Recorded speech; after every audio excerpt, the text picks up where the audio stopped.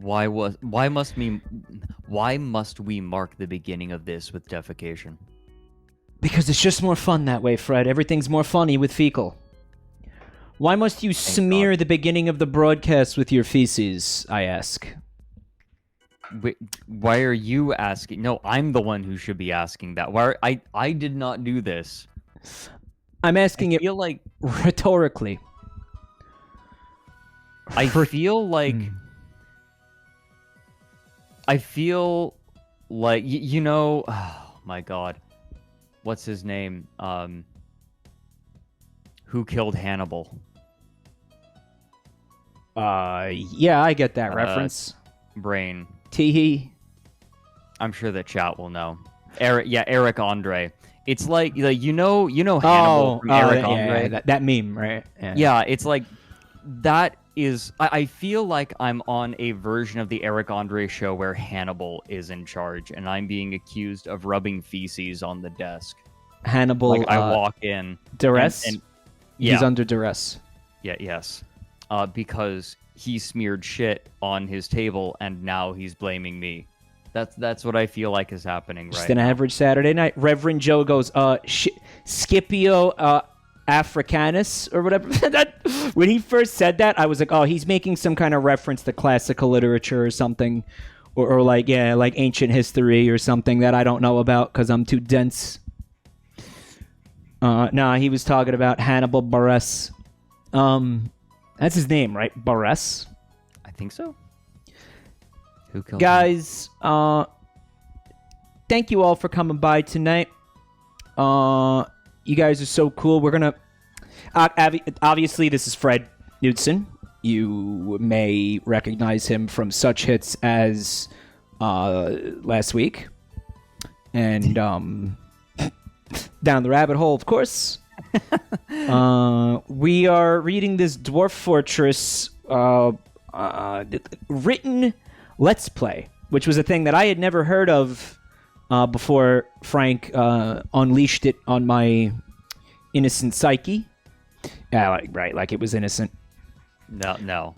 I do see people subbing. I see people resubbing. Guys, thank you. I appreciate all the support so much. I'm going to call out all the subs at the end of the stream again because it's just easier for me that way when we're doing this type of dealio.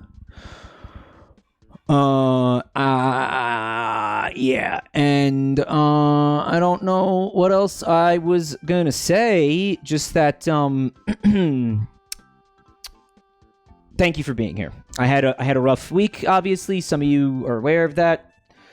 It also got like wet and wild over here, which was not in the good way, right? Not in the good way. It was we had like apocalyptic fucking flooding here, and it was just from rain, Fred, just from rain. It was fucking beyond nuts, and me and a lot of people I know and a lot of my family members are actually like lucky to be alive right now. That's how insane it got over here, man. Goodness gracious. And let me put it to this way: the basement flooding thing, like my parents' basement got flooded to the point where if I still lived in it, my life would be ruined. Like ruined. It'd be ruined. Like if my shit was still down there, my life would be ruined. We wouldn't be doing this stream right now because I'd be fucking, if not dead, my fucking computer would be done. Right. Yeah, like the dwarf fortress, like the dwarf fortress dwarves would come in and be carving runes. Yeah. In the basement. It turns out that like the infrastructure of just this entire region, including like the like the roads and the how people's fucking houses are built here, it just is not built to accommodate that this amount of rainfall, and I don't know what the fuck can be done about it. I don't think anything. I think it's just like fucked. Like I don't know what to do. Like I don't know what we do here, man. Like I don't. I'll tell you what is going to happen. Everything is Sure. going to be built in the exact same way it was. No one will have learned anything, No. and the cycle of tragedy will repeat. And I'm going to tell you why. Because Why? this is a perfect microcosm of the American mindset. Nothing lasts forever, so why build it decently in the first place? It's like this nihilistic... Like, I don't know if that's just me, but that seems to be the way American infrastructure goes. Someone in chat Build goes, it to Fred last moment. Yeah. Fred moment. Sorry, we're starting the moments early. Well, I mean, it's just it very. We made it 6 minutes. My past like, let's say like 3 days of life have been nonstop fucking fear and anxiety, and I just this was happening to my family in the midst of like flood our houses flooding was happening in the midst of a fucking like a funeral too. So like this was probably the worst week of my life, Fred. And I really want to thank all of you for being here. You guys mean a lot to me, especially Fred. Thank you for being here with me tonight, buddy. Thank you for doing this with me tonight because I needed to spend some time with some cool people, and you are the coolest cat on this side of the cat yard, man. Well, I am here to show you how much worse it can be. And do you want to know how much worse it could be? Do you know what could really take this shit fuckery to the next level? Elephants? Elephants. Yeah. Elephants.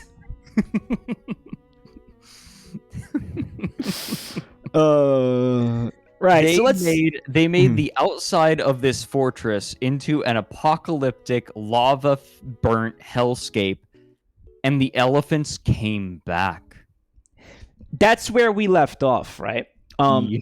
Do you? There was a chapter that was going to serve as like a recap of everything that had happened so far. Not really a recap as much as looking at the burned out ruins if every dwarf had died like that moment.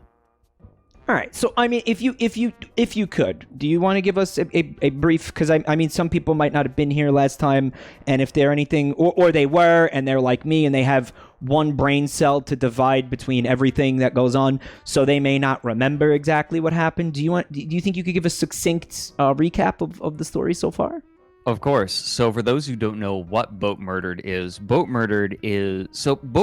is a succession-style Let's Play of a management game called Dwarf Fortress, where you make suggestions as to what the denizens should do, and they may or may not follow your directions depending on how drunk they are or how annoyed they are. They're all alcoholic, so I mean that's all alcohol. Yeah, they all need alcohol to get through the day, as we learned. Now, the idea of this is a very old Let's Play, and that is to say, there's no video. There are some images, but it's typically written. And what they have done is each member, so this is a succession-style roleplay, which means that each person plays for one in-game year, then passes the save file off to the next person, who becomes the new leader. And as they play, they chronicle their range with the fortress. This one in particular was named Boatmurdered. Randomly generated name. Boatmurdered. Now, a lot has happened, among them being massive, unbelievable death due to roaming elephants. There are also mandrills who create problems, and the way that the managers have tried to manage this issue is by creating lots of traps. I'm glad that you had that at the ready. Yeah. By the way, I just saw something on my second monitor, and I'm like, what is it? Oh. Yeah. Yeah, I got it. I got it on standby. You were ready. You were prepared. You were so ready for this.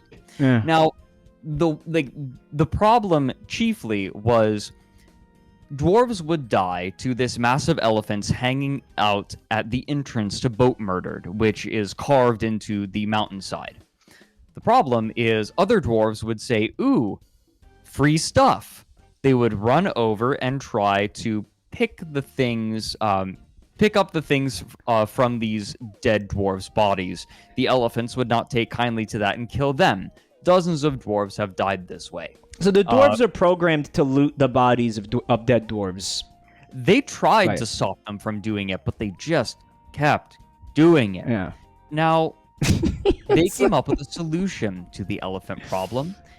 They found a vein of magma. They created aqueducts that led out of the fortress, and in order to solve their little elephant problem, they opened these aqueducts and flooded the front of the fortress, or I should say the outside of the fortress, with magma. Then at that point, it's lava. But you know what I mean. They burnt down the forest. They burnt down the forest, in the words of Alfred in The Dark Knight. Yes, the elves were unhappy with this, but, you know, who cares what the knife ears say? Didn't they try to drown them first?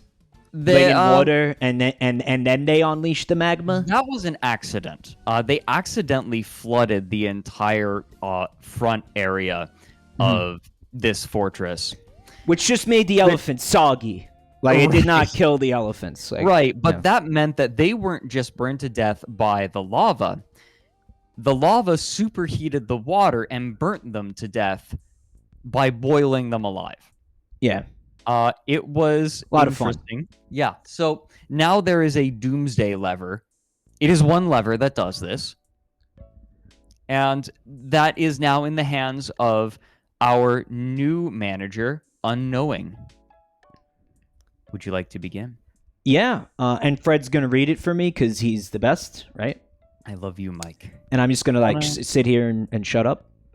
Occasionally interrupting him with jokes about poop. Of course. And semen. I mean, don't worry. The miasma jokes are going to be coming soon, too. So, part 34. Part 35. I believe. My 34? Bad. Oh, 30. Oh, yeah. 35. Yeah, that's where we're okay, so I'm next page. Unknowing, right. So that was Stark Raving Med's actually second reign?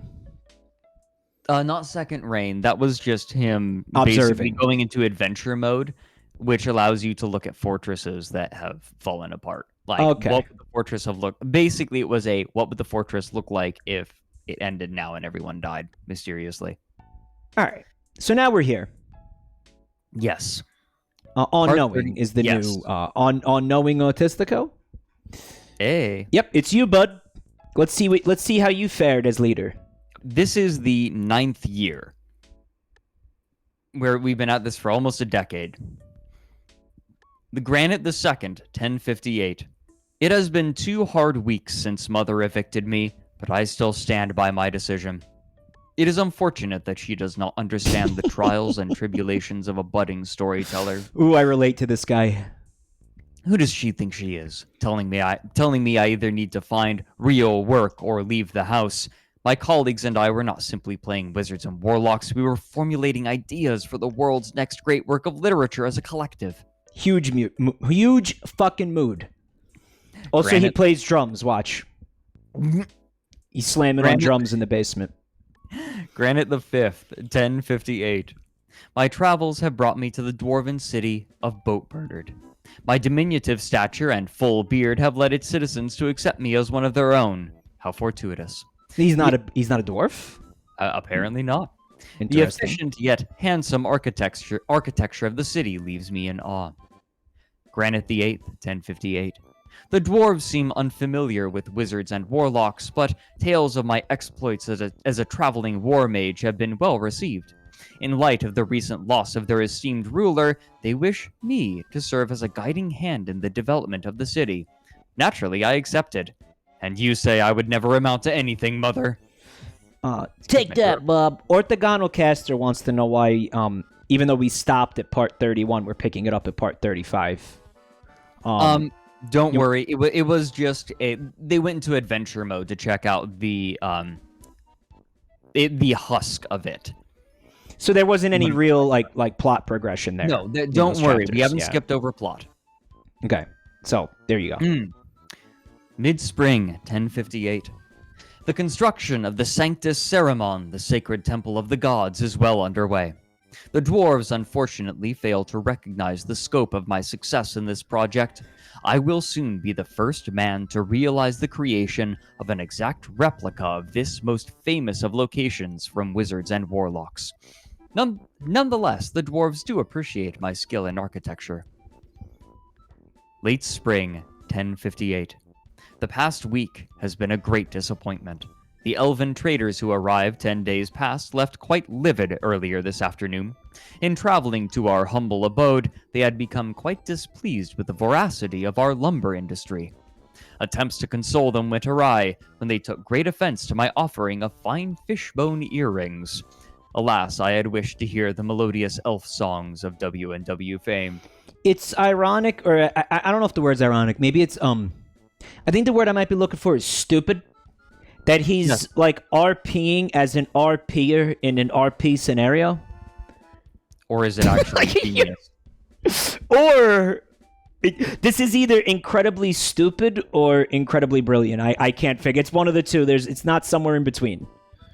It's right. It's and we're just trying to figure out which. Yeah, I don't know where it falls. Maybe we'll find out. Early summer, 1058. This place is truly becoming a bore. Not a single dwarf among the entire population knows of the wonders of wizards and warlocks. Oh, God. All attempts to teach them have been rebuffed with laughter. No one else seems to understand the importance of W&W.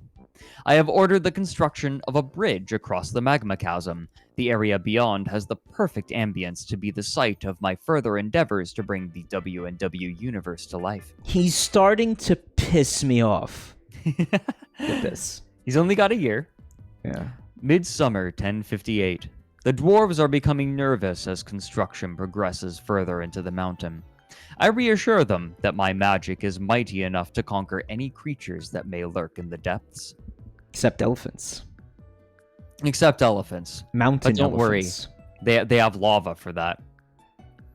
I'm still not over. So how well did the lava work? You tell me. You tell me, yeah. And it was just a fucking scorched wasteland. Yeah. Mm-hmm. Late summer, 1058. Disaster has struck.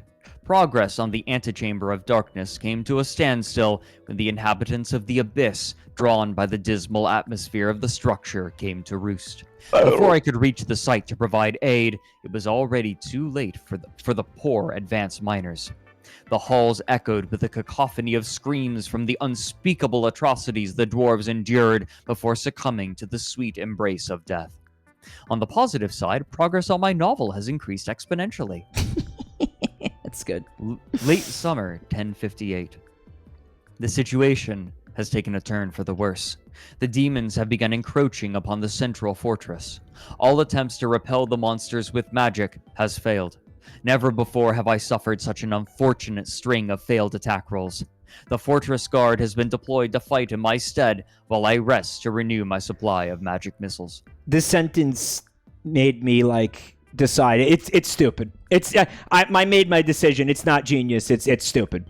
It's incredible. It's incredibly stupid, and I hate it. Yeah. Early fall, 1058. It seems the entire fortress has lost confidence in my abilities as a leader. I admit the untimely failure of my magics was unfortunate, but I was able to guide, from a safe distance, the fortress guard into victory over the demons. All things considered, the battle went quite smoothly.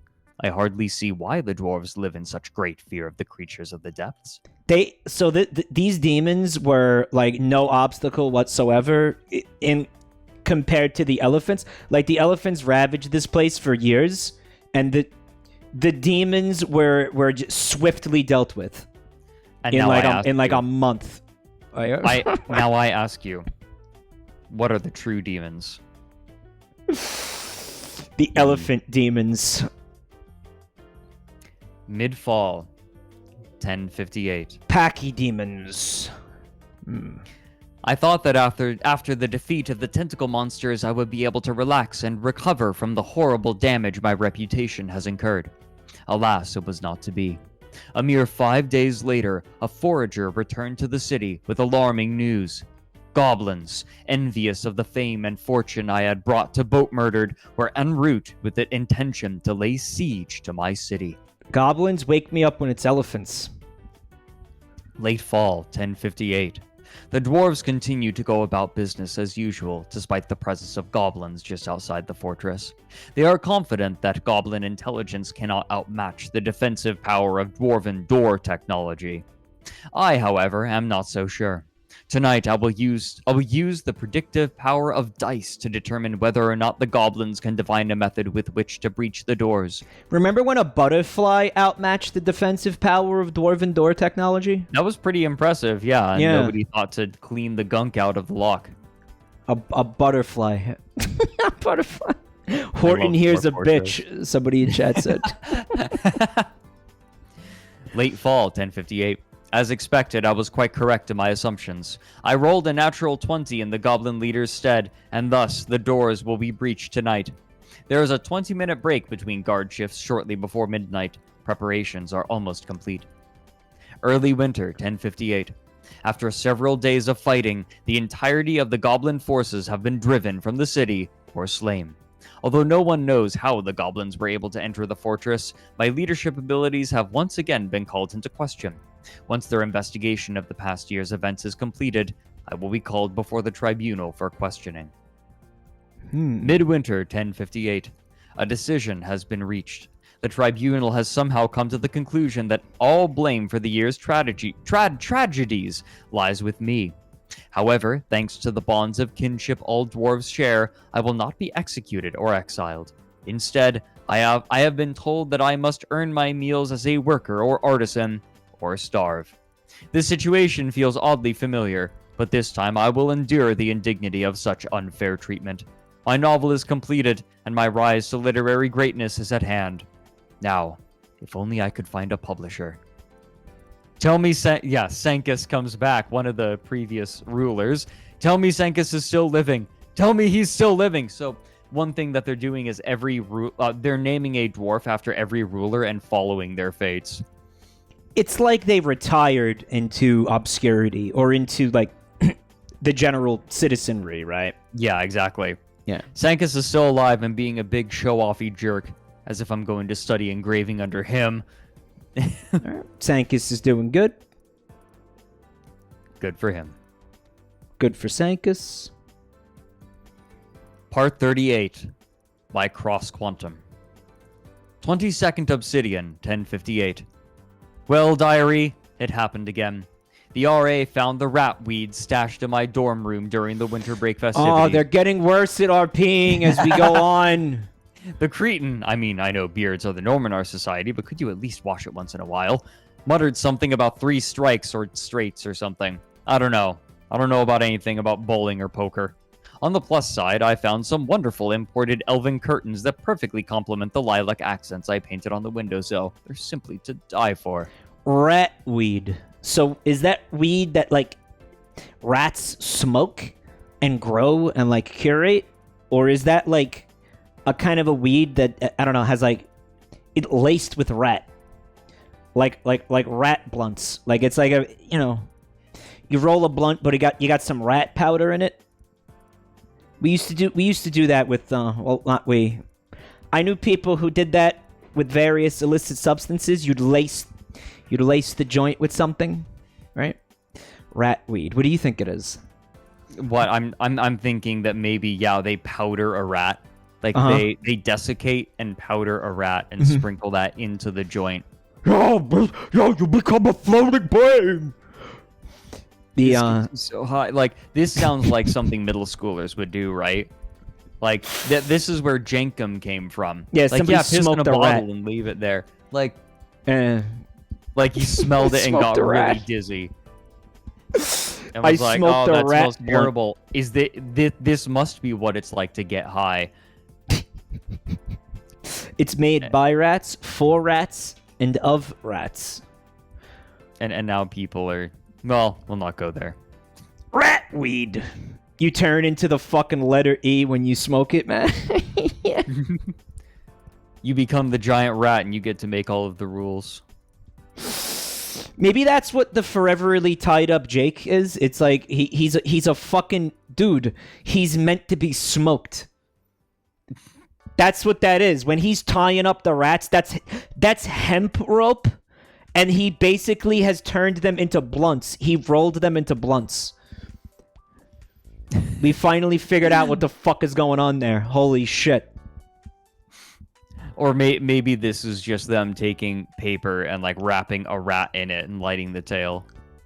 Just smoking a rat, dude. Whatever. Like, you ain't really been high until you smoked a rat. How many times do you think Joe Rogan has smoked rat?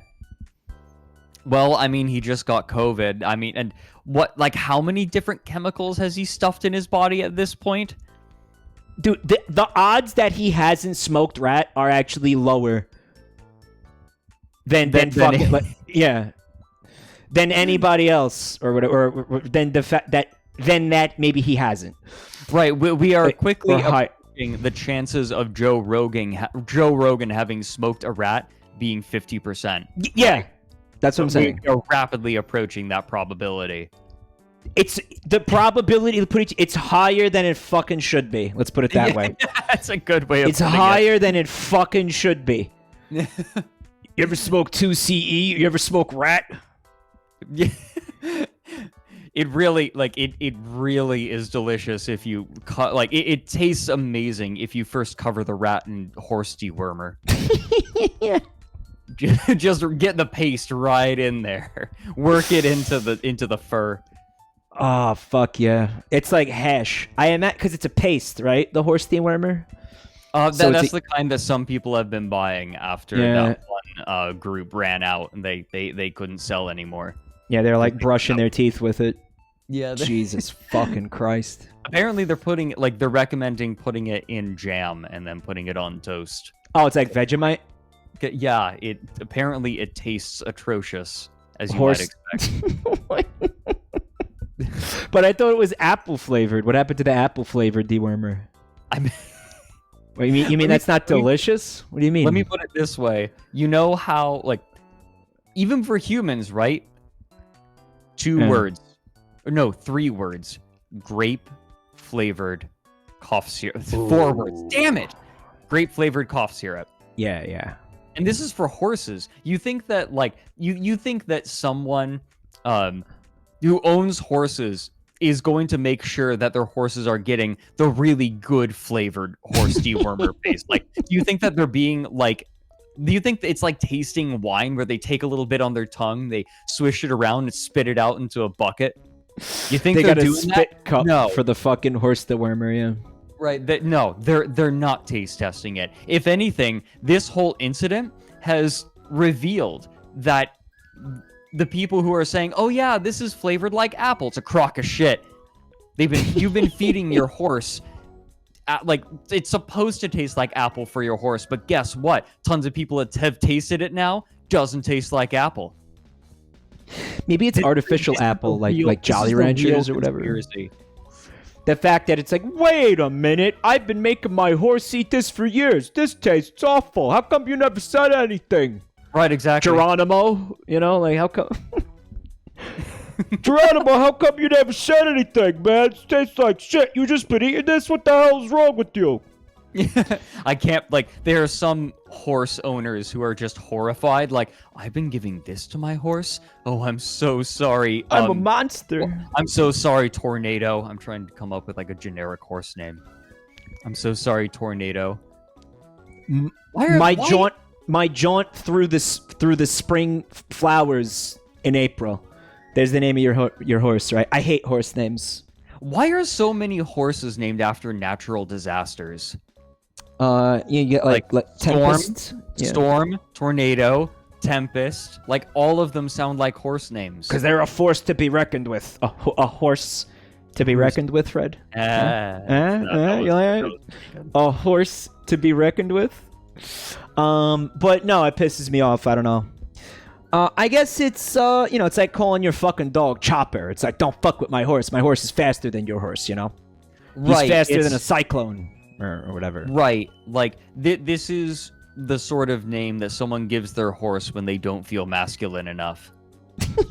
right? Like their mom bought them a Mustang for college. Right. Get it? Oh, horsepower. Right. Mustang, small penis. Yeah. Seabiscuit is basically an oceanic pizza bagel. I just realized that. Remember I'm that? so glad that ended up in Vine World. I was not Remember? expecting that to end up in Seabiscuit. Vine Worlds. A really soggy, salty fucking, I don't know, biscuit that's got like, you know, I don't know, some crabs nibbling on it or some shit. By the way, for the record, I just want to put this out there. For those of you at home who are dabbling in the horse paste, there's no proof it does anything. Not from anybody like medical. You know, not there haven't been any like studies on that in way of treating coronavirus, and I believe that there was instances of people's intestines getting fucked up from eating it somehow. So it does something to your fucking intestines that's no bueno. I think part of the problem is the amount that people are taking, because like my understanding is certain forms of the drug are, I don't know if we'll get in trouble for saying the drug name. Yeah, I don't know, but certain forms of it are like okayed for human use. Not commonly, but you know, it's there. There is there is a version of it for human consumption. Yeah, but my understanding is like these people are getting 20 milligram tubes, and you're supposed to have 1 milligram per 50 kilos of body weight. They're fucking eating it like Go-Gurt. Downing the whole thing. Go-Gurt. Like Go-Gurt, yeah. Or like fucking cheese in a can. Like, right, yeah, just decadently pushing it into their mouth. Beautiful. Axel DM says, "You're telling me I've been chugging horse cum for nothing?" Yeah, you're a little confused, huh? Now horse cum, on the other hand, now that's good for you. No, that's not good for you. Just got all the protein you need. Don't eat anything that comes from a horse. Don't eat anything made for a horse, please. Go to a fucking doctor. Go to a fucking doctor, for fuck's sake. Now, see, the DNA in horse cum teaches your body how to naturally fight it, how to naturally fight the virus. The coronavirus, yeah? Yeah. Mm-hmm. What about horse meat? I don't think, I guess that's okay. Just stop eating horse cum and stop eating fucking horse medicine, all right? Just don't do that, all right? Come on. I opposite. Stop it. Cut it out. All of it. all the cum. Mix them. Mix and match. Find a good mixture that works for you. This is not medical advice. Alerta. This is not medical advice. Alerta, don't listen to Fred. Alerta, don't listen to Fred. Yeah, so he's, we got on this because of Joe Rogan, who's, I don't know, I feel doing like, better. I hope. I don't, you know. Wasn't he basically saying, "Oh yeah, your body can like deal with the coronavirus. Like you have an immune system for a reason." And then the moment he gets it, he's like jamming every possible chemical he can find into his body in the hope that like some new molecule will be synthesized to help him fight the coronavirus. He's like, "I'm afraid to take an experimental vaccine, but why don't you give me every single other fucking thing that exists that hasn't been fucking tested or hasn't been experimented with, and just pump me straight the fuck full of that." Barilla's saying Joe can only use ivermectin, but didn't he like make a TikTok where he said he was like shoving a whole bunch of things into his body? I think like, some of those are edited, honestly. I think I seen one that was edited, and it was like they were doing it to like make fun of him, where they just added like a whole bunch of random shit on top of the horse pills. They just it was pretty funny, but it was obviously edited. I don't know. Monoclonal antibody. Like he's taking these other like really. But I think the monoclonal antibodies actually do have some fucking actual science behind them. No, they and absolutely do. some like treatment results behind them. Whereas That's the my understanding. whereas the horse pills, it doesn't seem to be the case, as far as I could tell. Oh dear. I'm sorry. I'm still not over fucking cider. I hope he's okay. He's chugging fucking cider. You know, I don't wish like harm on anybody, but man, imagine taking medical advice from Joe fucking Rogan. I seem to remember there being a short period of time where a bunch of people were recommending like apple cider vinegar for literally every ailment. I still see that. That still happens. That's still a thing. Does that? I get the feeling that is a cultural phenomenon driven entirely by Facebook moms. Yeah. It is an old wives kind of remedy. It is totally, and I think it seeped down into Facebook mom culture. And you know you see all the things that apple cider vinegar is supposed to be good for, and you think, okay, maybe some of those things, but definitely not all of these fucking things. It's like, you got a sore throat, drink apple cider vinegar. When I had the canker sore a couple of weeks ago, it was like gargle with apple cider vinegar. It was like, you got lower back pain, put some apple cider vinegar on it. It's like, okay, come on. That's always the thing I go to when someone says, oh yeah, put this on your skin. My response is always, it better be a particular thing, because skin is designed to keep things out of your body. It's the reason that you aren't getting constant infections. Yeah. Like, what are you doing? Cutting open a port so you can pour the apple cider vinegar in there? I think I made up the topical solution thing, but like, there are a lot of things you can find it. And by the way, apple cider vinegar is fucking gross. Fuck, do I hate the way it smells. I gag if I smell it. It's fucking nasty, man. Anybody else, they despise that shit? I despise that shit. And honestly, my mother was bought into that a little bit. Like, literally anytime anything was wrong, apple cider vinegar. And I was like, no, you get that shit the fuck away from me. No. Shit's nasty, man. Bet you Joe Rogan... big proponent of apple cider vinegar. Big he's in the pocket of Big Apple cider vinegar.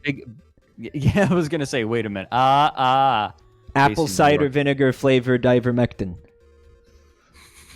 That's the next obvious step here, right? We're getting there, guys. If we sit here and bullshit for long enough, we will find a cure to COVID.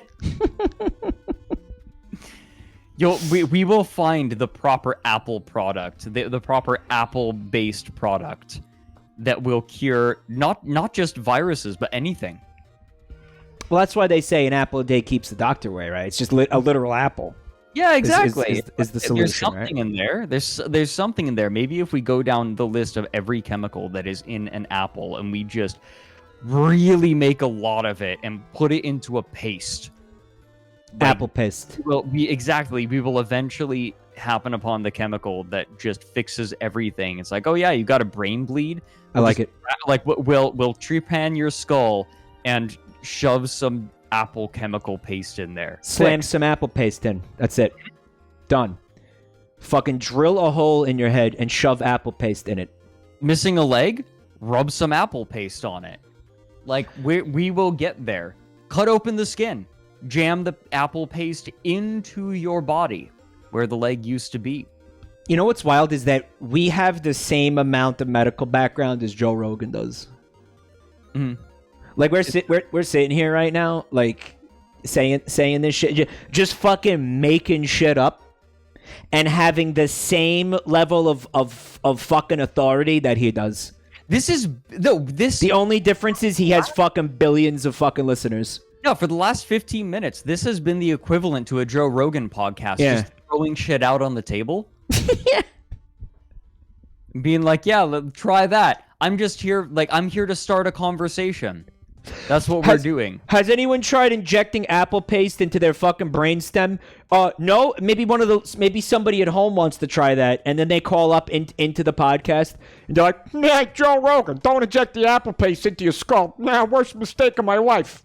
Yeah, Peachy Froggy remembers Gandavasa. Gandavasa? What was that? Gandavasa is... Ooh, are you okay going down a little sideline for a minute? I'm totally okay with it.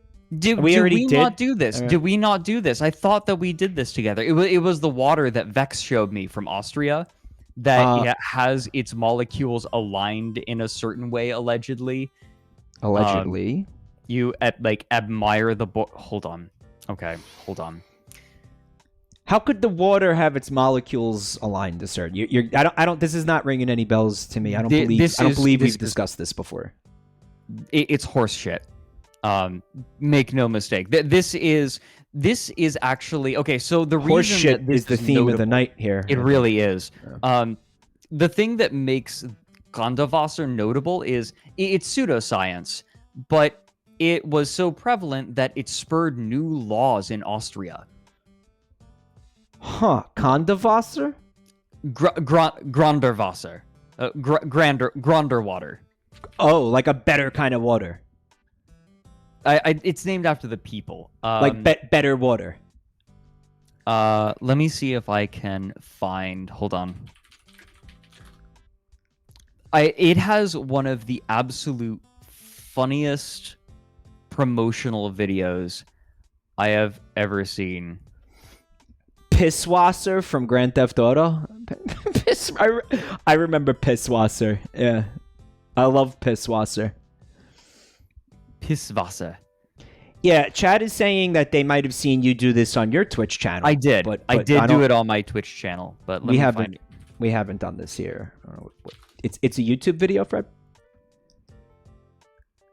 Oh, whoops. Not this. Here we go. Gandavasa.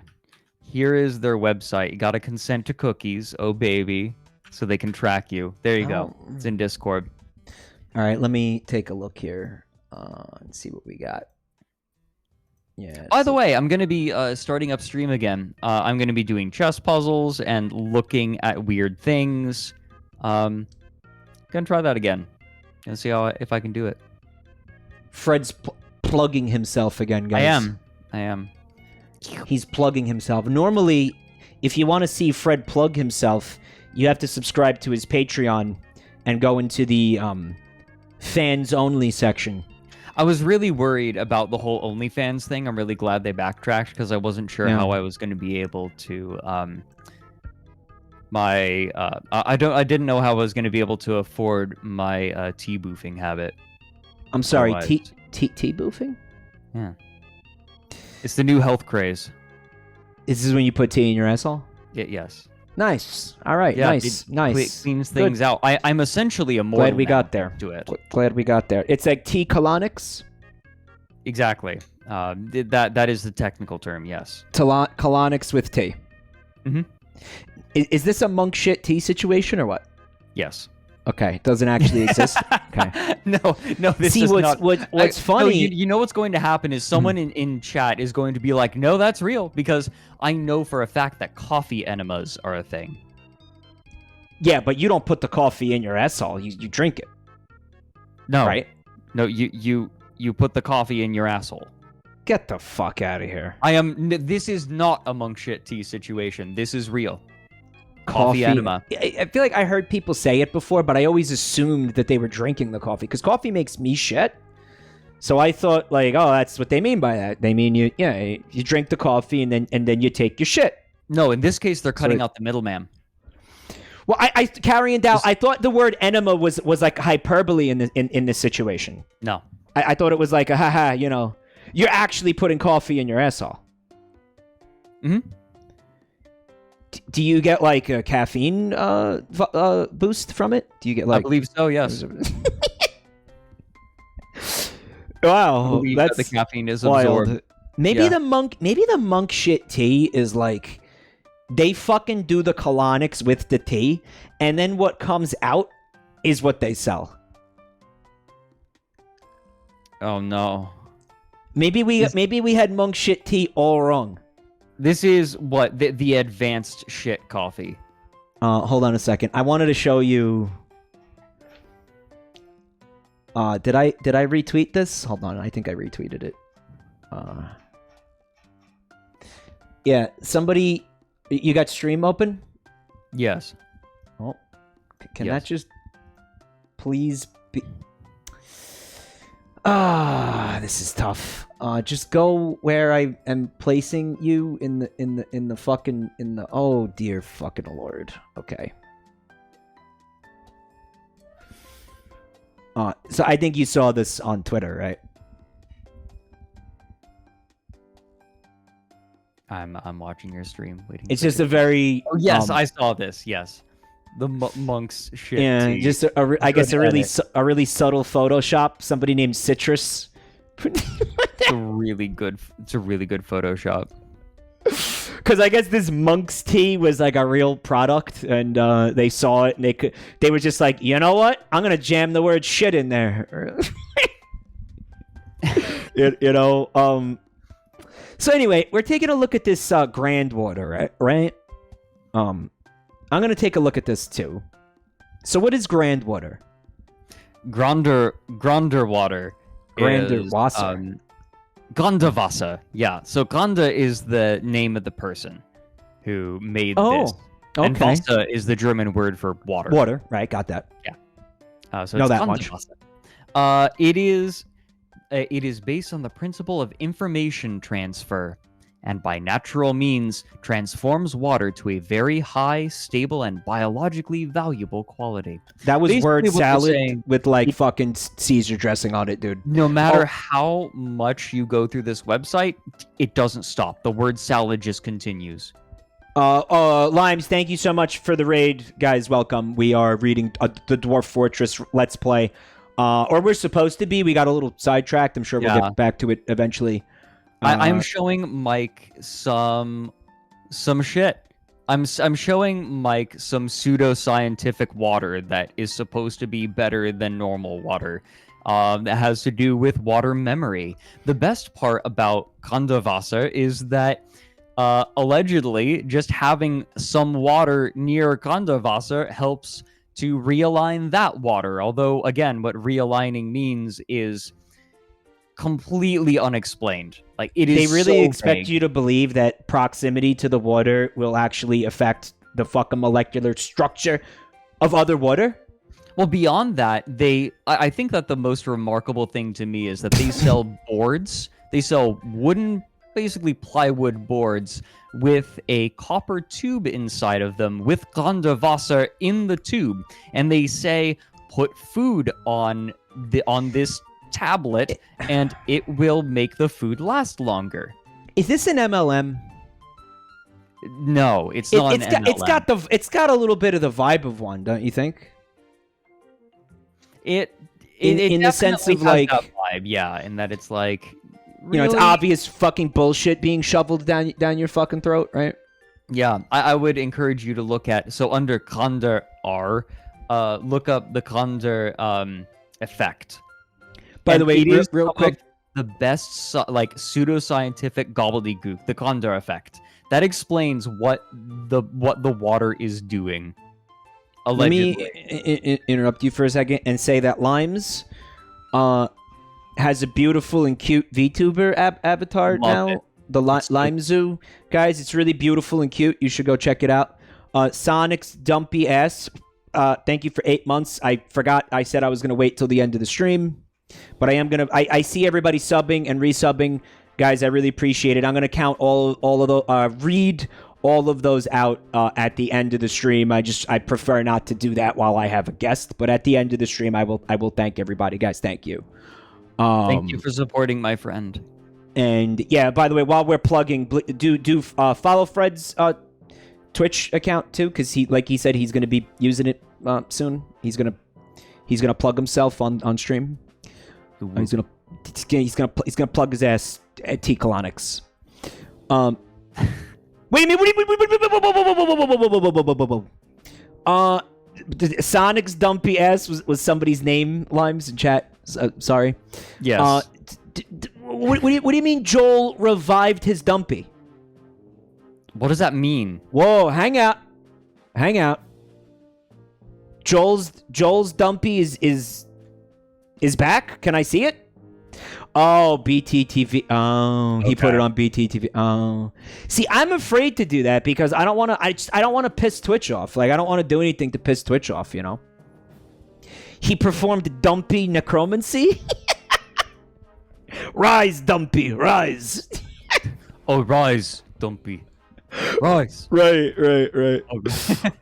I know, Limes, but don't you think like to me, it's like if I was Twitch and I didn't like the dumpy emo and I banned it, and then like the streamer went and put it on BTTV, me as Twitch would be like, "You little bastard! What do you think you're doing?" And then I'd bonk him again somehow. I'd be like, "What do you mean you can't use that to circumvent my decision?" You know what I mean? Like that's my thinking on it. I don't know. Maybe I don't know what I'm talking about. Mike, say necromancy again. Am I saying it stupid? Necromancy. I think it's necromancy. I think I'm right. I think that you have the right to piss off your viewers every time you say the word necromancy. Necromancy. It's not necromancy. Like like Nancy. No, it's... And overnight, Mike lost half of his revenue in subscribers. Because I pronounced the word wrong? Yeah, that's how this works. Lime says Twitch can't do anything about it. She worked for Twitch. You think I should... All right, I'll investigate this, chat. I'll think about it. I'll toss it around. I'll get dumpy with it. So I'm sorry I derailed this thing like 18 times, Fred. Yeah, we are like several layers out from our original goal of reading Boatmurdered. Yeah. But I would like you to read this gobbledygook before we return. You want me to read it? Yeah, please. Okay. So, the grander effect. Without water, there would be no life. Everybody knows that. All right, I'm gonna let them have that one. Seems like an unnecessary thing to say, but here we are. And by the way, this is the website of people who are selling water, but they want you to believe that their water is superior than regular water somehow. Revitalized. Okay. The knowledge surrounding the healing powers stored in water is very old. Many myths and stories from old cultural circles prove this. Johann Grander realized already 30 years ago, this translation's bad, how important it is to approach nature and the element of water with respect. Wow, what a fucking penis. The origin of his thoughts was that the state of water has a significant bearing on our well-being and the preservation of our entire ecosystem. He's like a water bender. Respect the water and then you may bend it. Through many years of experimental and research work, Johann Grander came to the conclusion that water possesses the ability to transfer information? This information transfer from one water to another... Another what? Another water? To another water. Presents a physical uniqueness and was first used by Johann Grander in this form.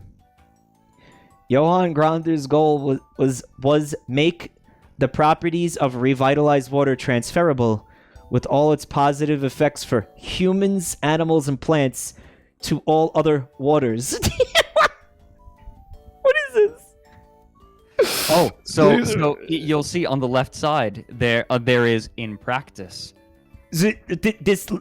Okay. What was the deal in 999? Chat keeps talking about 999, saying that this is morphogenic fields. Morphogenic fields were when you thought about something and, like, you gave the idea to somebody else on the other side of the planet, right? This was straight up in 999. It's Ice 9. No, Ice 9 didn't transfer information. Ice 9 was ice that melted at a different temperature or something, wasn't it? I'm not certain. I know about its importance in the book Cat's Cradle, but I believe that Ice 9 is a real substance. Well, it's not. It's not. The glycerin crystals? What the fuck are you talking about, glycerin crystals? It's ice that seeds other water? Alright, so grander water revitalization in practice. Grander water... Grandeur works wherever water flows. Look at this nonsense. Look at this. This is like an American like drug advertisement.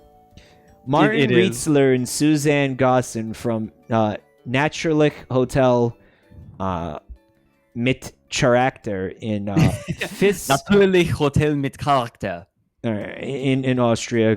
I'm sure your pronunciation's great. I have no way of knowing. Are happy to spoil their guests with Grandeur water. The areas of application for Grandeur water revitalization range from private households all the way to commercial and industrial uses. By the way, it just means natural hotel with character. That's Okay. the translation. The installation is carried out directly at the main water pipe. Alternatively, there are units for single installations, apartments, and for mobile use. The revitalizing effect of Grandeur water revitalization units also persists under difficult circumstances. Sporadical use, longer periods of downtime, or wide-ranging pipe systems do not impair the Grandeur unit's functionality. It stays constant for several years and does not decrease through intensive use. The effect has been confirmed by users all over the world for more than 20 years, and the revitalization effect is in no way decreased with more intensive use. Fred, it sounds almost too good to be true. Almost. And man, we got this far, and I still have no fucking idea what they're talking about. Oh, don't worry. It doesn't change. This aggressive confusion that you have, that's a feeling that you get to keep the entire time you spend on this website. This takes word salad to a new art form. This is like word salad elevated. This is like gourmet 5-star word salad. Would you like to... It's got a like cherry balsamic vinegar glaze on it or dressing. Like this is fucking a masterclass in word salad. Holy shit. Would you like to... Would you like to read us the checklist? Nihilist Gangster says, finally, some good fucking woo. The Grandeur water revitalization units only require energy from nature, don't need electricity, don't require chemical additives, are service and maintenance free. So what are you actually paying for? We can look at that in a minute. And how much are you paying? First, I need. Don't worry. We can go and check that out in a minute. But first, I have to make sure that you really don't understand what's going on. I want you to keep reading buzzwords until you're not even sure what it is anymore, but you're ready to buy. Also, saying it only requires energy from nature has all of the energy of that skit where the front fell off. You know that skit. The boat where the front fell off, and it's talking about it's a skit where the front fell off of an oil tanker and oil spilled out, and they said, well, it's been removed from the environment. And then the interviewer says, so it's moved into another environment. No, it's out of the environment and in another environment. No, it's completely outside of the environment. That is all the energy of that. It's like, what do you mean energy from nature? All energy comes from nature. It's matter can neither be created or destroyed or whatever the fuck. Or it's similar to people saying, "Oh yeah, there are no chemicals in this." Then what is it? Then what is it? Then what is it? Like the building blocks of the fucking unit. So you mean to tell me that this thing exists outside of all known laws of nature? Yes. When you tell me something has no chemicals in it, that's what you're saying to me. It exists outside of all known laws of the universe. Oh, basically. Dear. Water itself is a chemical, right? It is, yeah. Well, it's a compound, right? All physical things are chemicals. To only require energy from that is aggressively fucking bullshit. Are you sure this company is from Austria and not Italy? Because this is like this is like, it's Italian bullshit marketing. Like, if there's anything that Italians do well, it's being full of shit and and fucking selling you nothing. Like, remember the invisible statue that guy sold? That Italian artist, remember that? Yes. That's racist, but I'm allowed to say it because I am Italian. What else do you want me to click on here? Well, so underneath in practice, there's the idea. Okay. This could have been its own fucking stream. This is fascinating. I'm sorry that we got completely sidetracked. We seen this bit. Oh, I read this already, right? Oh, yes. The principal. Okay. Yeah, you get to see what exactly it is. The grander... Also, don't you tell me that Austrians are bad at... bullshitting? Are bad at bullshitting, because, like, they literally sold people on the lie that, oh, yeah, Aryans are from Atlantis. Atlantis was real, and that's where white people come from. That's really a thing that happened? That was what was it? Who is it that was saying that? Was that Himmler? I'm trying to remember. It was one of the Nazis. Yes. The big Nazi fellas. Big Nazi fellas, there was some weird cult stuff in the beginning. Yeah, well, they were looking for like the Ark of the Covenant and all that, right? Or is that just science? Did you know the moon is an egg? Like there was a lot of pseudoscience going on with them, right? Oh, for sure. Oh God, so much pseudoscience. The grander water revitalization is based on the understanding of information transfer. The core element of grander water revitalization is water. As highly coherent functional water is described effective medium of the grander water revitalization units deal with what... Okay, is it some of this is just bad translation, right? It has to be. Some of it I think it is. Yes. It has to be. 'Cause these sentences are circular.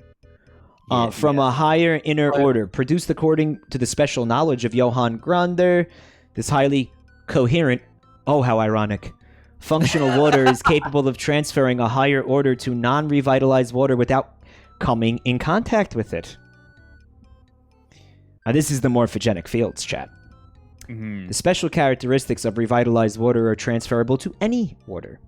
The revitalization is done by means of the grander units made of pure high-grade steel, which are filled with grander, highly coherent, functional water, and are directly installed in the water lines, or they are installed in the water taps. Well, that just about answered all my questions, Fred. I don't know about you. Great. Now I'm up to speed.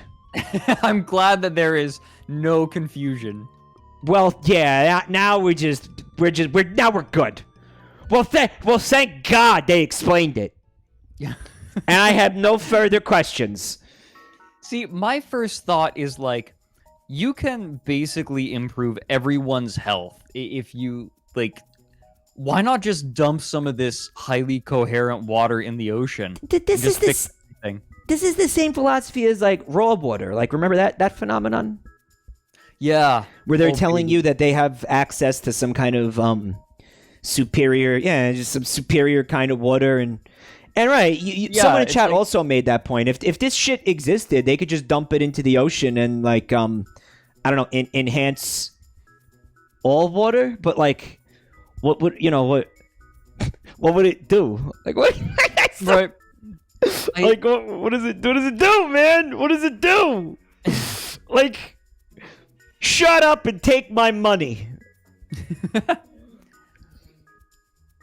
Like, they haven't pitched anything to me, dude. No, they haven't pitched anything to me. Like, I'm ready to spend money. Let's go. Fucking sell me something. Hold on. The units work without electricity, without chemical additives, and do not require any service or maintenance.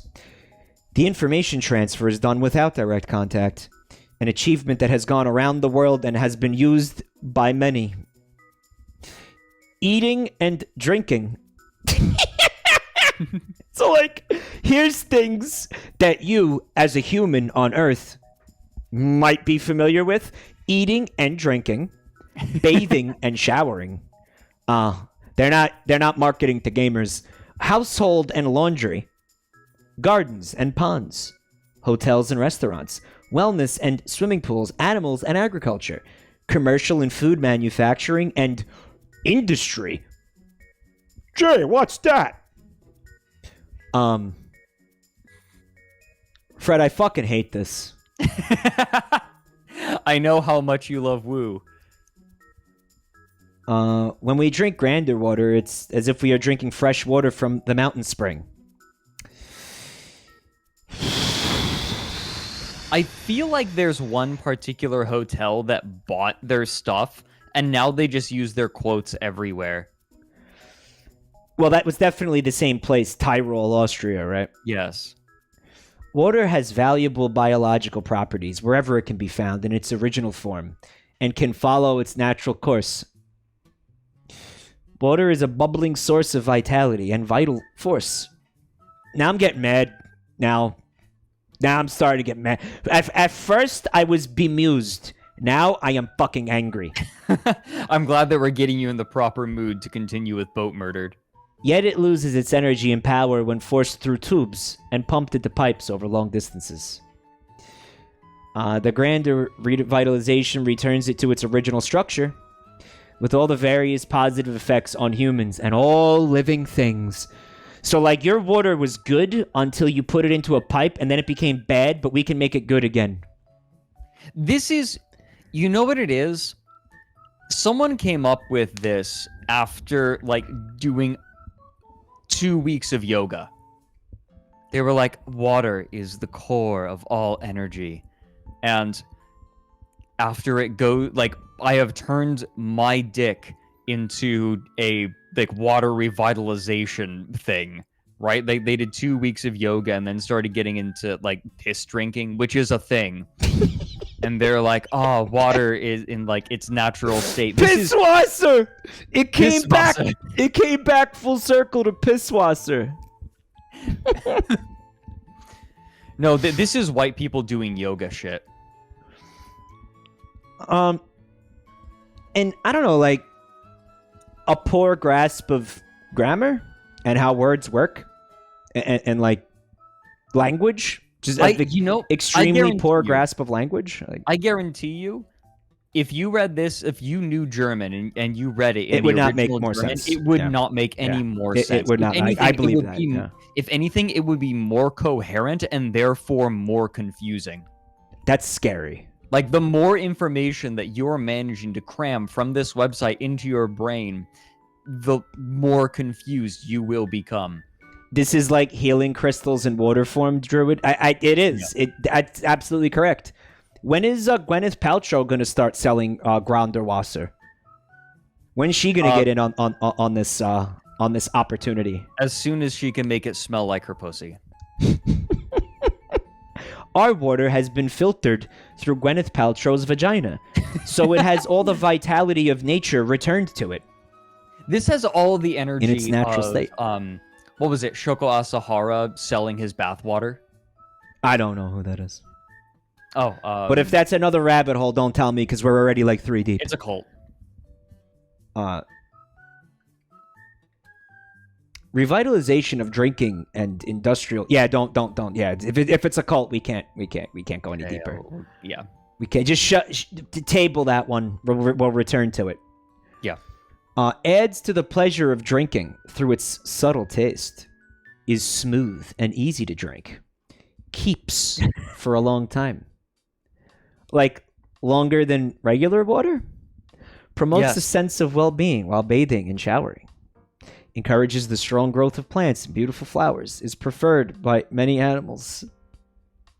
So like, you put the fucking grander water and regular water in like, 2 dishes, and the cat will always go to the grander water. Like that's fucking like quantifiably true. Like we could test this. As long as you don't look at the ones where it wasn't true. Keeps food fresh longer. It's miracle water, Fred. Ensures the reduced use of detergents and cleaning agents. Is revitalized when returned to nature. Ensures clear water in a heating system. Fred, if I keep reading this, I'm just gonna die. In that case, would you like to look at some of their products? Yeah. I want to see what I'm fucking buying. Can I finally see what I'm fucking buying, please? Now that you have thoroughly no idea what any of this is. What am I actually buying? Let me see. Let me see if I can. It's a Class A cognito hazard. It really, I'm losing sanity from reading this. That's accurate. Oh, would you like to see some mega horse shit? I'm already looking at mega horse shit. How much worse could it get? Go down to water research.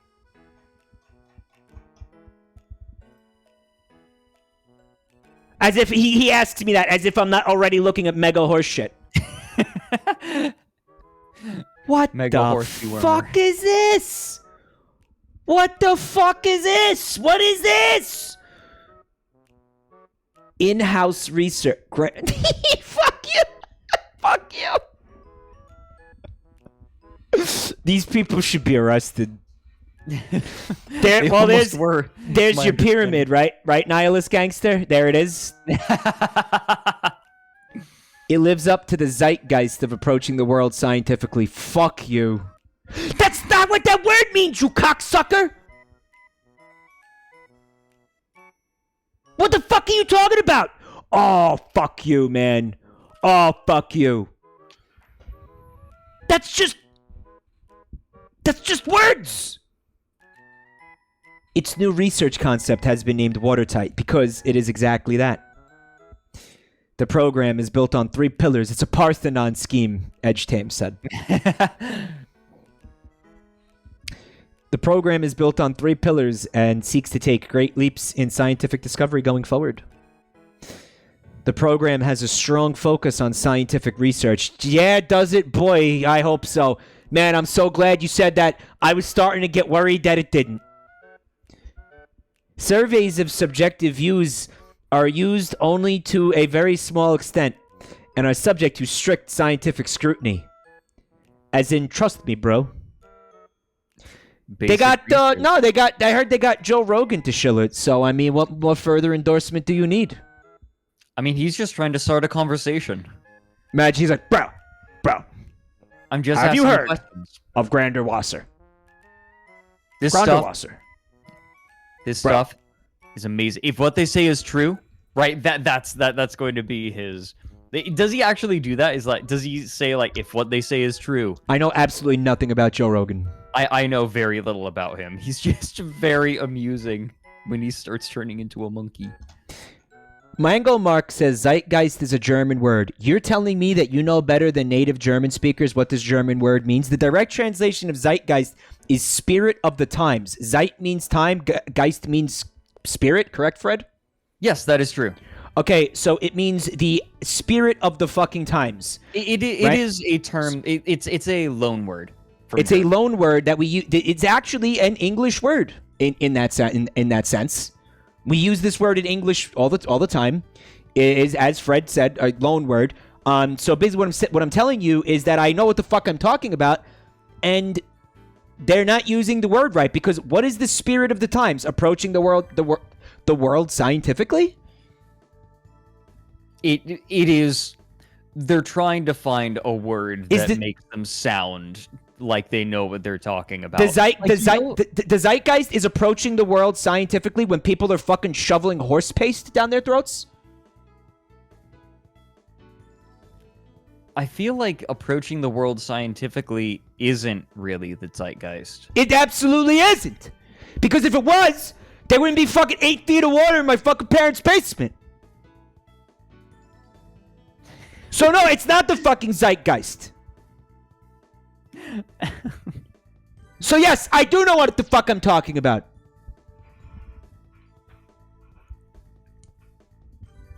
Would you like to learn about their basic research and research? No, I wouldn't. No, but yes. Oh, they have research findings as of 2019. Read more. Fred, what if I click that and it's like rat porn? Well, I mean, I guess you're banned. Yeah, Kyle, if I still lived in my parents' basement, my life would be fucking destroyed. All my shit would be destroyed. I'd be fucked. Let me open this PDF. They have a PDF. I don't want to open PDFs. I don't know. When the water is sus. The water is sus. Fuck.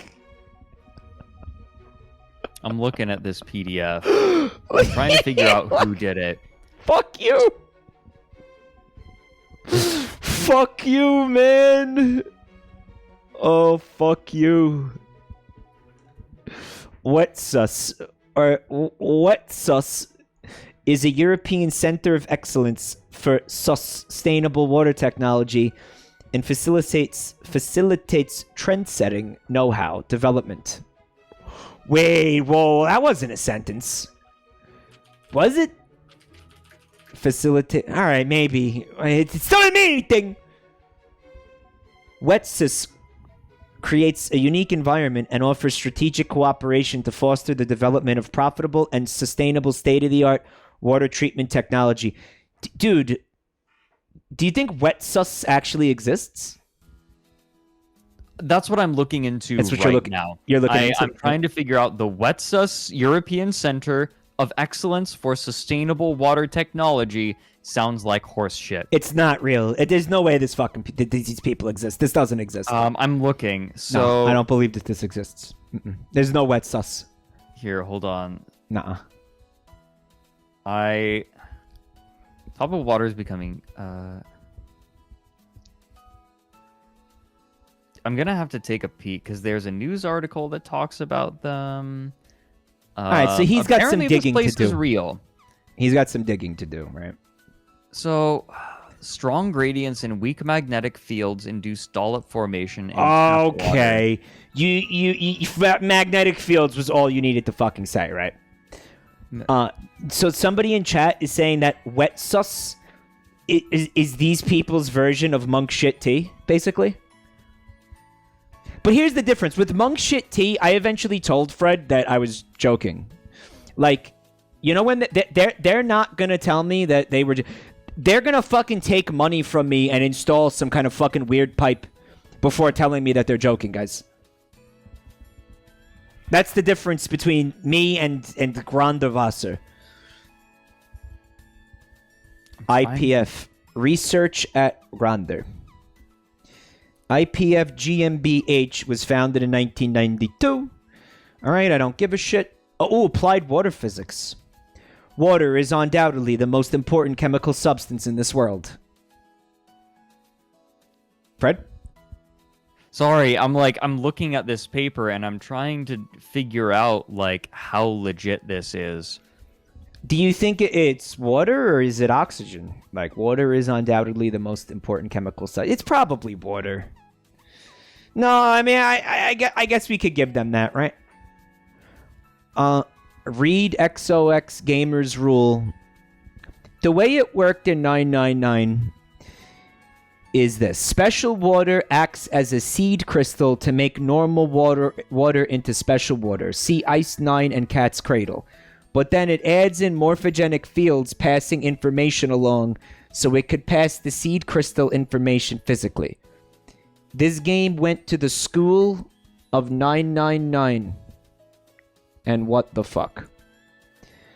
I'm just like... Here's my thing, right? You guys are telling me that this was essentially the plot or a subplot in 999. I'm fucking astounded that any of you were able to fucking pay that much attention. Like, not only... dude, I'm fucking amazed that you guys can remember this fucking, like years later. Guys, I didn't even retain the information as I was reading it when I played that fucking game. Like, maybe you just fucking played it recently and that's why you fucking remember this shit? I didn't retain any information from that fucking game. That entire game was word salad. How the fuck are you people remembering this shit? Ice 9 was a red herring. Yeah, remember when Ice 9... I remember this much. Ice 9 had absolutely zilch to do with the overall plot of that game. That happened. Ice 9 was completely fucking irrelevant to literally everything. It was a red herring. Yeah? I'm a Funyarinpa. You're a Funyarinpa. How dare you? How fucking dare you? I can't believe you guys paid enough attention to that game and took that game seriously enough to retain a shred of information from it. That to me is remarkable. Like I'm saying, you're a fucking superhero from my perspective. I don't know how you did that. You've got some kind of next level fucking like mental facilities that I can't even fucking fathom. I'm sorry. I've been so buried in trying to figure out. Like, oh yeah, this is on funds your rinpa. All right. There's a guy named Professor Dr. C's Busman. Is there an IC Busman here? Yeah, I'm looking for IC Bussy. Is there an IC Bussy in the bar tonight? IC Bussy? IC Busman. Dr. IC Busman. So it seems like there is a single piece of research done in 2019 that Gronder is leaning on quite heavily. And it's titled "Strong Gradients in Weak Magnetic Fields Induce Dollop Formation in Tap Water." And it validates their specific, what is it? What is the source of the Gandavasa? Did they ever say it's a spring, or is it something they take regular water and do something to it? It's a process. I've got no information from this website. I think they keep it a secret. Oh, they keep it a secret. Well, isn't that fucking convenient, Fred? Yeah. Isn't that fucking convenient? I'm trying to figure out.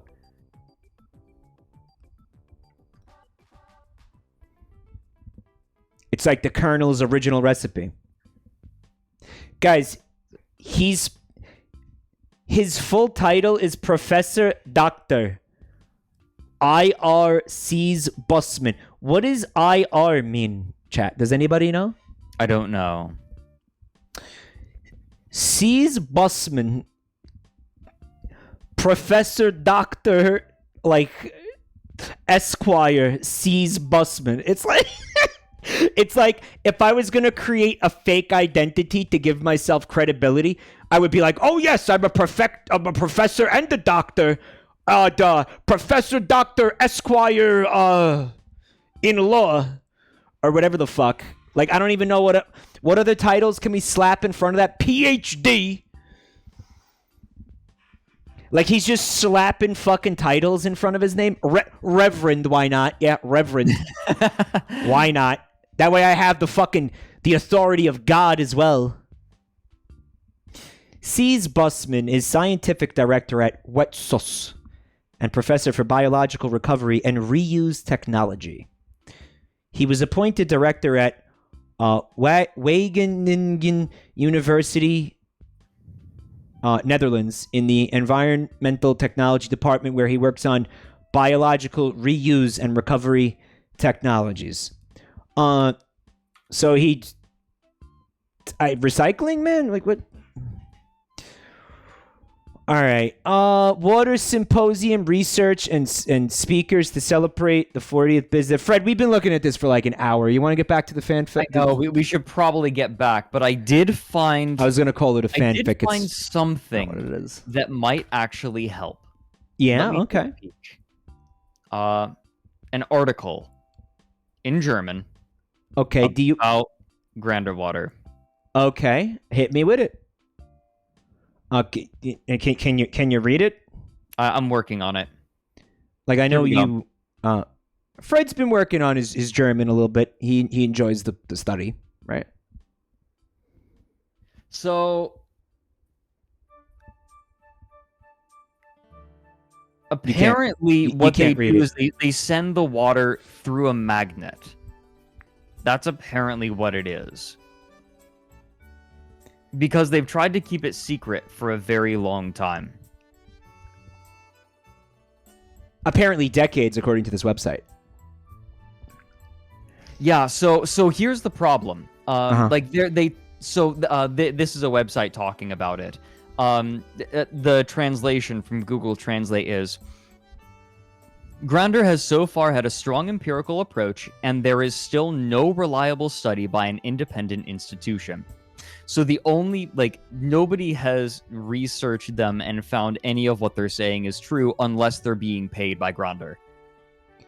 Well, no shit.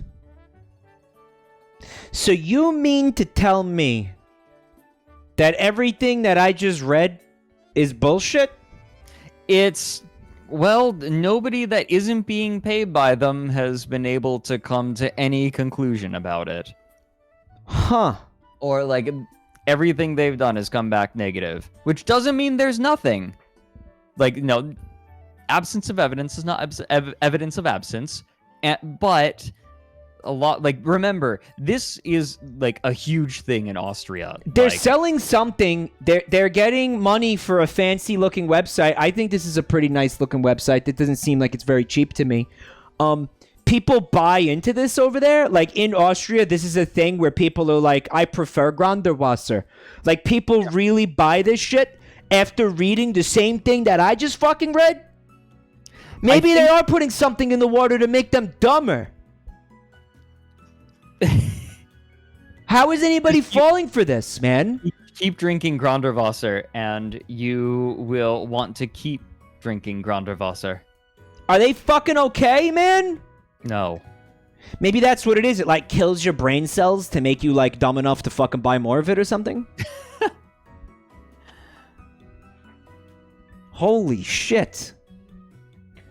Some people are a little too easily persuaded by this shit, Felina. Felina, apparently this is a massive fucking phenomenon. They're making money hands over fist with this.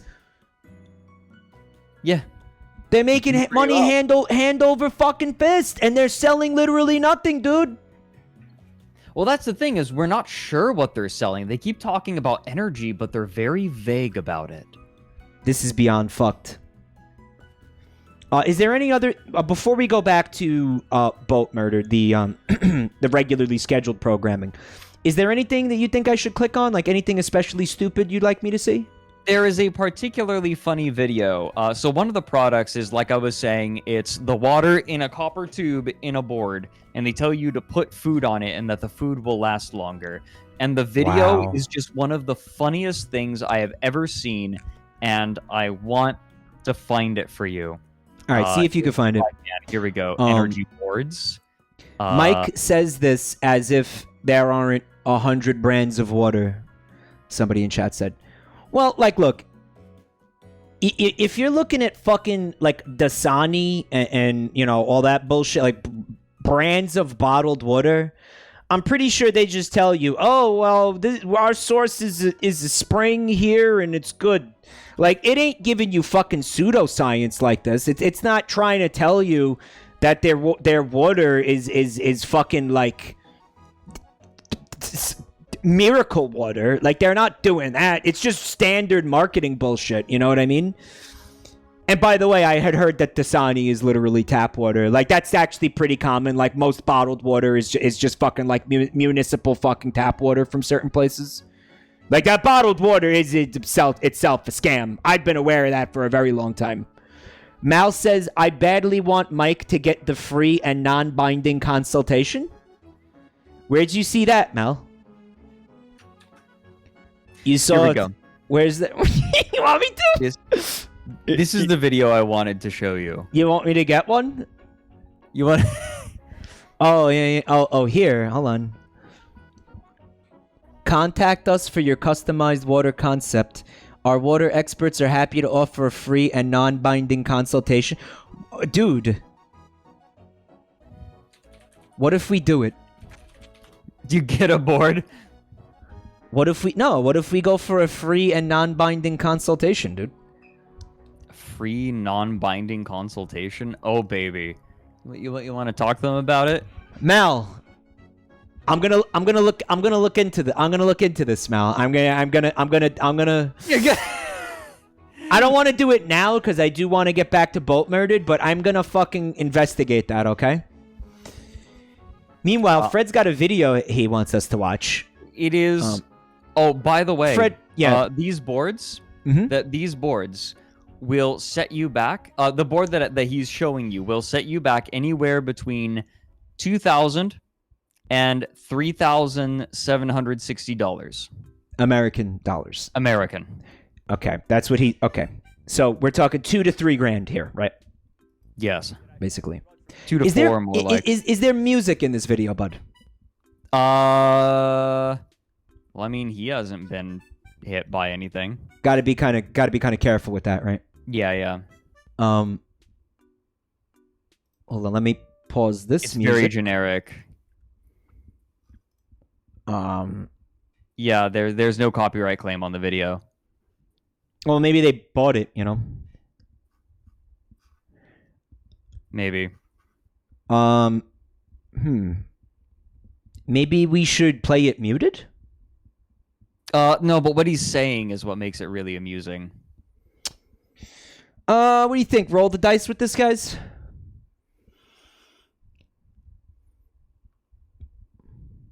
I think it'll be okay. Okay.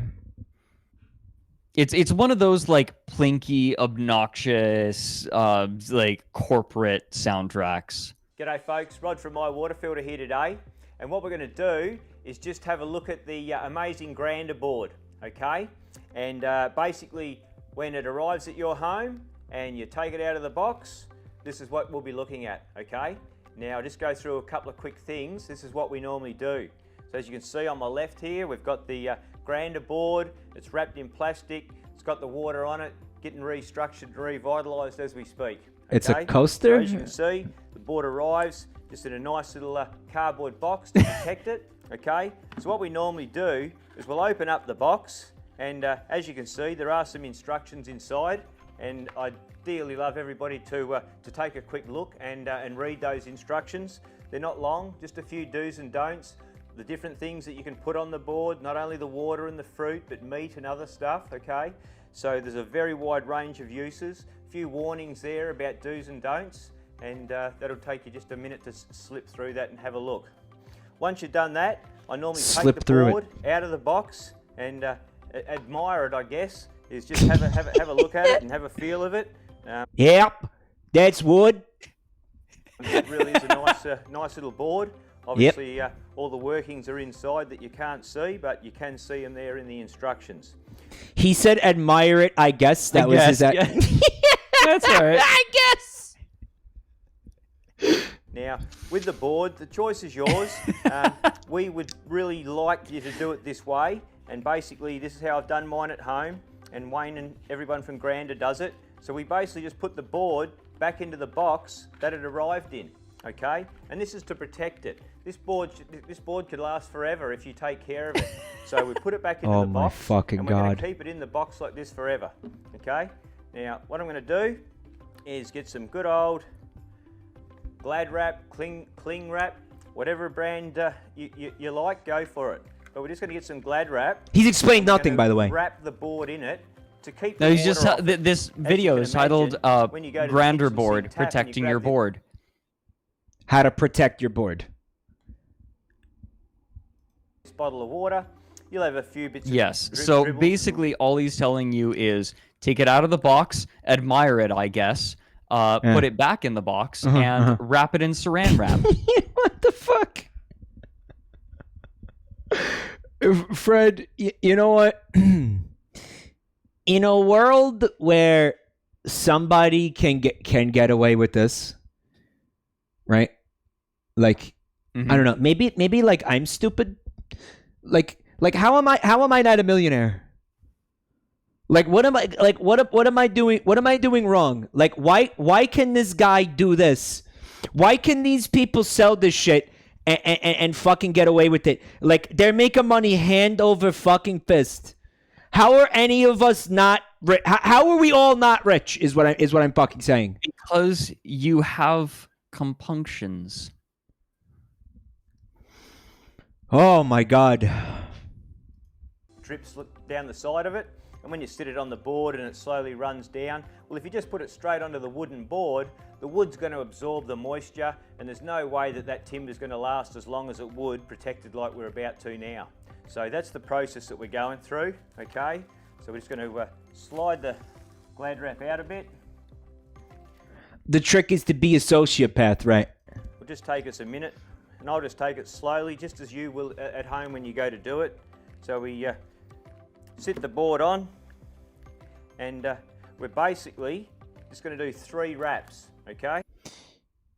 All right. Now, you notice one of his fingers is gone, right? Sure. Like, do you think that he lost that finger in something related to what he's showing us? To water.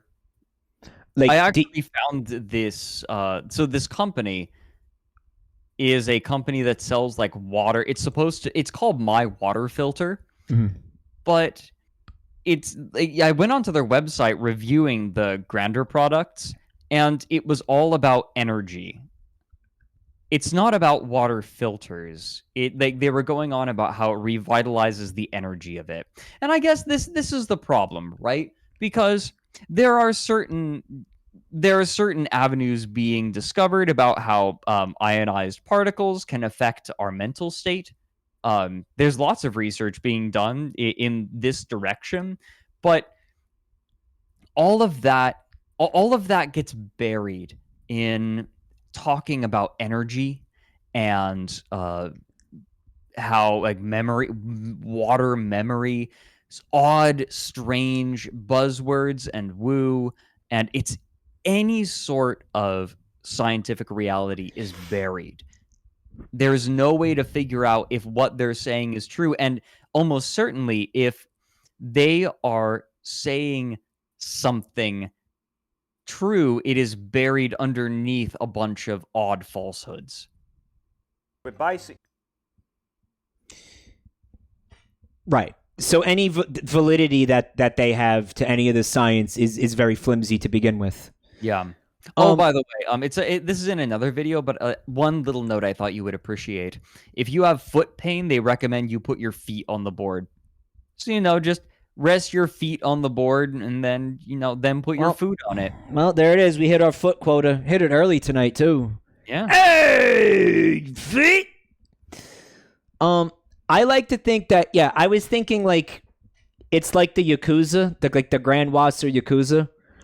Like, apparently, he kind of did something. I'm thinking it's like a cult. Because obviously, they have that, like, double speak thing nailed down. You know what I mean? Like, they got that on lockdown. They know what they're doing. They know how to double speak.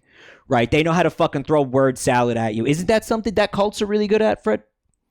It's true. Like, it's a talent. I think he lost his finger. Like this. Mm-hmm.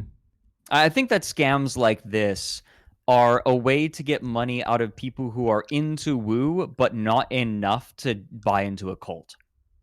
It's for it's the middle medium. ground. Mm-hmm, it's a happy medium for people who are spiritual, but aren't quite ready to give up all of their worldly possessions. He lost his finger because he disrespected the board. I'm not ready to focus on that. That feels like kind of a low blow. Like going for that. It's like he's missing a finger. Okay, whatever. Yeah, I guess. Feels a little low going there. Well, I was the one who brought it up, so yeah. Well, we'll just move on. That's what I'm saying. We'll just move on. Yeah, Would you like to return now that we have dithered for about an hour and 40 minutes? Would you like to return to Boatmurdered? Yeah. Can we watch the rest of this first? Yeah, sure. Just going to do 3 wraps, okay?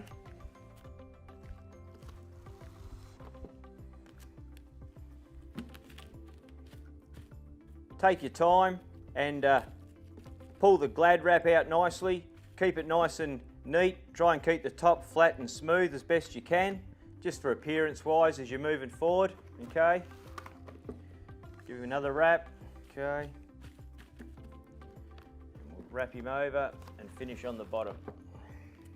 At any point, does it tell you what what this is supposed to achieve? Like, why are you wrapping the board that's in the box in saran wrap? Because according to him, if you don't, it will fucking rot. The board will rot. You have paid nearly $4,000 so that you can wrap this plywood in saran wrap so that it doesn't rot. But you're defending. But you don't want me to make fun of him for not having a finger. Oh no, you can make fun of him Right. for things Yeah, like yeah. for tons of things. It's Yeah, just yeah. there are plenty of good people who have lost fingers Yeah, too. Right? yeah. People you're who right. Yeah, you're aren't right. telling you to wrap your energy water Yeah, yeah. in saran wrap. Yeah, I'm a penis. I know. Yeah. I feel you made me feel bad about it. No, just like I'm not trying to make you feel bad about it. Oh, it's okay. I should feel bad about it. No, Just fucking I'm do not. it. I'm not Time asking before for you do the penance. last Oh, fold, I don't think Ashley. anyone's Normally asking for Wrap penance. the edges in. Feel bad. It's okay. I think that no, I am ordering you now to buy a Fold grinder him board. underneath. Like The that only is how way- you can pay penance. That's the only way Yeah. you can make this right. The only There we only have it, okay? We've got a good the plastic only cover way over you that can make board it now. right for making The fun of his signal lack of a is so finger fine, it'll go is by straight giving through them the plastic. It's not $4,000 fucking detrimental to dollars. its operation or anything like that. It's Board just to make it with last longer, with protect energy the water board, in it. Okay. with For a slab. And like my favorite part of all of this is you just have to take their word for it that there is a copper tube filled with grander water in it. the And if it's even if there is a copper tube in there, you have to trust that there is water in there, and even then you have to trust that it's Grunderwater. If I had a disposable income, like if I was like, Mr. Beast or like Critical, like Moist Critical, I would 1,000,000% buy one of these and then saw it open. Like I would make like a YouTube video where I saw the fucking thing open and then see what's actually fucking in it. Mm-hmm. You know Like what I mean? would fund research. Yeah. Like if I was rich. Well, this is what you got to do to make it right. We'll Otherwise, fold no him one will underneath. ever forgive you. That's how this works. And there we have it. That's how okay? mafia works. It's got a good That's how plastic water cover mafia over that. works. He never said anything about there being a copper tube with water in it, by the way. I guess you're supposed to have that information before watching the video at this point. Yeah. That board now, the signal is so fine it'll go straight through the plastic. It's not detrimental to its operation or anything like that. It's just going to make it yeah, last this is a longer, supplemental protect the video. board, okay? There are other And, videos that explain what it's That's about it, supposed to do. folks. He never said what it does. Yeah, you're supposed Yeah. to know what it does.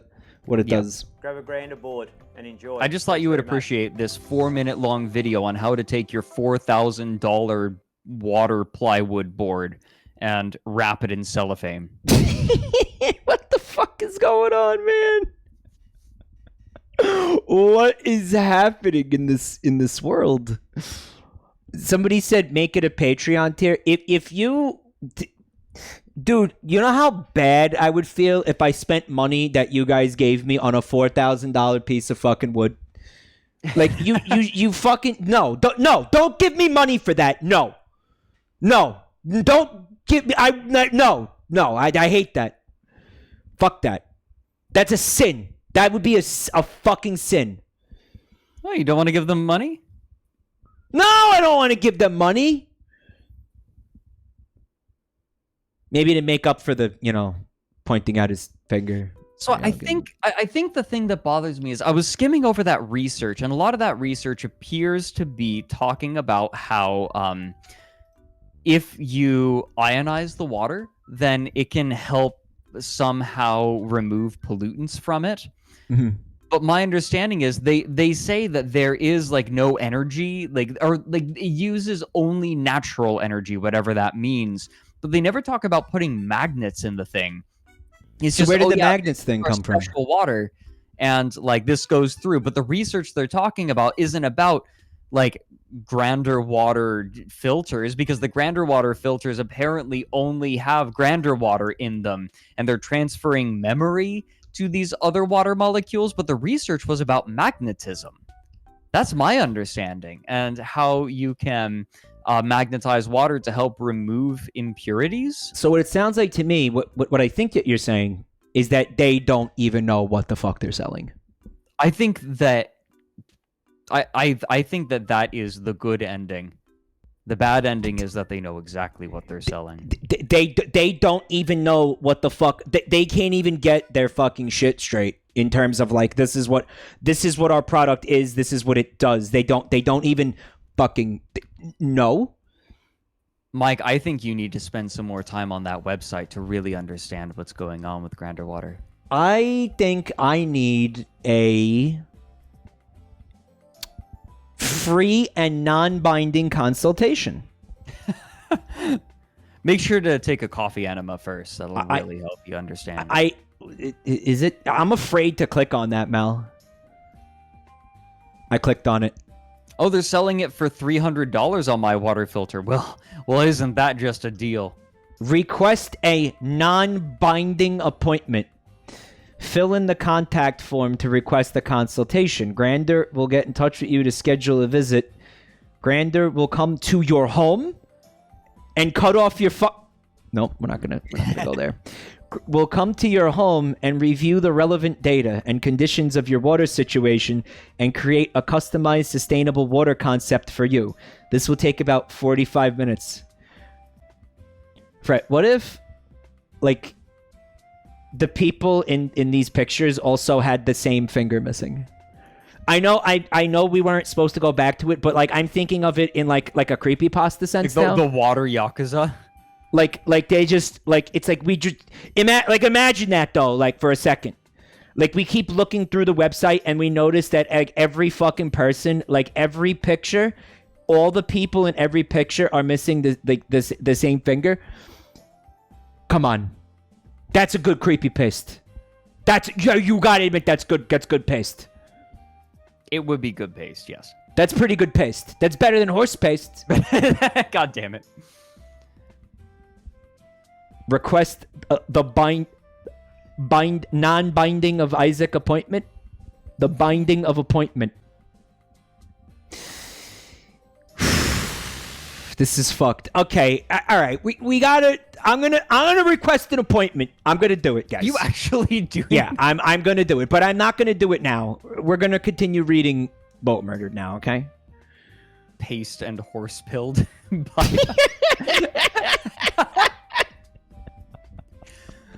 Oh my god! I'm seeing so many good memes about the horse paste. Like, there's one that took the lyrics from fucking what is it? Rage Against the Machine song, and it was like, some of those who work forces want the paste that's for horses. And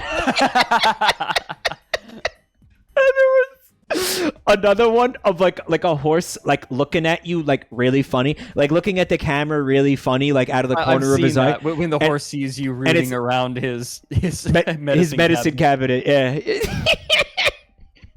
When the horse sees you looking through his medicine cabinet, and the horse is giving you like a side eye, like. Well, you know that that meme is probably years old, and it originally referred to ketamine. Yeah. Yeah, but probably. Now it has a new. Now it has a completely new context. When the human is sus, Matt said. Fred, I have to pee real bad. Can you like keep them entertained with something while I pee? Oh god, I am thoroughly unentertaining, but I will try. That's not true. Let me see.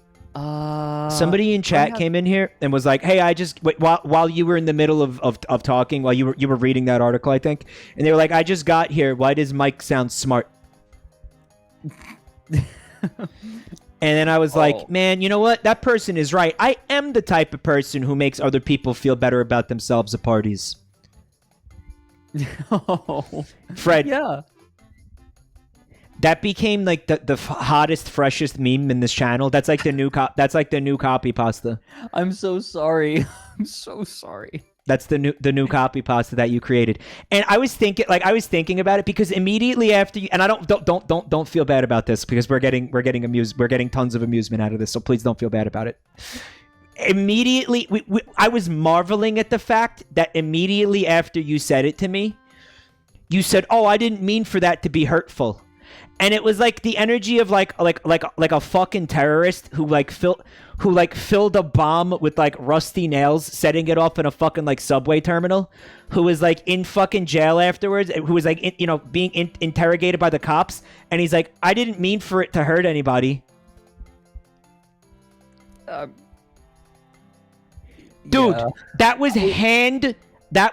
insult was handcrafted to the finest detail. That was made with love down to the finest fuck. Like that was made with precision and that was like a fucking beautiful scrimshaw that was aimed straight for my fucking heart. You know what a scrimshaw is? Yes. Like you spent months on that scrimshaw and you sent it directly into my heart. I'm so sorry. Fred, it was fucking... Dude, it was hilarious. Everybody's been having such a good time with it. Don't even apologize for it. I do need to piss, though, so I'll be right back. Think of a better insult. Well, think of a better one while I'm gone. Hit me with it when I come back. I can't wait. I can't wait. The Scrimshaw Redemption? I'm going to be right back. Seriously. You got this? Okay, I think so. Okay, he's got this. Actually, you know what? I have fun. Here's a great point.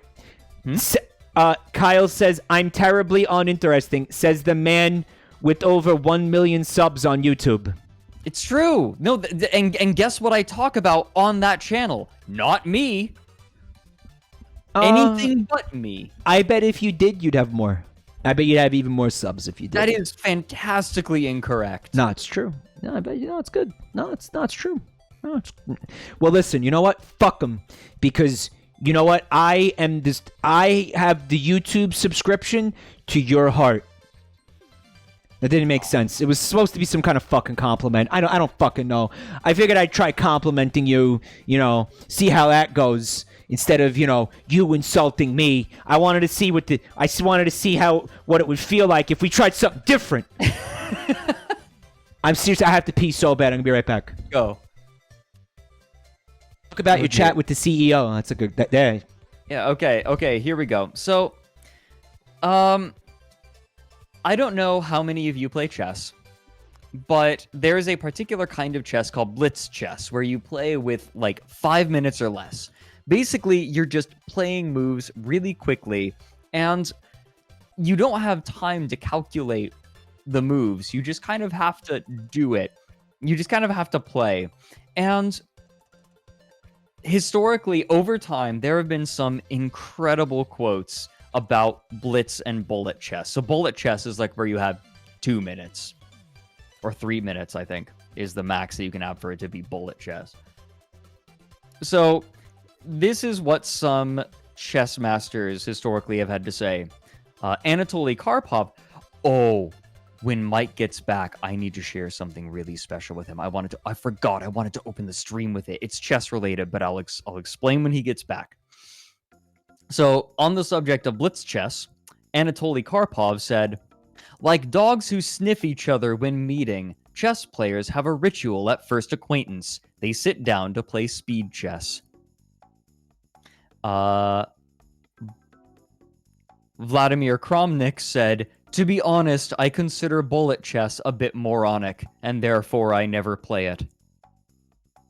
And I think my favorite quote that has to do with blitz is from Nigel Short, who said, I play way too much blitz chess. It rots the brain just as surely as alcohol.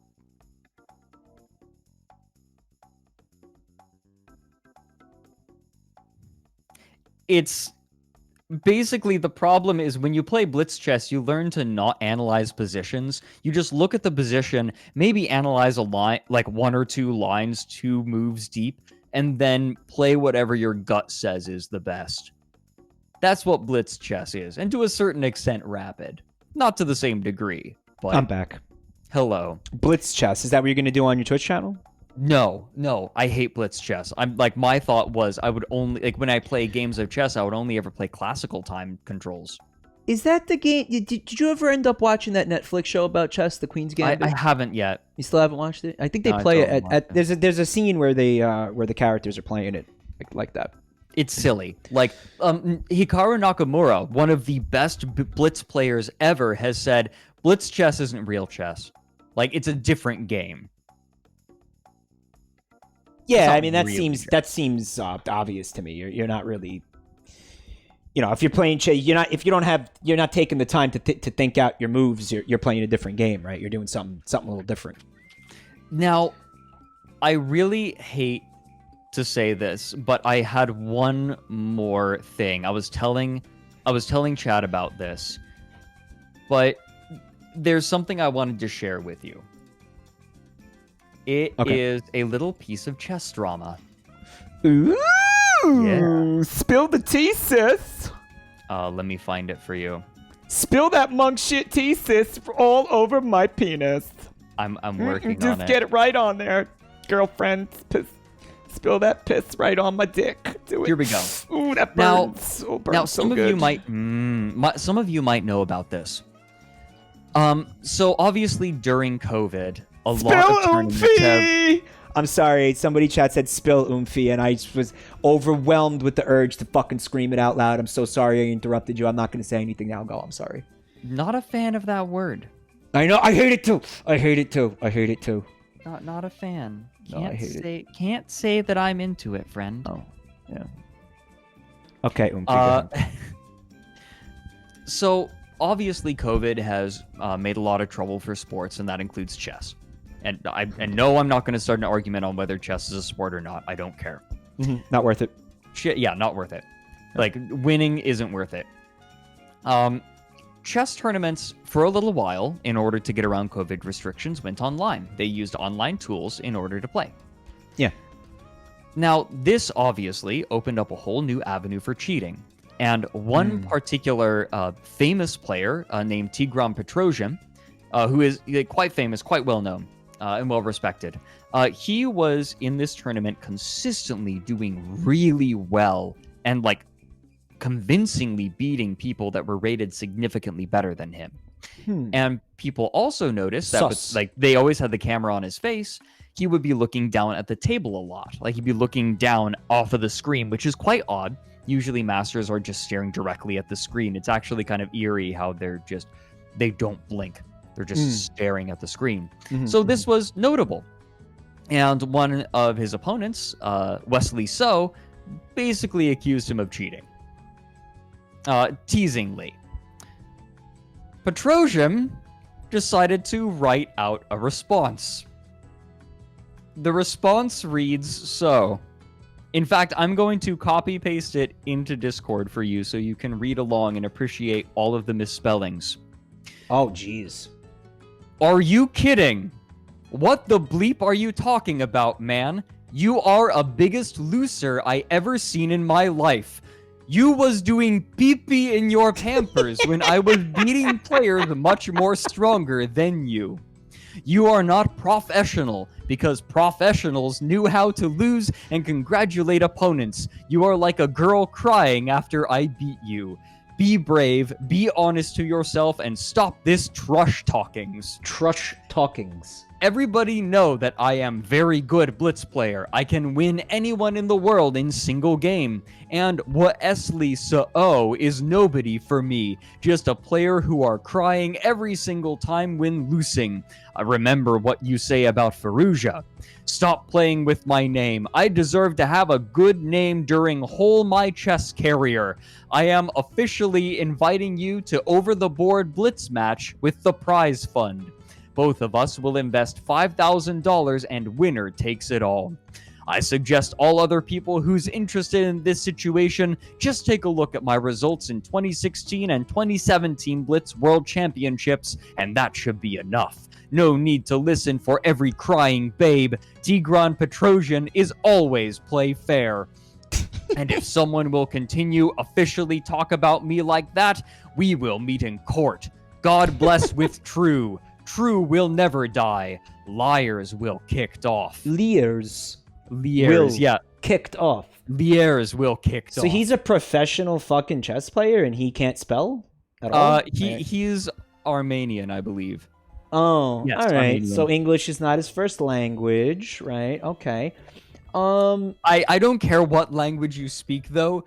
Pee-pee in your Pampers, and this is not very professional. I will type how it is written in there. I will copy paste this. This is not really professional behavior.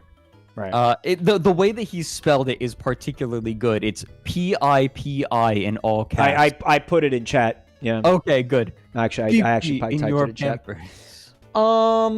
Like it's like Pippi Longstocking or some shit. Yes. And an update, he was disqualified for cheating.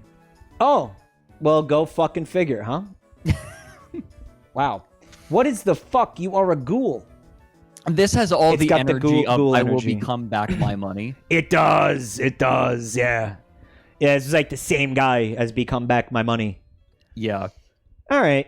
So, I really enjoyed that. I'm sorry for the further digression from Boatmurdered. I'm sorry to everyone who came for Boatmurdered. We will finish Boatmurdered tonight, but I had to share that with you all.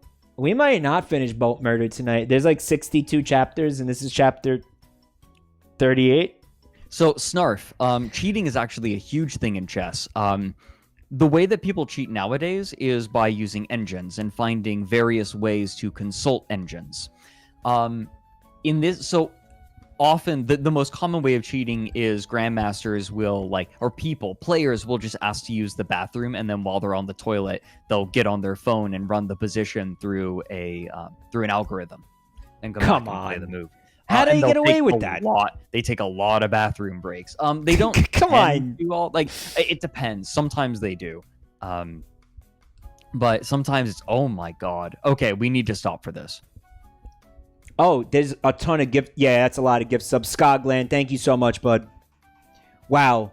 That was just 30 subs. Boom. Right out of nowhere. Scogland, thank you. Thank you so much. And Neo AXD. Guys, at the end of the stream, I'm gonna read out all of the subs. Thank you so much, guys, for all the support. I really appreciate it.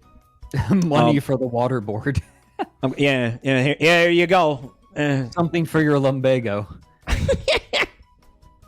Put it on your low back. It's good. Your lumbago. It's good.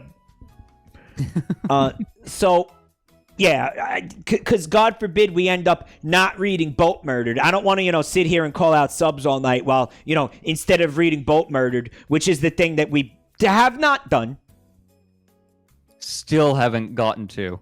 Have not gotten to.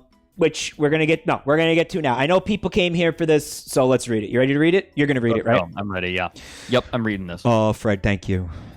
I've got your back. Thank you for reading, bud.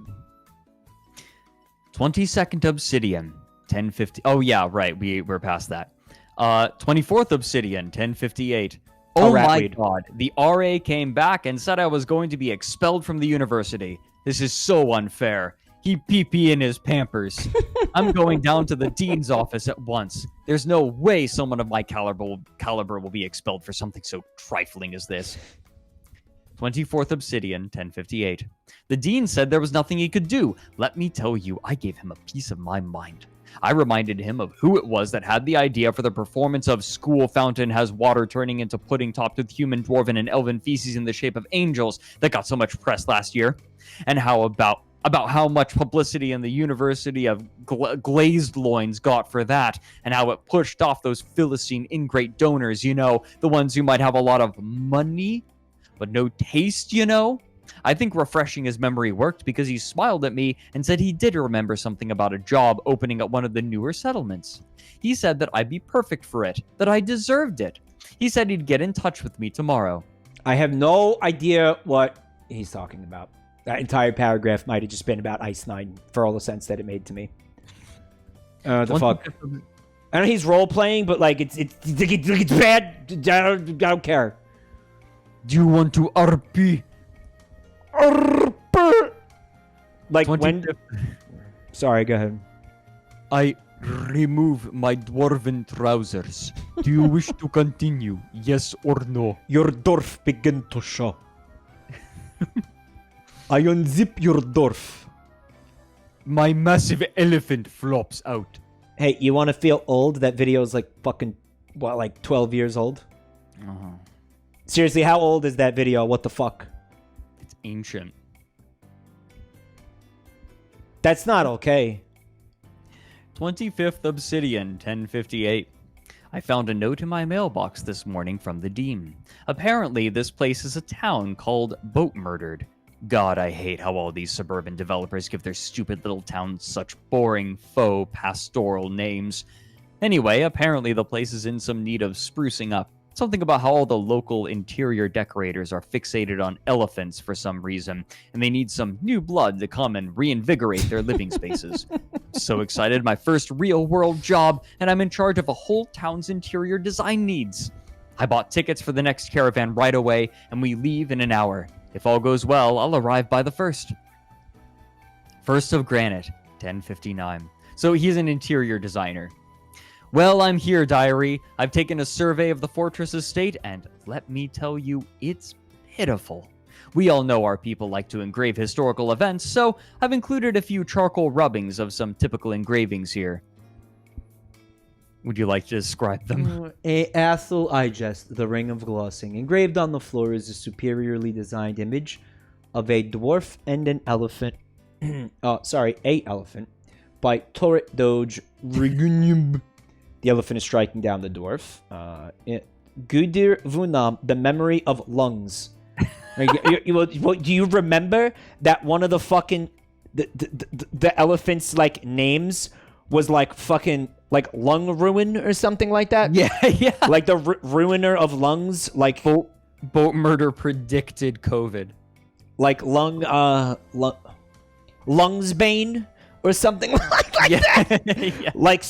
Like Sir Stompy McLungsbane or something, because they get names based on like things that happen in the game. So I think this elephant like crushed enough fucking lungs that the game like gave him like put like Lungsbane in the title.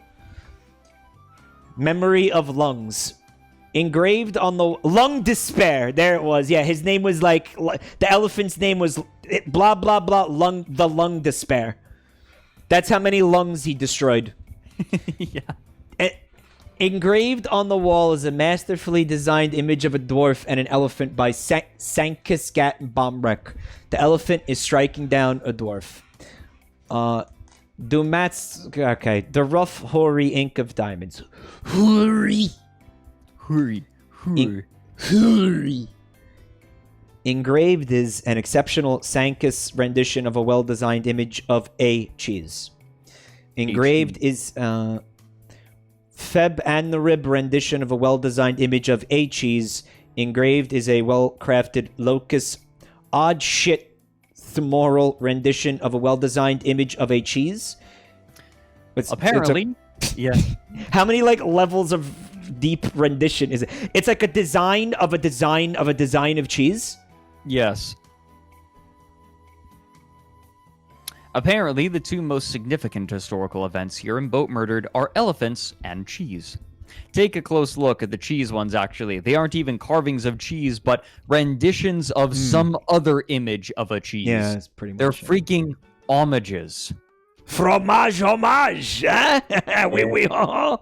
Come on, that's at least a +2, mon ami. Come on, give it to me. Fromage homage? Come on, motherfucker, let's see it. +2, -2, +2, +2. So you're no, back down. Who gives? You're positive. Fucking, You're positive. Maybe. No, hovering around 0. Intrigued, I investigated the art history of the settlement further. I discovered this artifact, which I can only presume was the inspiration for all the imitators.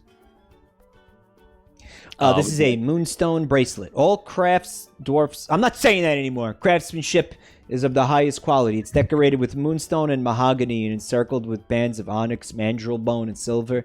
The object menaces with spikes to jet. On the item is an image of a mandrill and a dog in moonstone. The dog is striking down the mandrill. And it's got, like, you know, pregnant fucking dogs, puppies. Pregnant fucking dogs with puppies that still have the umbilical cords attached, jumping out and also attacking the mandrill. That drawing was so good. Yeah, that was excellent. On the item is an image of an elephant and a dwarf in rope reed. The elephant is making a plaintive gesture. The dwarf is laughing. On the item is an image of a cheese in clear glass. Right. Having viewed it for myself, I must agree that the image of a cheese speaks to the dwarven spirit and will be a cultural treasure for generations to come. Anyway, I have a few ideas already for adding some pizzazz to this dreary settlement. For starters, this place needs more openness, so I've placed an order for windows to be made and installed to improve the ambience. I've gotten the ball rolling on some other projects as well, but you'll just have to wait to see about those. P.S. Apparently this job comes with some sort of clerical duties or something, I don't know. When I got here, the people kept asking me questions about farming and fighting demons and stuff. Hello, do I look like I know anything about that? Oh boy. He doesn't know he's the mayor. I guess. They don't right? know I'm the mayor. They don't know. Ninth of Granite. A lone elf noble has arrived. I'm so excited. My first time meeting a real elf, and it's a noble to boot. I sometimes feel out of place as a dwarf with my barely there facial hair and high-pitched voice. I should have been born an elf. Their culture is so superior to ours. That reminds me, I should see if I can order an elven lunchbox from the next caravan, as long as it's not pink. Shortly after him, a group of monkeys showed up. The fuck kind of RP is this fucking shit? The fuck is this? He's a weeb. He's a he's a fucking weeb for elves. Yeah. He's an elf weeb. Oh Yes. my god. What the fuck? And by the way, somebody was pointing out windows underground, but there's like a mountainside that they're drilling into, right? So they could put they could put the windows on the side of the mountain. He's a treeaboo. Thanks, North. Okay. The leader of the local militia, the only able-bodied survivor of some kind of fight with some demons or something, explained to me how mandrills are deceptively fierce for their size and asked for permission to raise a militia. Gosh, those military guys seem like they're always looking for approval from an authority figure. Anyway, I told him to do whatever, so he picked 4 peasants to help him out. 23rd of Granite. Goblin pedophiles infiltrated our fortress. Oh, hold the fort. Remember Hold the fort. Remember goblins. We're gonna skip over a little bit of this here. But remember that goblins steal children to make into slaves. Yeah. There's not going to be anything that's gonna piss anybody off down there, is there? A little bit. But we'll skip over that. I'll just read it out. Also, the book after that. Also, the bookkeeper went mad. Now he sits on by the side of the main entrance hallway, panhandling, screaming demands at passerby for exactly 5 platinum and 5 gold coins. 24th of Granite. The bookkeeper's body was found on the shores of the Cave River today, apparently a suicide, although the captain of the guard suspects foul play. It seems the bookkeeper had made a lot of enemies when he arrived and did away with subsidized housing. Diary, I'm starting to get a little worried for my safety. I shall confer with the Elven Noble as to what colors are most calming. Update. When I went to the Elven Noble's quarters, all I found was a note that he was unhappy with his stay here and left early. I think I'll go to my quarters when I'm going to burn a sage and citrus-scented candle, eat some cookie dough, and weep myself to sleep. That means he's going to smoke rat weed. Yes. Mike skipped a page. Mike skipped a page to avoid sweat frogs. I didn't want any sweat frogs in the chat. I skipped. Listen here, you knife-eared piece of shit. You come any closer with that piss-stained public hair you call a wig, I'm gonna wreck your shit so hard you're not even gonna be able to walk with your limp dick. The fuck? That's yourist. That's yourist. Thank you, Marco. How do you remember that? I'm gonna turn your bones into fucking flutes. No, that Marco wrote it out. The accent is the fucking the old man Henderson, isn't it? It's a little bit, yeah. Who is it supposed to be? It's Urist. Who the fuck is Urist? Don't worry about it.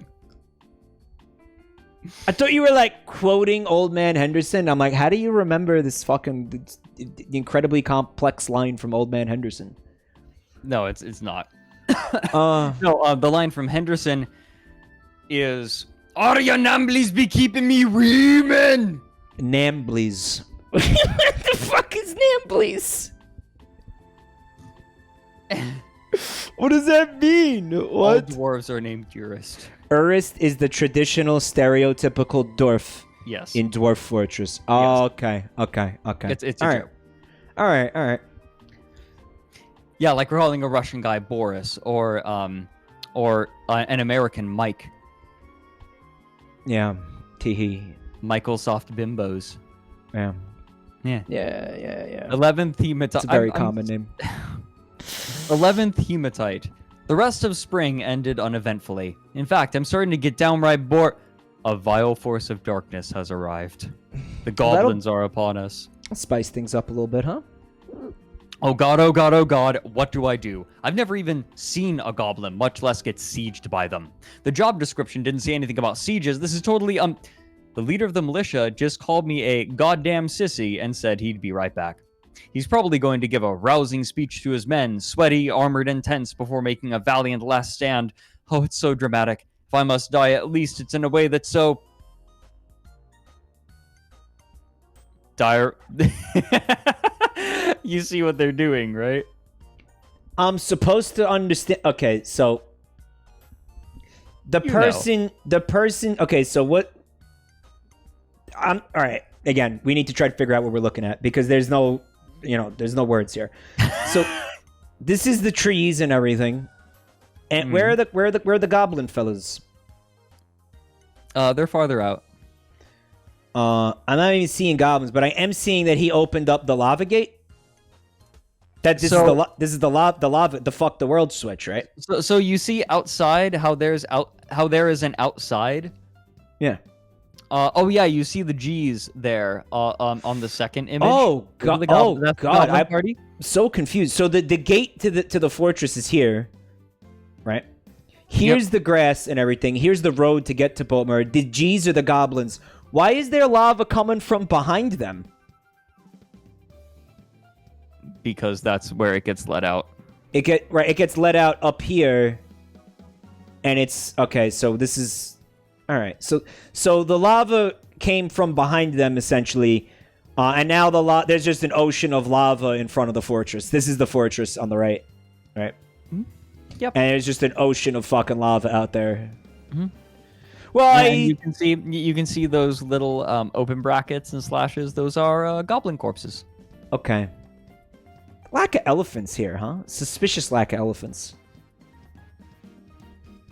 24th hematite. Diary, it was terrible. That militia leader just killed them. Burned them all to a crisp without even trying to make peace. Not only that, but he burned up all the grass and woodland creatures outside too. No wonder the elves hate us so much. We're so violent and destructive to our environment. I painted a mural on the wall by the barracks saying, "No blood for lava," in protest. Teehee. Teehee. 8th Galena. After the goblin siege, life returned to the same old, same old. Some of the soldiers gave me dirty looks and maybe spit on me once or twice. That's okay, though, because my first project came to completion. Is that like a fella? It's like I'm seeing 2 eyes, a nose, a mouth, and like a beard. Looks like a fella. I think it's a fella. You guys seeing the fella? God. People, it's a Moogus. In what fucking way, shape, or form is it an Amogus? Oh, this isn't. Oh, fuck off. The omegas. It's an Amogus made of omegas. Omega Mogus. No. Omegas. Omega Mogus. All right. It seems that the rest of the townsfolk are using the new statuary mainly to throw parties involving monkeys and horse paste. Cretins. So, he, made an Amogus statue, 15 years before Amogus? Yeah. Wow, that's fucking cool, man. Are those toilets, actually? What is an Omega supposed to be? Aside from signifying an Omega male. I think it's just a statue. They're just statues? Big statue. It's a bunch of statues, yeah. All right. We got part 41 here. We're getting there. 16th of limestone. Diary, I am becoming dismayed. Work on the projects was already falling behind schedule when this happened again. Goblins. A group of them caught one of our dwarves outside. It seemed to me that they were walking up to discuss options for peaceful coexistence, but then they just stabbed him in the face instead. I was so shocked. I turned to say something to the captain, but he just shot me a dirty look and walked out the door. Stabbed him in the face instead. I like that. All right, so fuck the world switch being used again here. Yep. You can see that the lava is returning. Man, so they just kind of use that to deal with everything now, huh? Yeah, it just sort of fixes everything. Yeah. That's a meta strat right there, huh? Yeah. I think that's 3 total for the fuck the world counter. Because they did it to the elephants. Mm-hmm. They've done it to the goblins twice. Yeah. The siege delayed project construction even further. I'm so depressed now. I've been passing the time by hauling rocks in remote parts of the fortress. I know there are more important stone hauling jobs to do, but sometimes a dwarf just needs some time to think alone, you know. 4th of Moonstone. The rest of the fall passed without incident. The farmers brought in the last of the pigtail harvest this year. That was my idea. You can eat, drink, or wear organically grown pigtails. 9th of Moonstone. Tee-hee! There was a frogman ambush earlier today. The soldiers and traps took care of them pretty quickly.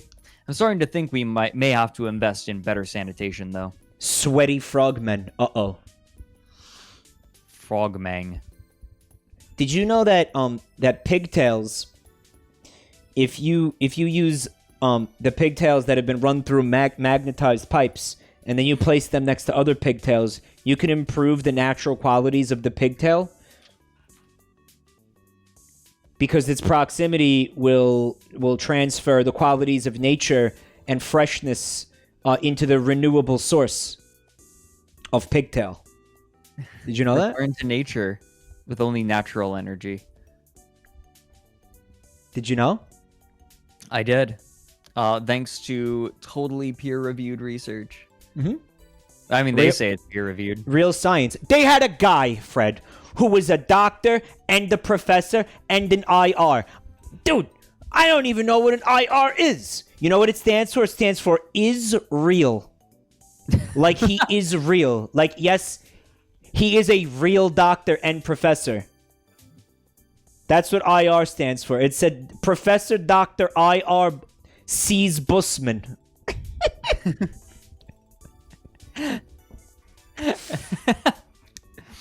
Is I see Busman here? 17th Moonstone.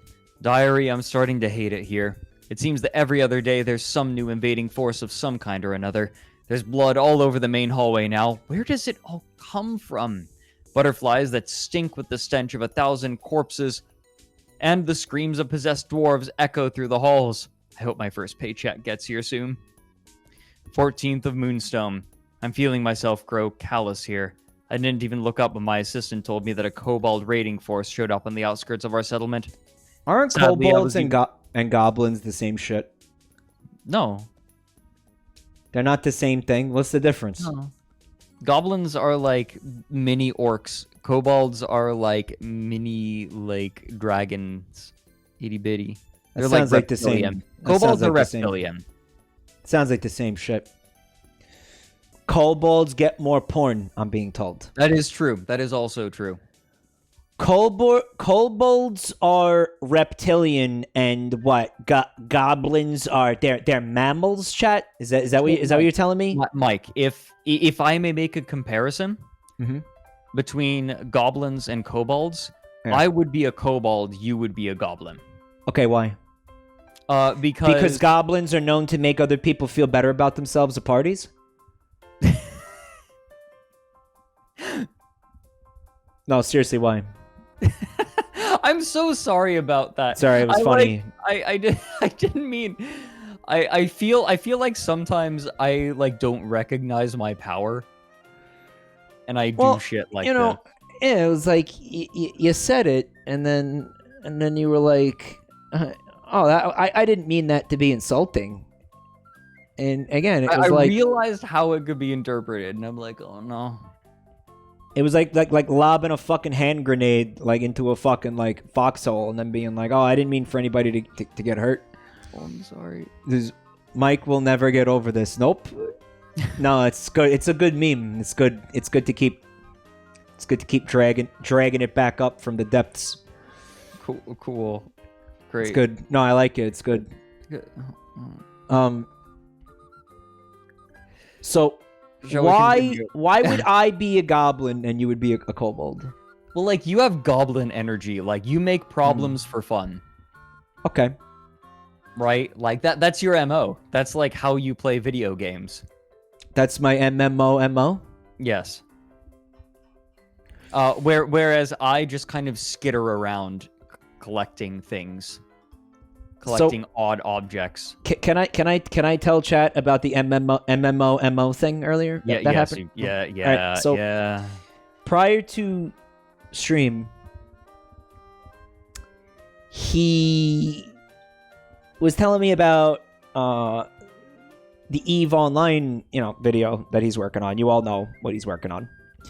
And he was telling me about a specific group that operated within the game. Goon Swarm. And he said he was describing to me what they do, and he was like, yeah, that's their MO. And then I was like, oh, so you could say that's their MMO? And he was like, oh, God. And I was like, hey, I'll tell you what. You can use that quote-unquote joke in the video. And you know what he said to me? He said, I don't want your fingerprint anywhere near anything to do with this video, is what he said to me. It is. That is his words verbatim. He was like, not only am I not going to say that in the video, but I don't want you to have anything to do with it. I don't even want you to watch it. is what he said to me. I'm exaggerating it now. Yeah, I'm exaggerating it now. Goon Swarm, is that some kind of something awful thing? Yes, actually, Yes. but you will learn about it in his video and not now. Yeah, you will. You'll learn lots about them.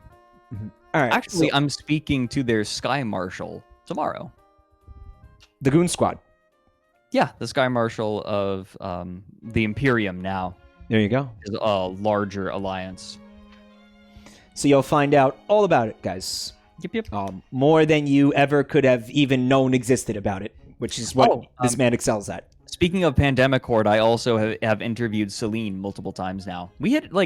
I've hit it off with everyone I've talked to. It's been nice. You got laid? Sure. Fucking nice. He said he hit it off with somebody, so I was like, "Oh, you've had sex? That's awesome." That means you had sex. Is that what hitting it off? Is that what it means? No, No, it just means that no. I just said that because there's something wrong with me. I'm being gaslit again. Yeah, isn't it great? Smell that fresh gas. Get yourself a nice big lung full of gas. I'm sure that you really hit it off with those monks that make the tea. Trumpet dude said goblin moment. Yeah, no, this is a perfect illustration of why you're a goblin and I'm a kobold. Because you had sex? Because you had sex. Yes. Wow. That's fucked up, dude. Holy shit. Around here we call it Shrek lighting, Tita said. Right, because they've been trying to gaslight me for years into thinking that I had a dream where I had sex with Shrek. But it did not happen. No matter how hard they fucking try, they're not going to convince me that it fucking happened because I know that it didn't happen. I remember how and why it started as a meme. It didn't happen. He loves green men. I don't know chat. Okay. I don't know if I told you this, but in order to avoid drama, I unfollowed everyone on my professional Twitter account.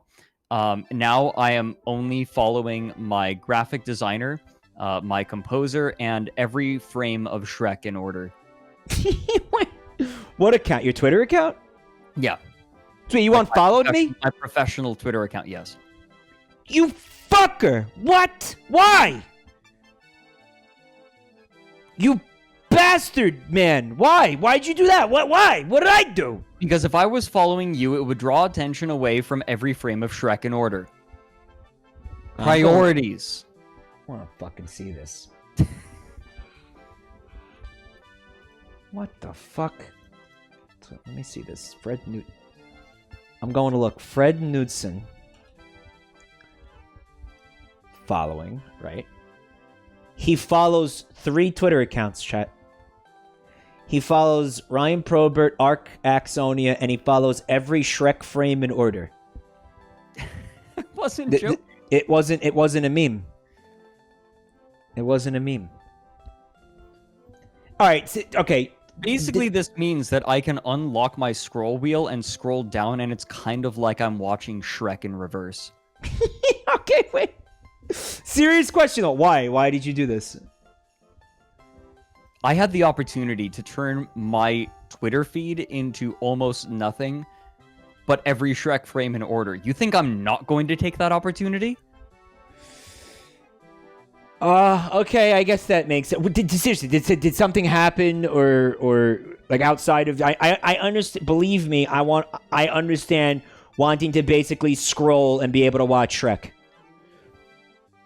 But was there an incident or? No, the reason was just I recognize that I don't keep up with every single person I follow, and I'm not ready for someone to be like, "Why are you following this problematic person?" I'm not gonna put up with it. It's not worth it. I don't care. That's yeah. Okay, that makes sense. So basically, you unfollowed me. Now that was a conscious decision. So you essentially, what I'm hearing you say right now is that you're waiting for me to do something problematic. Right? No, like what I you're decided. It's only a matter of time before I do something. So the thought process more specifically was unfollow literally everyone and then only keep the people who are directly related to down the rabbit hole. So Ryan makes the music, Ark makes the graphic design, and Shrek is my biggest influence, obviously. I'm problematic is what I'm hearing. I'm a problematic. You're being a goblin again. Individual. You're flexing your goblin energy. I'm problematic. Meanwhile, this guy will say things like, "You're the type of person who makes other people feel better about themselves at parties." And then you know what he said? You know what he said after that? He said, "You perform an important service in society." By doing that, by making other people feel better about themselves at parties. But that should have been the point where I unfollowed him. But what happened?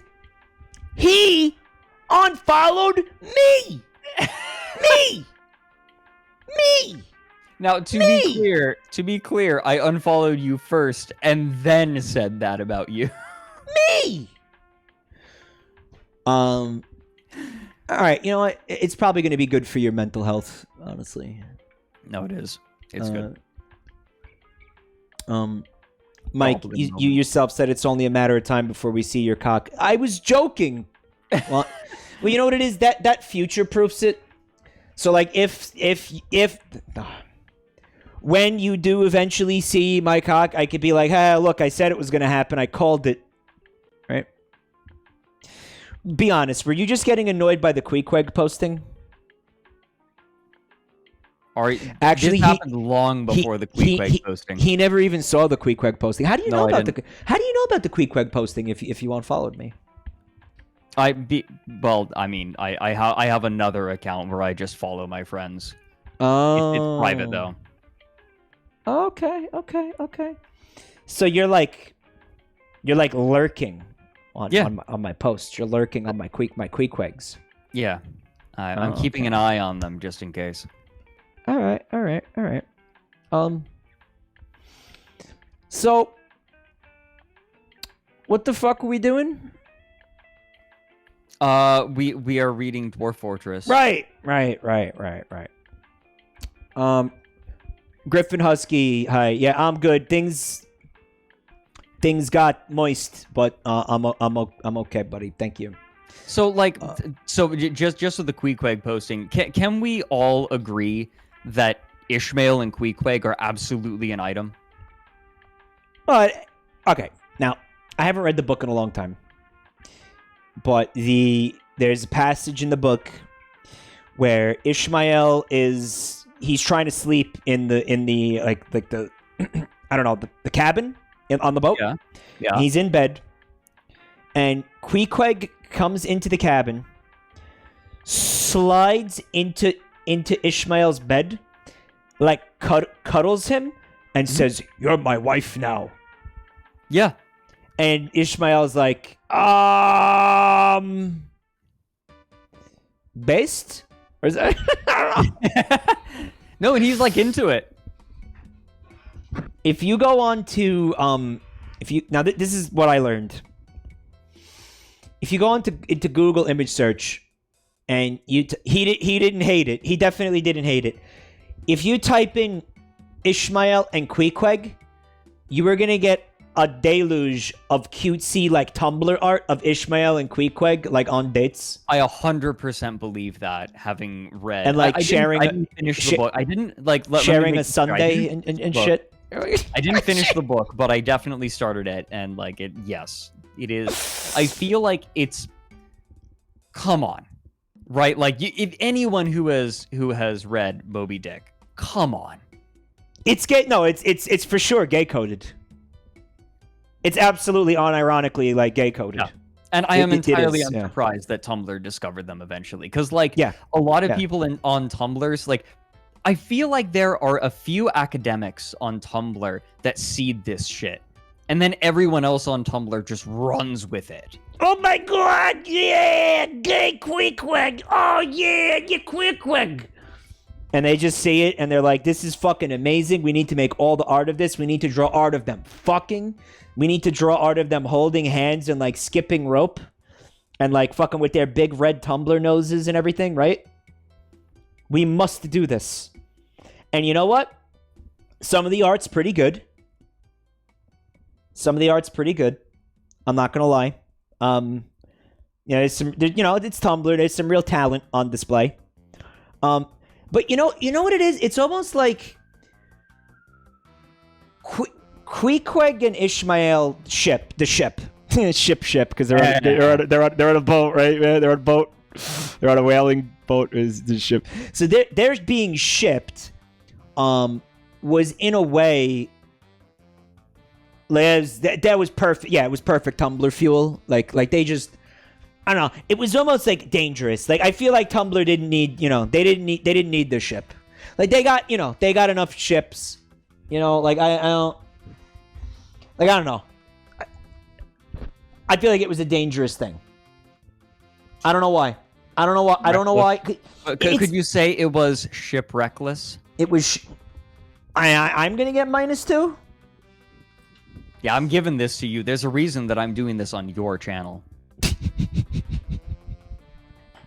It was irresponsible to let Tumblr get their hands on Ishmael and Queequeg. Yeah, that's the word. It was irresponsible. Cause it's you're talking about a fucking like a novel from like the late 1800s. How old is Moby Dick? When was it released? Hold on, when was it published? No, Skull Jester. Ahab canonically does not fuck because the whale bit his dick off. That's fucking in the book. 1851. Why do you think he's so angry at the fucking whale?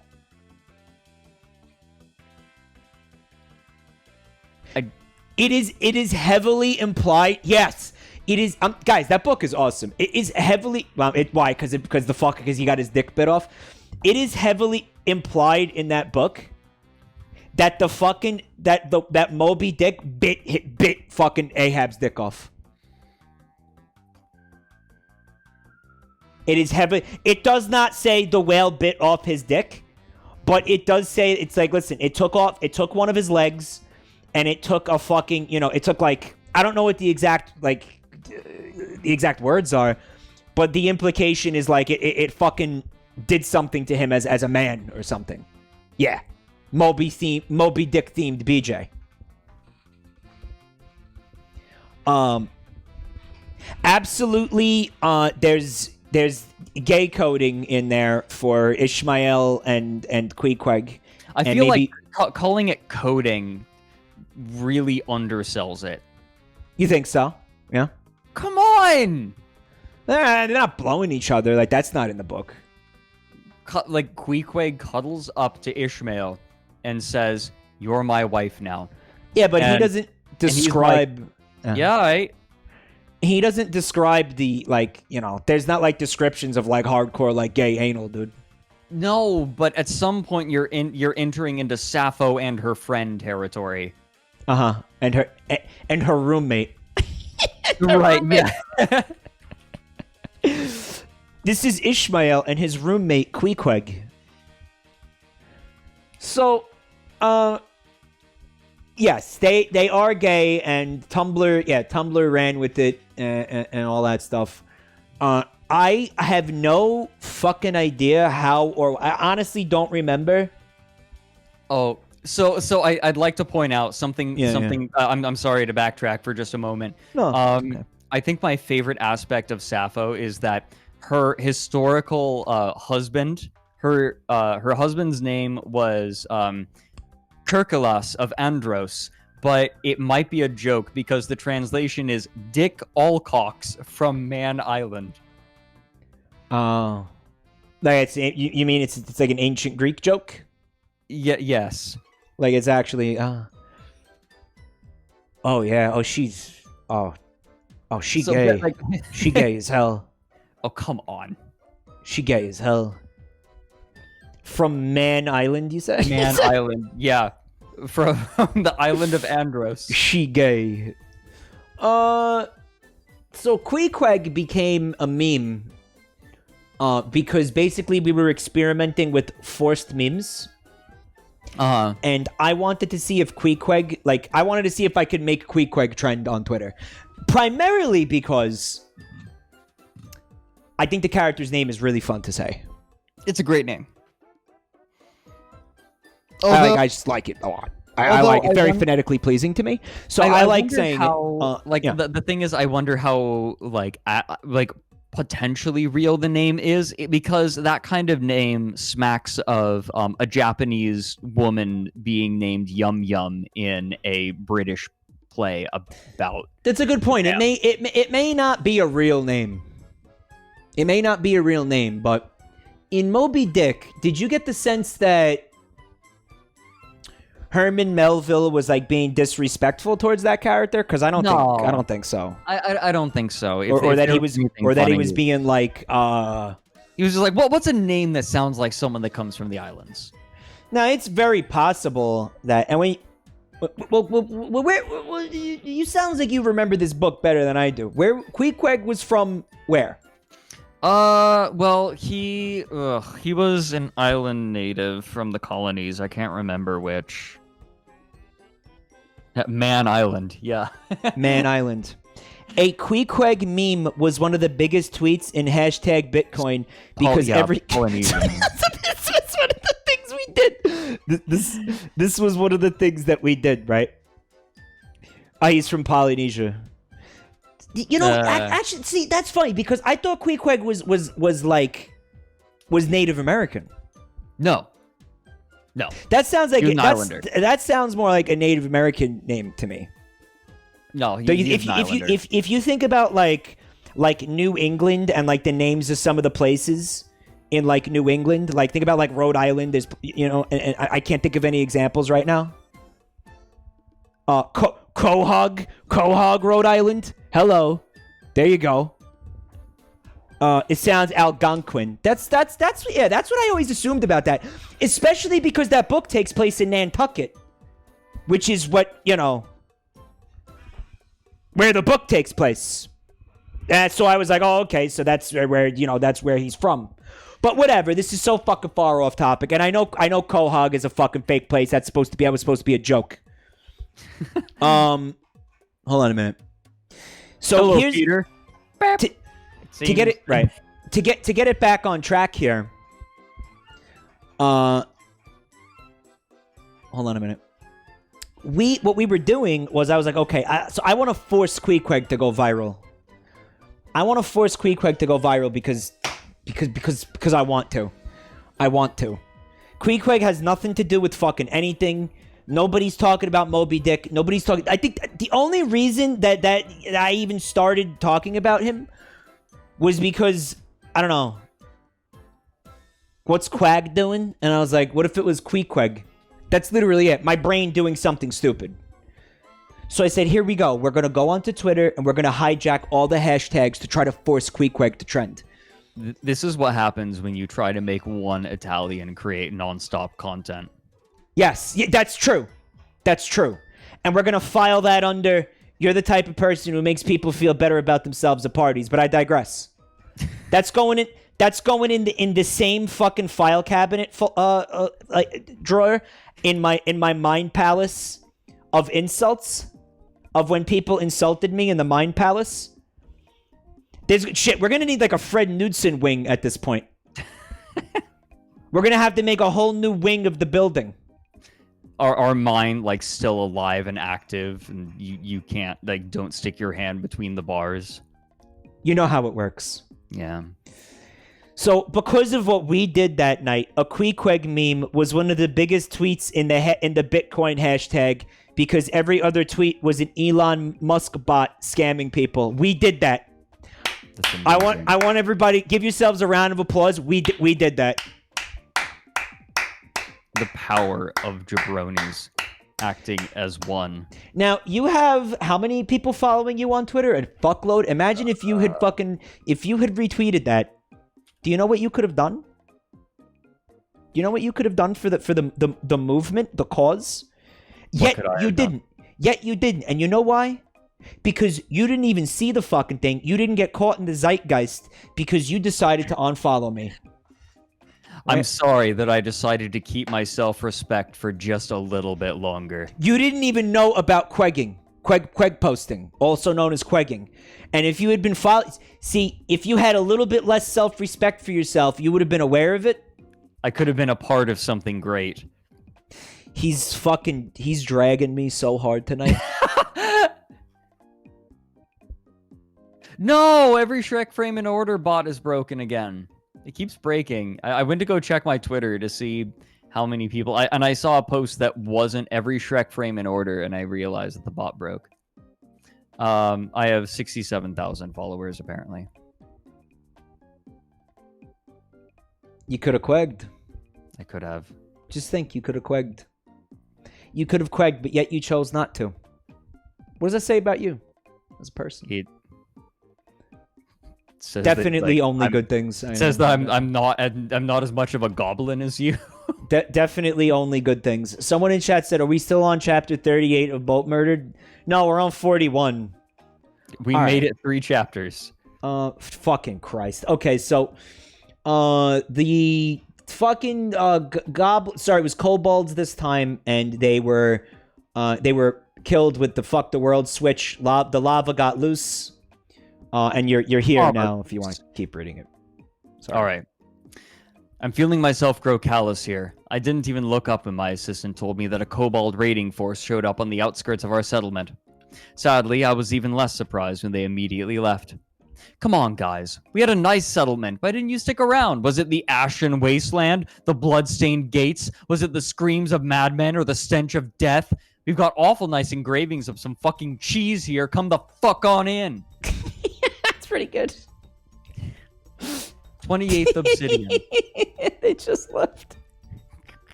They just left. Oh well, diary, I've had enough of it here. I feel like a failure.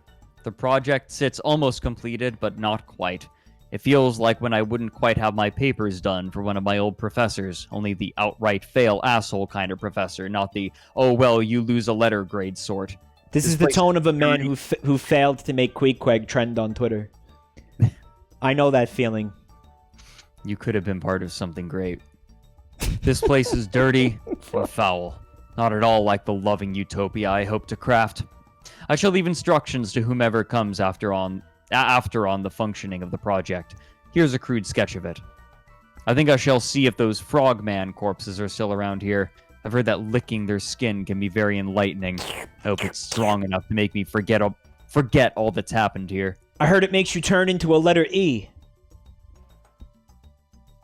I heard it makes you violently morph into letters when you lick the frog bed. E.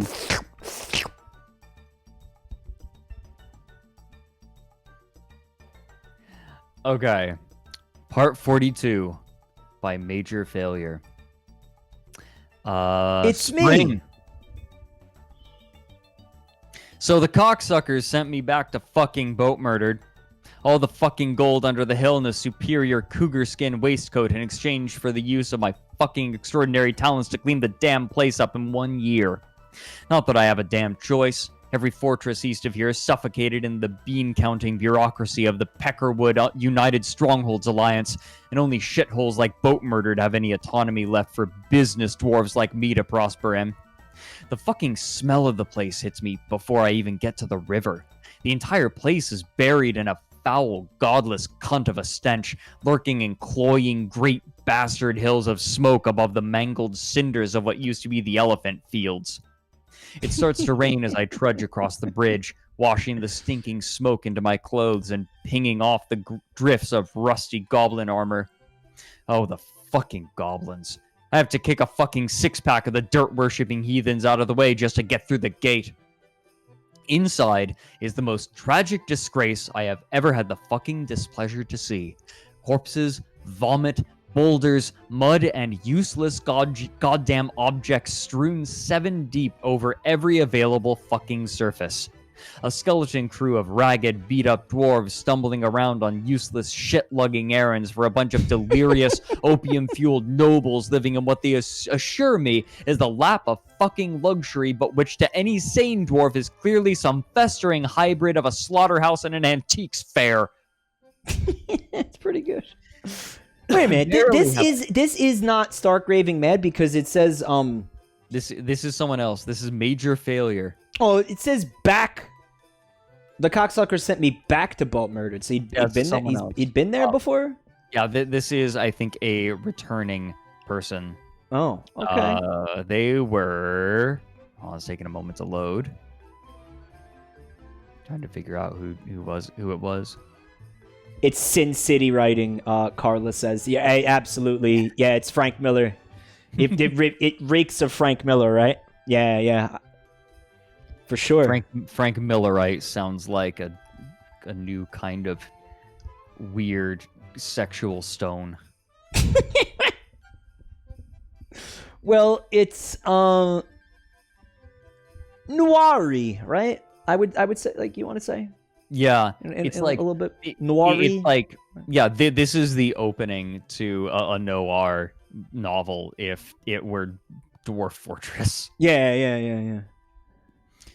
Barely have I been inside for a fucking minute when some cocksucker rushes over and thrusts upon me a pile of useless documentation about the mechanisms, doomsday weapons, secret elephant projects, cunt-wiping machines, and God knows what else scattered around this cat's ass of a fortress. Cunt-wiping machines. Oh god, I could use one of those. Oh dear.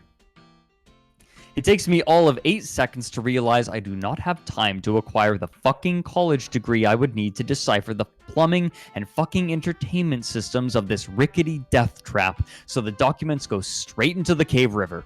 Wasting no time, I call a meeting with the cocksucking nobles and inform them that their demon-fucked disaster area of a fortress is all theirs. They can do what they like with their shitty little empire. I am taking the couple of dozen able-bodied dwarves who survived the demons and the sieges and starting a new site that might have a fucking hope of surviving another year. So, I point south and tell the cocksuckers to start digging. This was settled as a damn mining camp, I say, and as of this fucking moment, you now fall into 2 categories: miners and the cocksuckers who keep the miners alive. No fucking jewelers, no fucking mechanics, and no fucking crafts dwarves. Do I make myself understood? I am going to sit down at that rusty piece of shit magma forge and crank out copper picks, and you can use them to get some fucking mining done so we have the space to start a new town. I'm barely done making the last batch of picks when those cocksucking hoopleheads, the elves, show up, no doubt weeping their fucking balls off about the elephant chunks being kicked around by children in a lake of blood outside the trade depot. Without even bothering to see what they have, I have 3 of my guys rob the piss out of them. The haul was most shit, but at least we swiped some bloated tubers for my personal supply of swamp whiskey. Thank Arnok for that.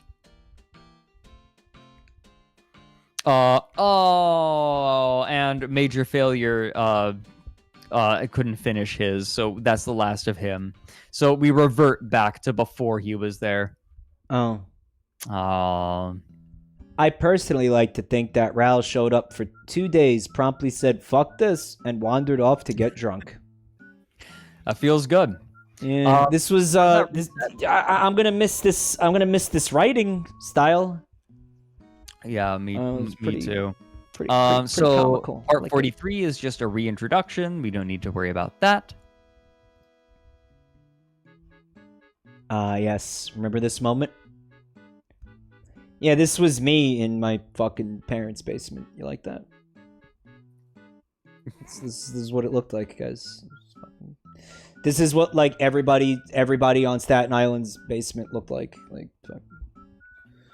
Good. Would you mind if I made a quick cup of tea? I have not had anything to drink. I forgot to get myself a glass of water. you may. Okay, I'll be right back. Cover for me.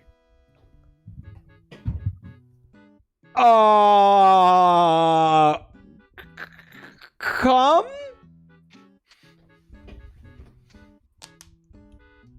Yeah. Come.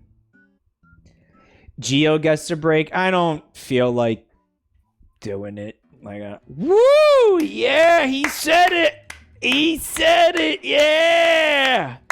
He's just saying what we're all thinking. So true, bestie.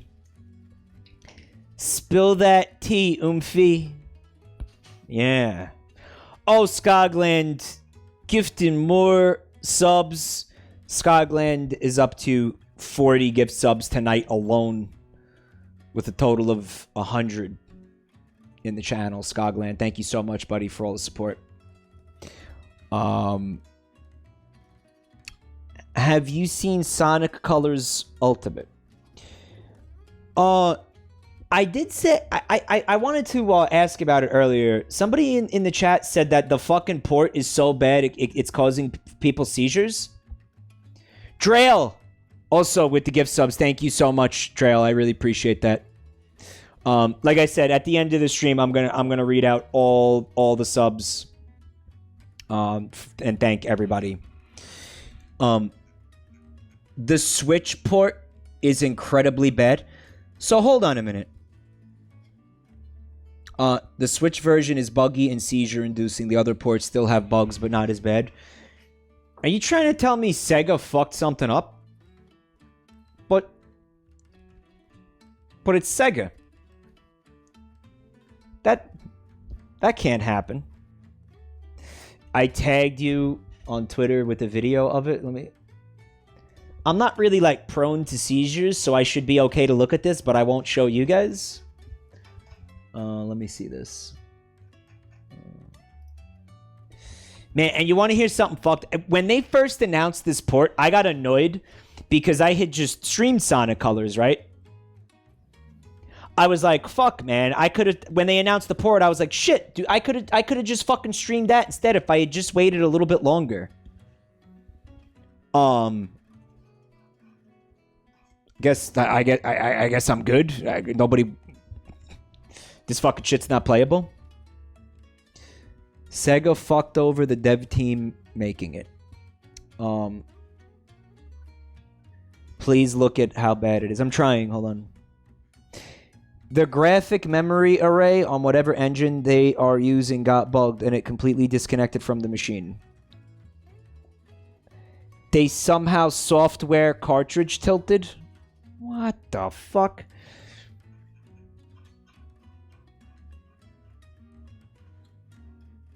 Guys, you realize that the credits for that game would be even longer because they would have to credit everybody who worked on the port in addition to the original credits? Guys, the credits would be like fucking an hour and a half long, dude. All right, so I'm not seeing the video that was that I was tagged in. I'm not seeing it. The credits are unironically 30 minutes long.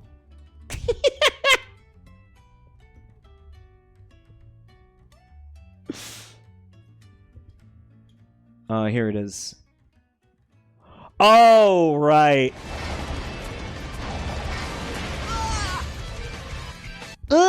And then Sonic just dies for no reason. Yeah, I'm afraid I'll give somebody a seizure if I put it on OBS, if I put it on stream.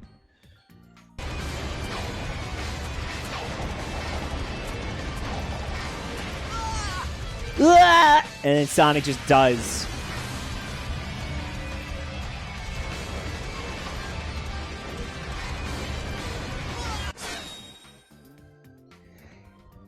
This is like what would happen if you got some shit stuck in your cartridge. Yeah, seriously, like if you had, you know, an 8-bit Nintendo or like 16-bit SNES and your cartridge got fucked up, and then you had to take it out but like blow on it, you know what I mean? Someone in chat was like, it looks like something Vinny would do for a corruption stream. It's that fucking bad. This is the stage at the end of the game, like right before you fight Robotnik for the last time. I will post this link into the chat, but I'm gonna say first that there's a fucking potential for, you know, seizure warning. Seizure warning. Seizure warning. Seizure warning. Seizure warning. Can we get the moderators to put an alerta and put seizure warning in the link? Like, can you just... You know, you gotta say things like 1,000 times, right, guys?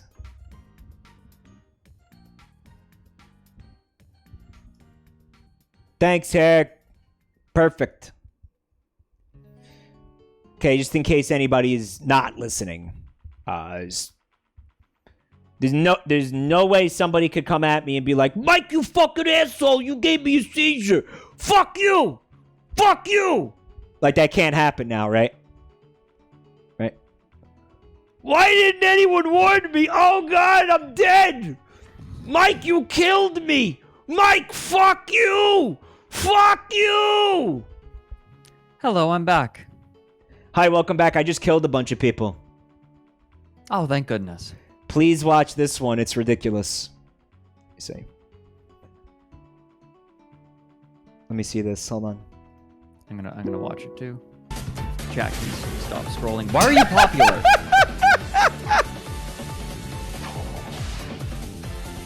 Oh my god. All right, this one will not give you a seizure. This one's excellent. Hold on. Oh my god. Really good. It was like they Sonic 06'd Sonic Colors.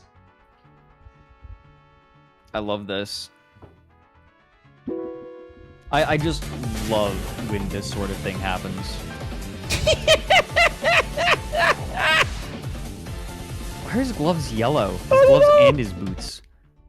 I don't know. But what zips past him in the beginning? Look.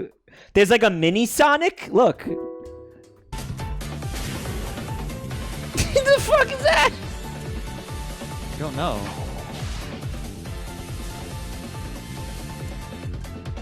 His inner child. You can choose cosmetics in this version. Oh, so whoever's playing the game gave him the piss gloves? That was the game's code leaving? Look at the lives icon. Oh, yeah. It's Tails' face for some reason. I like to imagine all of the code in the Sonic games just crumbling as you are playing it, and the devs hope you don't play it for more than 30 minutes. Kind of like you made a building and you know that it's coming apart, and like you're afraid that if someone stays for more than like 10 minutes, they're going to die because it falls in on itself. It like the developers are just looking and saying, wasn't that was literally a problem with DK64. There was a memory leak and they couldn't fix it in time for release, so they just gave people extra memory. It's like by the time that you realize like the foundation of the building you just bought is crumbling, the fucking developers are like nowhere to be found. Like right, the people who built it have skipped town like long ago.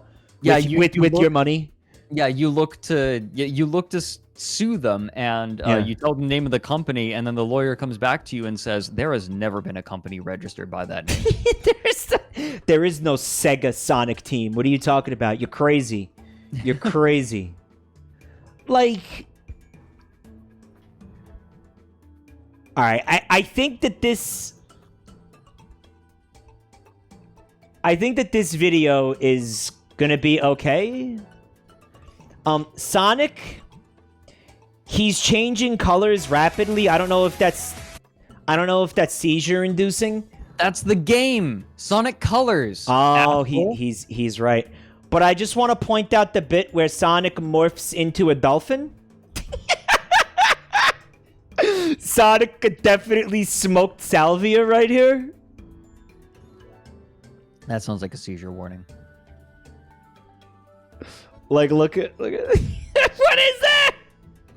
What happened? New Pokemon. What happened? What is that? What is that? What is that? What the fuck is that? That's amazing. He looks like a Pokemon. He really does. Or like, yeah, like some kind of plane, or he's like a drone. Like, what has he become? What is that? That's so good. God, What that is incredible. that? What is that? Oh, that's fucking awesome, dude. Oh my god, I love Sega. You know what it's like? It's like they made a cake, but like, no. It's a sandwich, Fred. But the middle of the sandwich, there's shit. And they're just hoping that you don't eat it long enough to get to the shit. They're hoping you take like 2 bites and then you stop eating it so you don't get to the fecally center.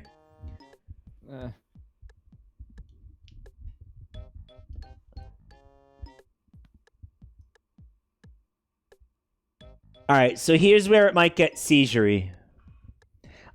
People are telling me to go all the way to the end of the video. Yeah, this is the good stuff right here. Ready? All right, so he's yellow, and he's a dolphin. All right, and then he becomes the dolphin. Bounce pad, yeah. He hits the bounce pad, right? He's still a dolphin. And then he lands here and just like morphs back and forth a couple dozen times. What? I really like the way he contentedly like just jiggles. Like there's a sort of satisfaction to the way that he's glooping himself. Oh, it's so good, dude. Wow. Oh my god. This is the ultimate version of this game right here. Definitive edition. Like I love that, you know, Sonic Colors was a generally functional game. Sega looked at it and said, "No. If it's playable, it's not Sonic." It's true. They were like, "Wait a minute, people liked that game? Uh-oh, we fucked up. Better take another crack at that." We can't have something functional in our library unmolested. It's so true. They went back and like so true. They started just injecting random lines of code. Yeah. Like, dude, the game was fine. How did you fuck it up, Skogland? With even more gift subs. Thank you so much, Skogland. I really appreciate that, bud. Another 10 gift subs. Again, I'm gonna read out all the subs at the end of the the stream. Thank you. And I know I say it over and over, like, but really, thank you for supporting my friend. Legitimately, it means a lot, guys. Thank you so much. They're up to 50 gift subs tonight. I really appreciate that, Skogland. Christ. And you're helping me out a lot, Skogland. Like, it's just, yeah. Thank you, buddy. Hold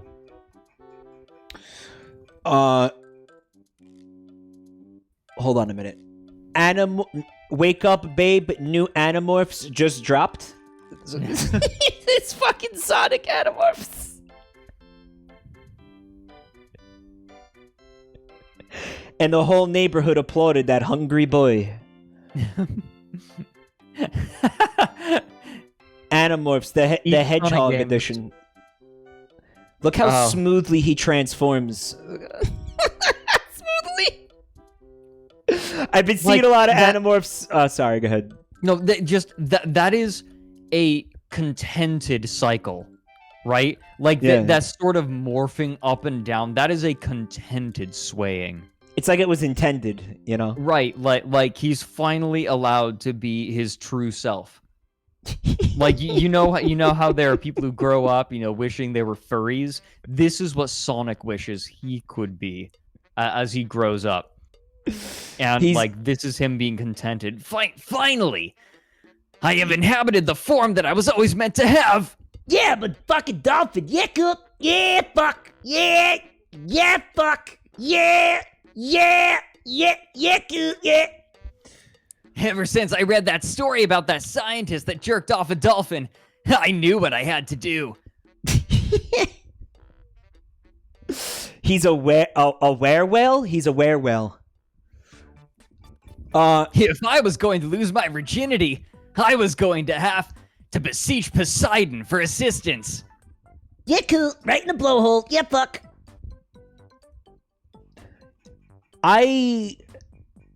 You're fucking right. They fucking took a perfectly good game, one of their most lauded, most celebrated games, and said, we need to fucking wipe our ass with this. This game's existence is too good for our reputation. No, you know what it is. They couldn't just accept a W.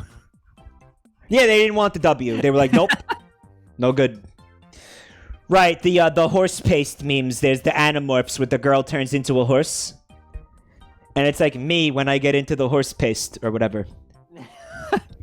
You know how there are people who say like, oh, like you have that friend who's like, oh, I always find a way to screw things up. And it's like, they don't.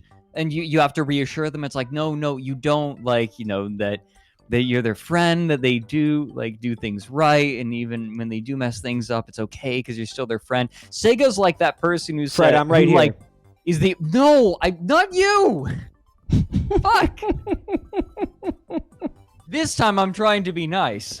Sega is the developers who makes other developers feel good about themselves at parties. No, I'm legitimately worried that don't be. Okay, okay. It's a meme. It's a meme. Don't. Okay, You're okay. okay. It's okay. Man. I'm sorry that I keep doing this to the good jokes. I've done this multiple times where I'm like, you talk about like I've made you uncomfortable or I've said something that's made you sad, and I'm like, I can't just see. This is me. I can't just accept a W. I'm Sega right now. I can't just accept the W. That meme has already bought us hours of entertainment. I'm glad, but fuck. No, like, okay, so you have the person who just like they don't recognize, like, oh no, they don't. They think they always screw things up. Sega is like the opposite of that. They say, what? They're like doom-pilled. Like, Sega is a doom-pilled company where they're like, oh, well, we're gonna fuck this up eventually anyway, might as well get it over with. Oh, we released a game that wasn't fucked up? Well, we're gonna find a way to fuck it up anyway. May as well just do it now. It is or like maybe someone's going to go into the code and discover that one of our devs put in a slur or something, and that's going to Sega. We had a good release, but something's gonna happen to fuck it up. We may as well fuck it up ourselves. Someone goes, just got here. We laughing at Sonic Colors. You bet. You bet. Yeah. Here we are. Look. I love this. I love this. This new Sonic. This is to me now. This is Sonic now. This is how I. When somebody says Sonic, I don't think about the blue hedgehog anymore. I think about this dolphin, this weird dolphin. This is the new Sonic. Tito's making a point. This is the second time that we've hit on this theme. It's like, oh, what's American infrastructure like? Oh, like there's a natural disaster that happens every so often here, and it destroys everything. Oh well, guess we should just make it exactly the same way. It's the same thing with Sega. Yeah. It's like, oh, it's going to get fucked up anyways. We may as well just ruin the good thing ourselves.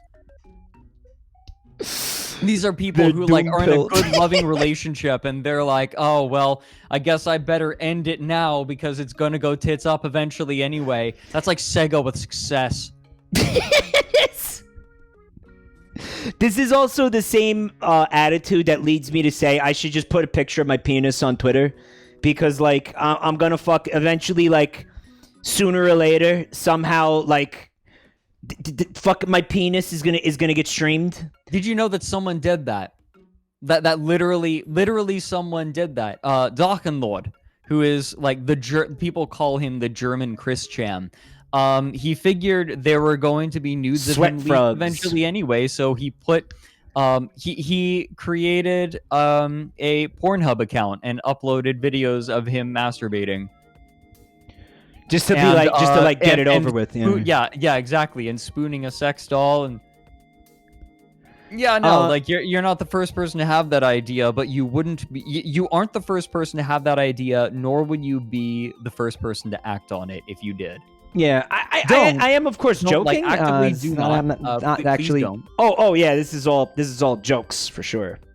Alerta, you have entered the joke zone. You know what? You know what isn't a joke? Sega ruining their legacy. It's really not. Why are they so determined to fucking destroy any semblance of their reputation?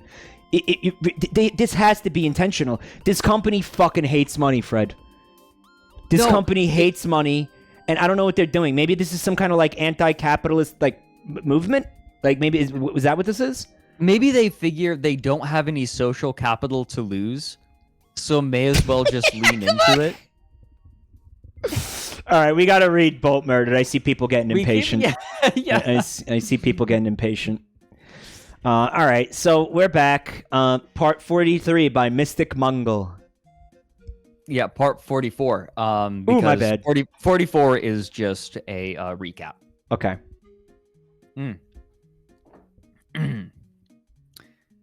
Your Highness, your humble servant, Giginlimul, Mystic Mongol Filgerlord, Flyer Gold, begs your patience with a report on the occurrences in your empire.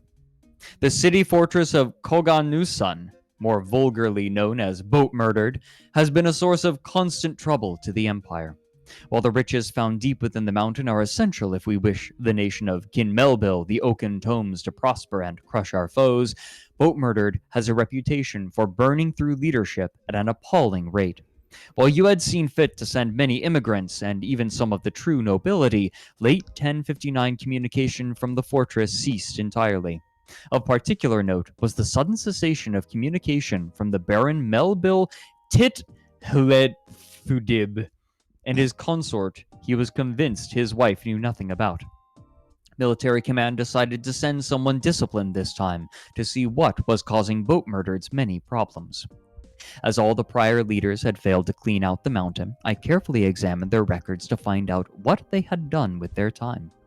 All had come to the fortress and admired the arts and crafts or the legendary artifacts made by the renowned mad dwarves of that forsaken tomb. So I decided to start my rule with a thorough economic audit. Somebody said, "Whoops, looks like you got some Boatmurdered in your random tangent stream." Whoopsie daisy. Food supplies were good for a fortress of this size, although the low population count worried me. Earlier reports had implied at least 100 dwarves lived in Boatmurdered. Indeed, there were many vacant bedrooms in the projects near the entrance, most of which were not properly licensed and zoned for dwarven inhabitants. I corrected this oversight immediately. This guy's a real, Poindexter. Poindexter. He's a Poindexter. This is the person you call a Poindexter after our last ruler? He's a Poindexter. This is the person you're calling a Poindexter, and not the weeb. All right, that was also a Poindexter. Okay. Why is the dog in a Jacko pose? This is a Strong Bad reference. Is it? Yeah. Named Lil Brother. I don't remember. It's been fucking... That website's still up, right? You can go watch it. I think that they had to port everything over from Flash, because Flash ended. Oh. But no, the context of Lil Brother is it was a sad dog with one leg that named Lil Brother, and he draws it in order to make Strong Sad cry. No, I don't remember that. That is that is incredibly sad though. It's a really good, but it's a really good bit. Then actually, he also draws an elephant with only 2 legs, to make Strong Mad cry, that he named Tenderfoot. Okay. Elephants. Listen, Homestar Runner still holds up. Like, Apparently I've they gone make- back and watched a lot of the old cartoons, and they're still hilarious. Apparently they make new episodes. Somebody said. Do they? No way. Yeah, I think the next time, Legend Cask. I don't even think it was you I was talking about. You're good. I think what we're gonna do is just actually like. Oh, I'm Yeah, a champion. somebody had an idea. Little Brother is to make Homestar cry. Tenderfoot is to make Strong Sad cry, because Tenderfoot is supposed to be strong sad.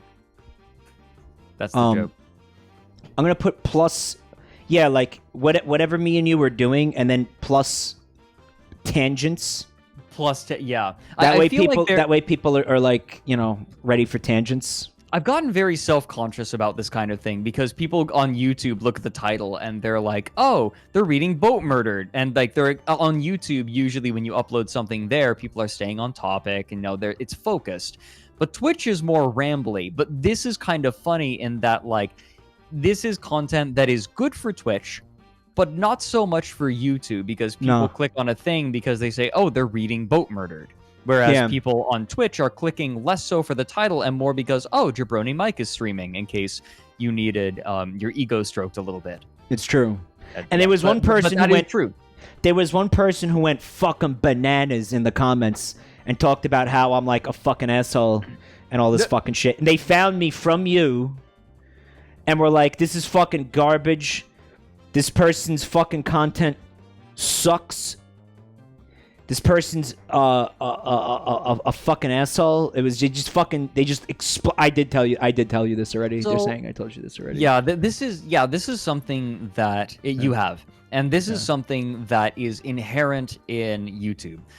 Different people browse YouTube for different things. However, you use YouTube in a slightly different way from the way that people who browse YouTube expect. Yeah. You use your Jabroni, like your what is it, like full their screen archives. It's an archive. Exactly. It's archives. You use YouTube as an archive, but people browsing YouTube are there for more focused content, typically. And when they encounter something that somehow goes against their expectations, their reaction isn't, "Oh, I've stumbled on something that wasn't quite there for for what I was there for." Their reaction is, "This sucks, what the fuck? This blows. sucks. This is like this sucks because I was expecting this and I got this instead." Yeah. And never once do they consider, well, maybe I'm in the wrong place. No. Because when people are, and this is true of anyone who's on social media, this is the way that these websites are designed. I've talked about this on stream before. These sites are designed to put your brain into lizard mode. Yeah. You aren't supposed to think about why you're clicking on a video. You're not supposed to think about why you're even there. You're just supposed to be there, and it's made to keep you there. Yeah. Fuck. Well, whip out the sweat frogs. Literally 1984. He just gave all of us a fucking existential dread moment. That's one of those good old-fashioned patented Fred Knudsen existential dread moments. No. So here's the thing about this, though. When you are conscious of it, you can do something about it. If you notice yourself going on Twitter, ask yourself, why? Am I checking it because I want to catch up on what the people I'm following are saying? Mm-hmm. Do I want to see, are you following artists and you want to see the new stuff that they've made? Or are you clicking on it because you've been conditioned to? The first step to breaking conditioning is recognizing that it exists. Everybody in chat was going, literally 1984, and then Belgdor said, literally Brave New World. Actually, but that is correct. Yeah, that is accurate. That's very accurate. Yeah. No, you hear Alex Jones going on about they're trying to control your brain. They're what putting having satellites beam thoughts into your brain. Turn into sweat frogs, gay. this is the terrifying thing. They don't have to put satellites up. They don't have to inject you with things to make you think things. They do it by making, like, with the way that you use social media. That's how you are manipulated. It doesn't have to be nearly so complicated. Someone says the point is, if you're conscious of it, you can start to control it. And it might be hard because these are things that have been ingrained in you with habit. Habits are really hard to break. I should know. I remember I had a habit of craning my neck because my hair, back when my hair was long, I had my headphones on. My neck started hurting eventually because I kept trying to flick my hair back, but it's in a headphone, right? It's not doing anything. So I had to do silly things to try to get rid of that habit, even though it was hurting me. It's hard. But once you recognize it's there, you can start to say, wait a minute, why am I going on Twitter? And then you can say that there's nothing there for me. Click away. Check it, like, and I'm not saying to avoid Twitter entirely. Check it once a day. Sure. But, like, check it a couple times a day if you're so inclined. But be conscious of it. One of the things that someone in chat pointed out that was, and that's good, it's good advice for everybody who might be having this problem, including me. One of the things that was exceptionally stupid about the incident on YouTube is that the name of the fucking channel, like, the person was confused about, like, what the fuck was going on. The channel is called Jabroni Mike Full Streams, and the first thing it says in the description is it says it's an archive for Twitch streams. That and the video that they were ranting on was a Gardic phone VOD, which you need to look at, and they were only listening to it. Yeah, Gardic phone's not going to work if you're not looking. So it was extra amazing. God. And somebody in chat goes, imagine coming to a Jabroni Mike stream and not expecting it to be 70% paused, 70% tangents on a pause screen. It's true. I gotta get that fucking ratio down, man. We're fine right now because listen, we're in the just chatting I said this last time. We're in the just chatting category. We're gonna fucking chat. Now on my like, but when I'm playing games, I gotta do better. Right, and let's get one thing straight. Most of the content that I make myself, quite focused, quite direct. Yeah. But I'm not on my channel, am I? I'm hanging out with Mike. So I'm going to hang out with Mike and do the things that I like to do with Mike. It says just chatting. That's what we're fucking doing. I'm sorry. I know that the title says Boatmurdered. We are reading it. Like, I am here to hang out and talk shit with one of my best friends. Right? Yeah. Like, that's what I'm gonna fucking do. That's what we always did. That's what we always did here. That was all it ever was. You know, I mean, so yes, sometimes we played games, but more often than not, I think we have more fun when we don't play games. I've been telling you this over and over. People are here for you, man. People love you. Do shit that lets you be you. Look at Gandavasa. It depends on the game, you know. I don't know. I think I enjoy not playing games sometimes a lot. Yeah. Like, although I would still like to play Mario Kart 8 with you. Well, we will. Don't worry. Fred bought Mario Kart 8. I won't go on a tangent, but right now, continue. I'm saying my favorite kind of stream to do is fast becoming the ones where I actually don't play a fucking game. What was the dude? You know, I'm loving Tamagotchi Life because it's a non-game. It's not a game. Like, it's not even a fucking game. Yeah. Like, it's just it's something stupid to laugh at while I fucking talk about nonsense. Mm-hmm. You know what I mean? Like, yeah. I don't know. Listen, I don't know whether or not this is the kind of content people, the viewers, necessarily enjoy. Which, you know, is a thing that you have to pay attention to when you make content. Obviously, you can't ignore that. I'm just saying, it's the type of thing that I'm gravitating towards more, and I'm finding myself enjoying more than necessarily playing a game all the time. Mm-hmm. You know what I mean? Like,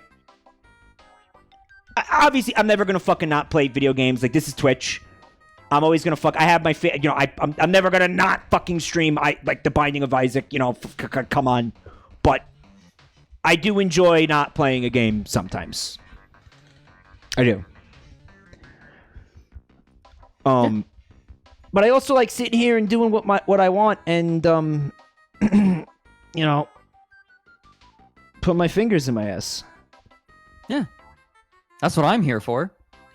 Fingers in his ass. Fingers in his ass. I got 3 up there right now. Likes fingers in his ass. Got 3 working on number 4. All right. Unlucky number 4. Get it. You can get it. This is not real. I don't want anybody to think. I'm proud of your gape. Gape hero.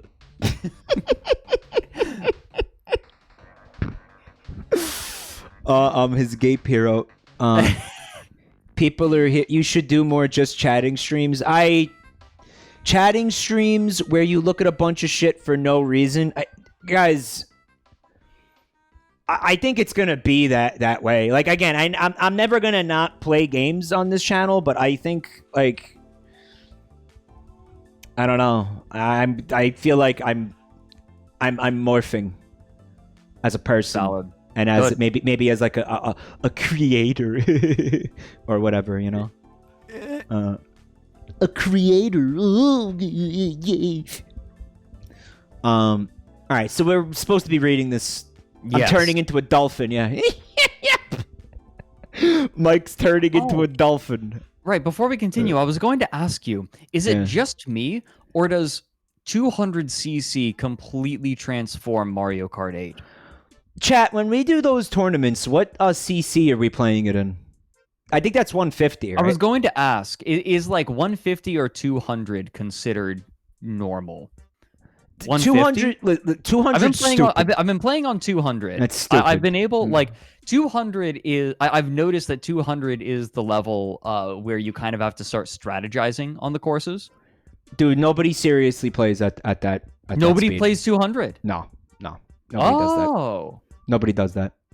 Okay, I've just been playing 200. Maybe like sweaty tryhards, but I think you kind of gravitate to like when you do things, you like to get sweaty when you do things. It's true. I do tend to get rather sweaty. Which I respect that. I admire that. It's just how it's just how I interact with games, and I'm never going to say that it's the proper way to do something. It's valid, you know. It's just I think you're gonna have more fun at 150. Like when we. And I listen. 150 seems like that's what the courses were made for. It is. I think, and actually that's something I really wanted to praise Mario Kart 8 for. I feel like every single one of the courses was designed to be played at 50, 100, 150, and 200. I think that each of the courses was made for them, which is really impressive because how do you balance for something like that? You're talking about the previous game. I'm talking Mario Kart 8. You are talking about Mario Kart 8. Okay. Yeah. Each course works. 200 starts to get a little shaky, but it still works. Like with 200, sometimes you don't do the perfect jump, right? Like for some of those corners, like taking the jump actually means that you boost into the wall. You can't actually make the turn, no matter what you're on. But it like that kind of adds an extra layer of strategy. Calamity is saying that 200cc was actually a post-launch DLC. Yeah, that's what I heard. You can. Mike, anyway, I've seen your Mario Kart 8 streams. You having fun is not how I would describe them. I know it doesn't look like I'm having fun, but I really, honest to God, that is one of the most fun fucking games for me to stream. I always have fun when I stream that. It is so much fun. That's a very fun game for me to stream. I've never yes, I get a little bit angry, but I am having a good time when I stream that. Well, no, that's part of the fun, right? Like, no, part of the fun is like you get really into it, but it's Mario Kart. There's no stakes. Yeah, nobody's gonna get on your ass for being like, "Oh, you got 7th place in a Mario Kart race, cook." They right? do. Like, they do, but it's like I guess it's not gonna bother you as much. Yeah, but those are Nintendo nerds, and they're barely people. Nintendo fans are the type of fans that make other video game fans feel better about themselves at parties. You know what, though? That really was true about Sega. Like, holy fucking shit. Like, everybody should feel good about themselves next to Sega. Like, holy fuck.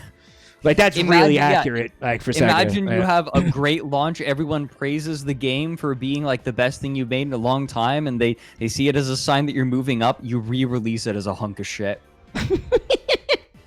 Like, that's how you choose to do it. Fred does have a fat ball sack. Of course, he gets sweaty. Yeah. In a similar vein, somebody in chat said something. Hold on a second. They said, can't wait for Nintendo for the next Mario Kart game to suck somehow. Why is that so right? Why is that so accurate? Why is that so insanely fucking correct? Yeah. Tuba Walrus. The next Mario Kart game is going to suck balls because, I don't know, like, Nintendo is just kind of, like, sucking ass lately? They're kind of shit in the bed. Like, Animal Crossing was kind of disappointing. Like, am I the only for a person lot who of people. feels that way? No, a lot of people Like, feel like that. A lot of people feel like that, Fred. Mario Golf was kind of sad. It was kind of sad. That Mario Party game was sad. That was sad. That was yes. That last Mario Party game was sad. I'm sorry, it was sad. Dude, is Splatoon 3 gonna be okay? I have legitimate fucking concerns about Splatoon 3. Now I know Splatoon 3 is one of the big four, right? For Nintendo right now. So like that one is gonna get a little extra TLC. It's gonna get a little bit of love, right? But I think my concern is well placed. I think my concern is rational for Splatoon 3. Mm-hmm. Like I'm sorry, but it's valid. We also got. Like you could kind of assume that Mario games, Zelda games, Splatoon, and what's the other big four game? Mario, Metroid? No.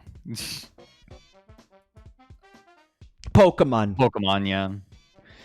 Well, Pokemon is like its own juggernaut at this point. I mean, Pokemon. It doesn't even feel like it's a Nintendo thing anymore. It's one of those things where it's like you're raising a baby alien and then it becomes big and then you become the pet. Like they didn't really. Are you go in the cage? I guess because they didn't like directly develop Pokemon or whatever because it's not Nintendo, but also like Pokemon has been kind of shitting the bed lately too. It seems like it, yeah. Like the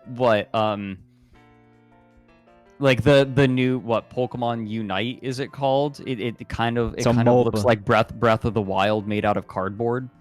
Well, it's a MOBA. Oh, you're talking about that's Pokemon Unite. No, I'm Pokemon talking about Legends Arceus. Yeah, that's what you're talking about. Yeah, Arceus. That's interesting. He called it Breath of the Wild made out of cardboard. We'll see. I'm definitely gonna check that game out.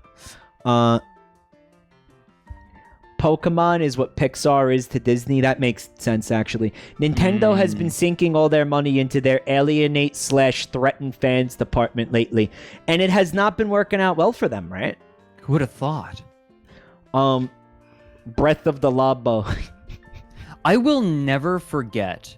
There was a particular moment that really struck me. Now, she says of Boundary Break. Mm-hmm. Is that his name? I doubt that's his real name, but yes. No. Let me double check. Yes, that's his name. Yes, that's his name. Yeah. I remember a while ago, he made a video going doing Boundary Break on Animal Crossing New Horizons. Did he? Yes. Now his name's John Boundary Break. John Boundary Break. John Boundary. He made a video boundary breaking Animal Crossing New Horizons. Okay. And it was cool. It was neat. Nintendo decided to issue a copyright strike on his channel for this. Didn't know that. Okay. Now, this is where it gets odd for me. He made a video pleading with Nintendo with tears in his eyes, choking back, just open sobbing, begging them to release the copyright claim. He expressed that he felt he had been that Nintendo was a company he loved, and he had the aspect of a kicked puppy who didn't understand why its owner had kicked him. Okay. He was just tearfully begging them, trying to tell them about how these kinds of videos encourage people to get into game development, that they're a positive thing for the gaming community. They help bring new devs in who are interested in the way that games work, and get people interested in Nintendo games in a new way. Just begging them, absolutely. It was odd. Yeah, it's like they have a fucking they have a contempt for the consumer. Yeah, this fucking company. But this is different, right? Like, people expect that from companies, but he loved Nintendo so much. And when Nintendo hit his video with a copyright strike, it was personal for him. He was so close to weeping the entire time. He was broken. This broke him. At least for a little while.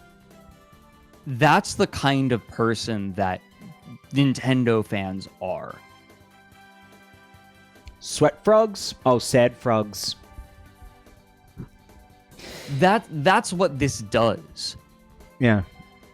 And I'm not saying like Nintendo's a company, they're going to do shitty things. I'm more interested in the phenomenon of this kind of Nintendo fan, to whom Nintendo is practically a father. That's how you see that? Yeah. I mean, I imagine that a lot of kids were raised by Nintendo games.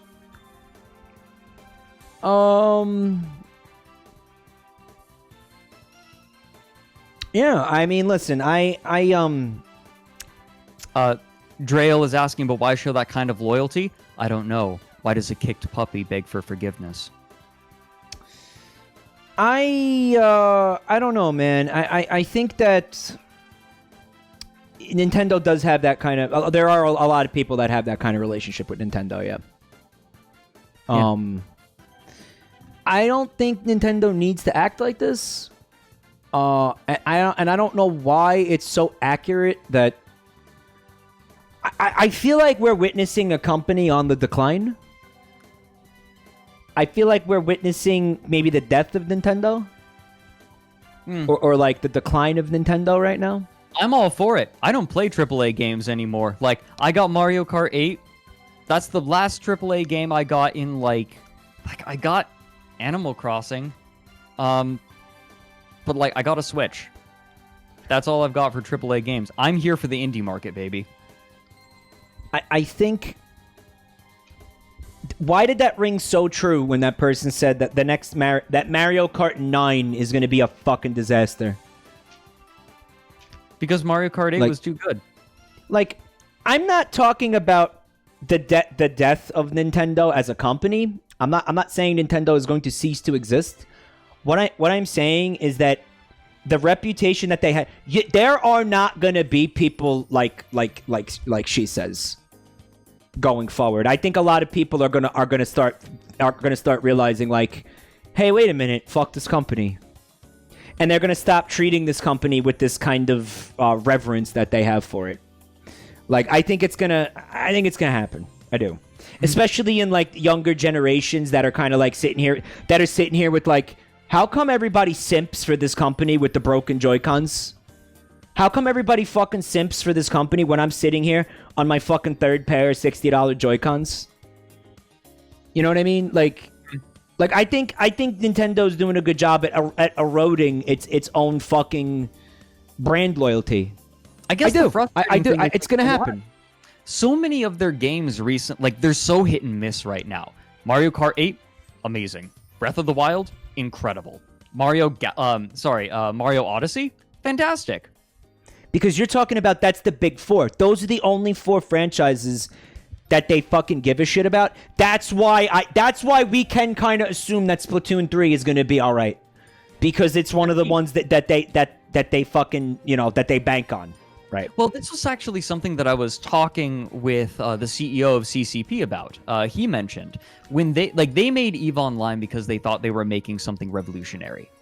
But when the game actually did really well and didn't die off in a few years like all MMOs did back in the day, a lot of the developers started to get restless because they had gone from building this incredible thing to essentially becoming tenders for that thing. But they wanted to move on and make something new. I think that same impetus is what keeps those like mainline games good, because I think they have similar teams every time. Nintendo treats its developers quite well, is my understanding. And they are encouraged to be very creative, and they want to do new things with every game. They want to try new things. And that's what makes it exciting. They have people who have a feeling for the IP and who love it, who want to take it to new places. Like when people saw New Donk City, they were like, "Oh my god, what is that?" And then they played the game and it's like, "Wow, this is awesome." Because I liked Odyssey a lot. They took a risk. Yeah, they took a risk. Everyone said, "What the hell are you doing?" They went with it anyway because Nintendo backs its devs, and it was awesome. I'm sorry, I was just looking through Dwarven Justice, and one of the people in there is Alin Shovthamoo's cunt. Where the fuck you see this? So I'm so sorry, I got completely sidetracked because I saw that one of the dwarves' jobs was cunt. I think they were renamed to that. He's a professional cunt. That's why they had cunt wipers. Cunt. How did that happen? It's you. How did that happen? Fred accidentally got sidetracked back to the reason he's here. What? You have a place in Boatmurdered. You're a professional internet asshole. You can be a professional cunt. Shoveth's mama's cunt. Dude, there's another guy whose career is cripple. Oh, look, that's sad. What? Retired. Okay, so obviously they put the you could type these in, right? I'm pretty sure you can. Yes. Okay, obviously that's what happened here. All right, you want to keep reading this? Yeah, let's keep going. I feel like Okay. I feel like I've rambled for long enough. Job makes other dwarves feel better about themselves at parties. Arvad Olma Besmer makes other dwarves feel better about themselves at parties. All right. Okay. Your legal records. Yeah, cunt. legal records. Cunt. Professional cut. Legal records have shown a depressing amount of crime occurring in Boatmurdered, including one depraved dwarf who apparently amused himself by crippling defenseless animals. The cat's injuries to the spine, head, tail, and lungs are too horrible to depict, but I feel it appropriate to attach an image of the dog's plight. Wow, So that's me playing Spelunky. Like just fucking yeeting those animals like into everything. I saw that clip. How did you make that sound? Oh, the one that where I sound like a monkey. Yeah. It's dude. You It's went full Joe Rogan. It's that game. Fucking Cider. It's that game, dude. That game's infuriating. Have you ever played that game? Yes, it is maddening. It's great. Dude, It's maddening. That game is dangerously fucking infuriating. Like that's fucked. That game's fucked. That game's fucked. I wanted to stream more of it, but like life hit me so fucking hard this last week. Sure. But I'm gonna try to get back to that soon, guys. As well as The Binding of Isaac and Yakuza and whatever the fuck else I was doing. And I would like to do Mario Kart with Fred soon if he's into it. Absolutely. I was hoping we'd get to sometime. Yeah, we'll do that soon if you want. Right. So the cat also had its lungs crushed by that one elephant. I guess. No, that was a dwarf apparently. Lung despair. Yeah. Lungs play a very large role in Boatmurdered. No, I hate Spelunky too, but I love it. Like I've really been enjoying that game a lot. I got to the I don't know, the coral area again, like the ocean realm again or whatever with the I saw like the big fuck off like Napoleon fish, like the big blue fish instantly killed me. Tide pools, whatever. Alright, so there's little brother. I can make it on my own, and he's all sad. Yeah, the resident Nintendo fan. There he is, the resident Nintendo fan, little brother.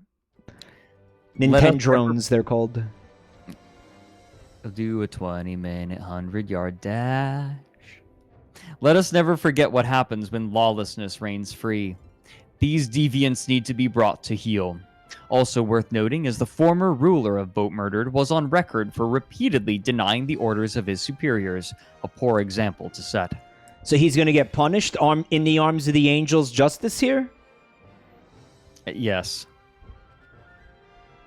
Good. The economic status was similarly depressing. Demand far outstripped supply on several key metals, unforgivable in a supposed mining fortress.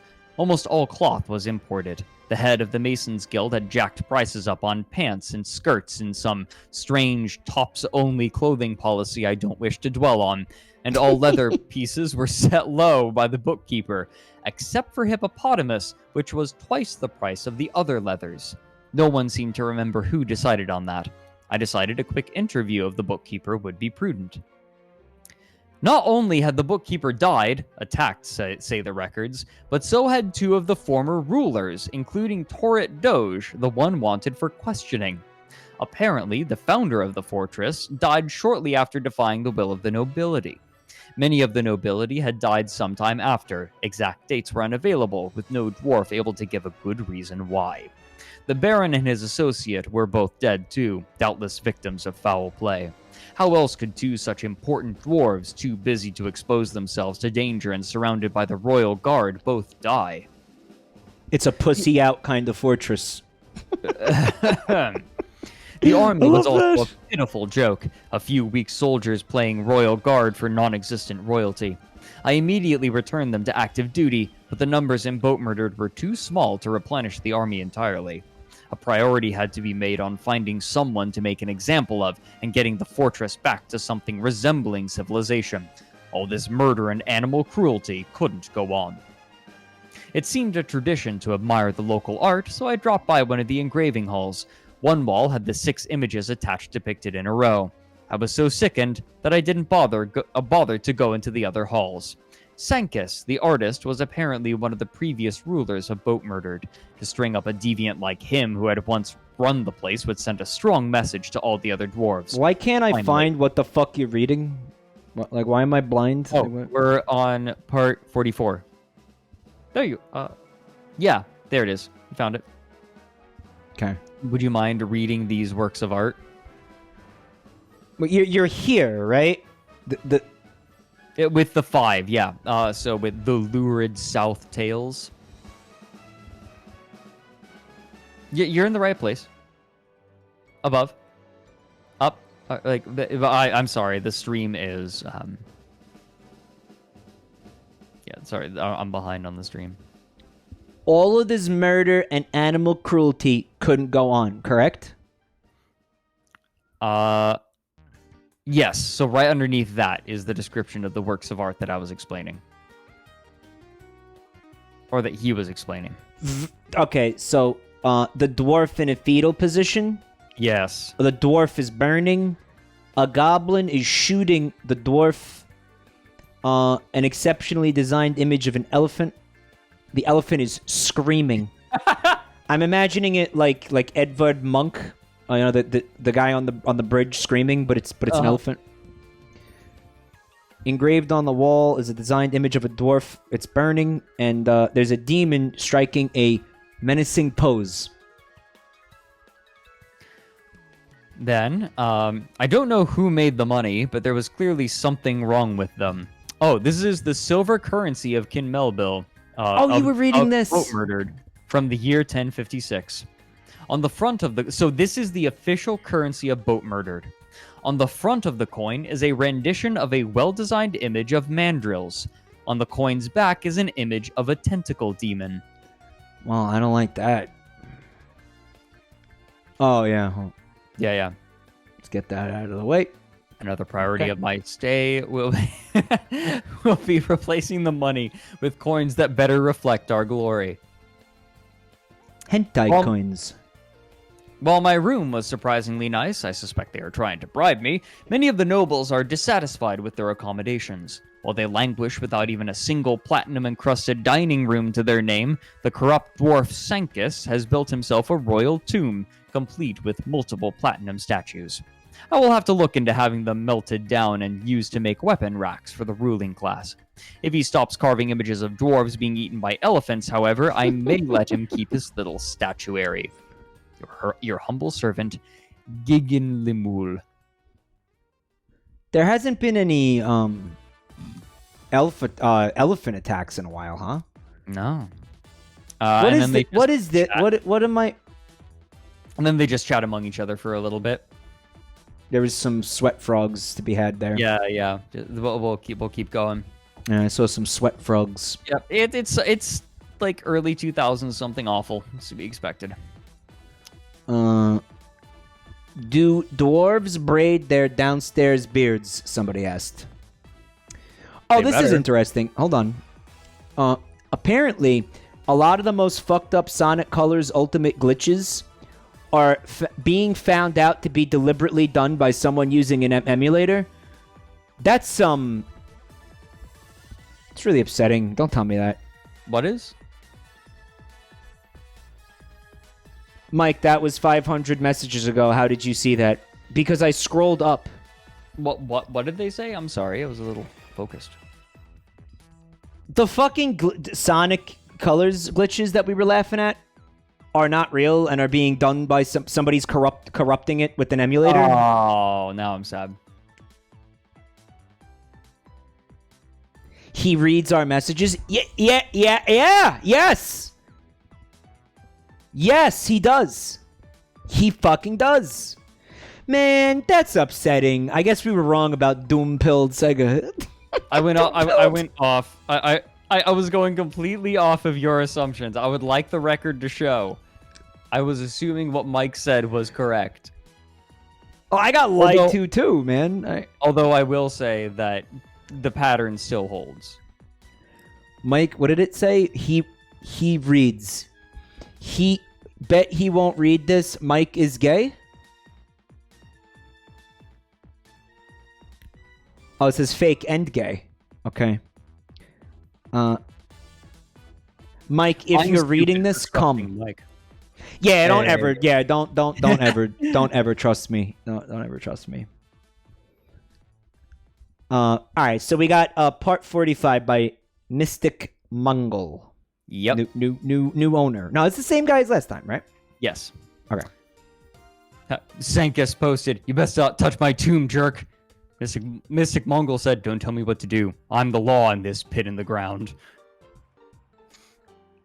Take this criminal dog. He thought no one noticed that he had no jobs assigned. Fortunately, before he managed to starve himself to death, I told him, at crossbow point, that he was going to start work taming the fortress's hefty supply of elephants. Oh, God. When that was done, he was to scour the fortress for burnt bits of dwarf left over from the battles with the demons many years ago. The tame elephants should help protect the dwarves from any sudden attacks that may occur. I can't believe that there's still dwarven giblets from attacks from years ago. Years ago, yeah. There's just giblets, like rotting giblets, chilling. Dwarf giblets. I was quite unhappy to find out my 3 royal rooms were, in fact, 1 room. I was further angered to find out you get to visit the bonus bean room. What's that? Oh my god. It's one of the most surreal bits from a Harry Potter game. I'm looking it up for you right now. It's like... It's a clip? Yeah, it's a teeny tiny clip.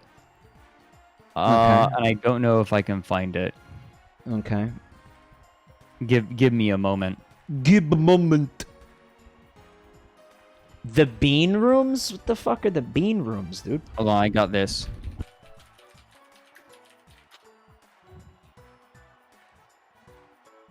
Think about them beans. Here we go. Okay, I got it. It's a streamable link. Oh, that's my tweet, but I can get you the streamable link specifically. No, I think this will work. Hold on. Harry, it looks like This is ancient.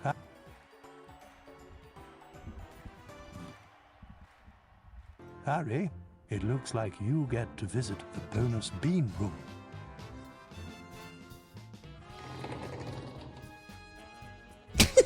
Oh, you should pause the music so people can appreciate the music.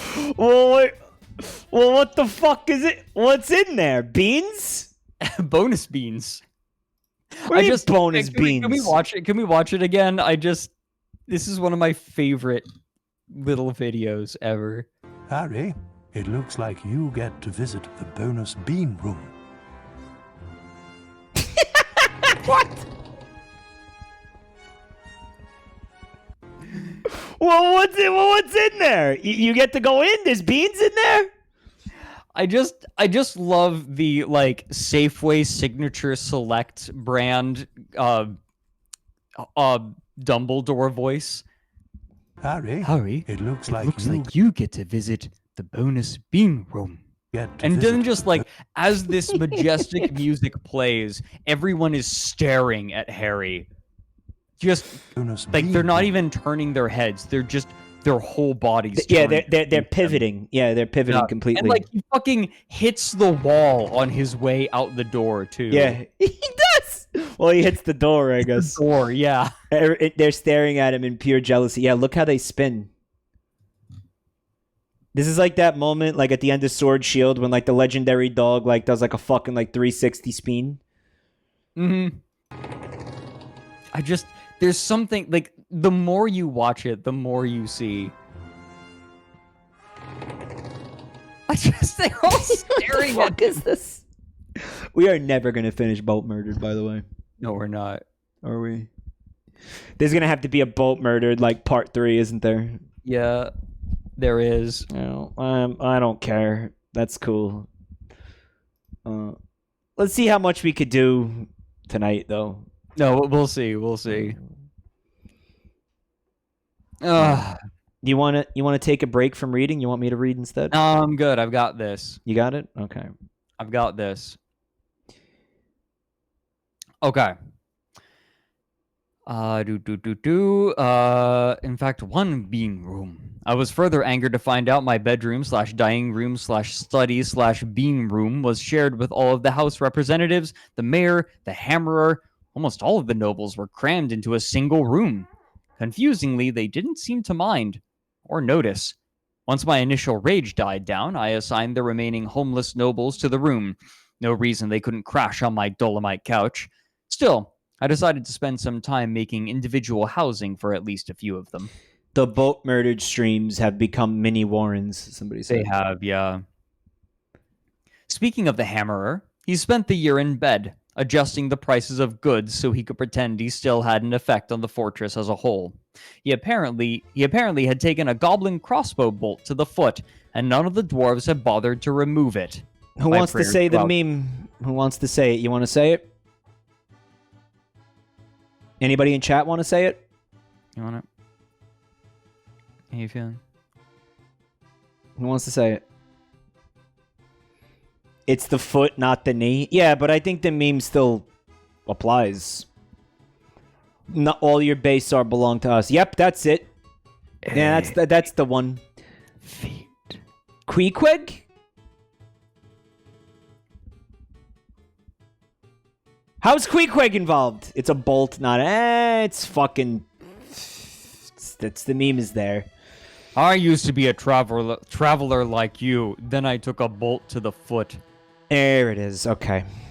There you go. We got it. We got it. Someone in chat. Someone in chat posted the actual line from Moby Dick before. I wanted to read it. when Queequeg cuddled Ishmael. Can that person post that line again?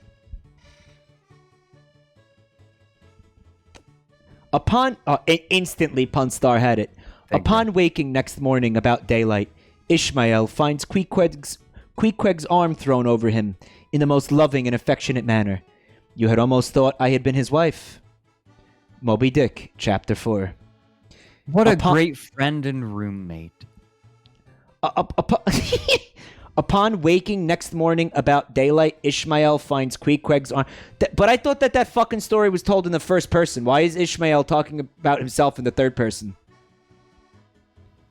Ishmael did not say whales or fish, by the way.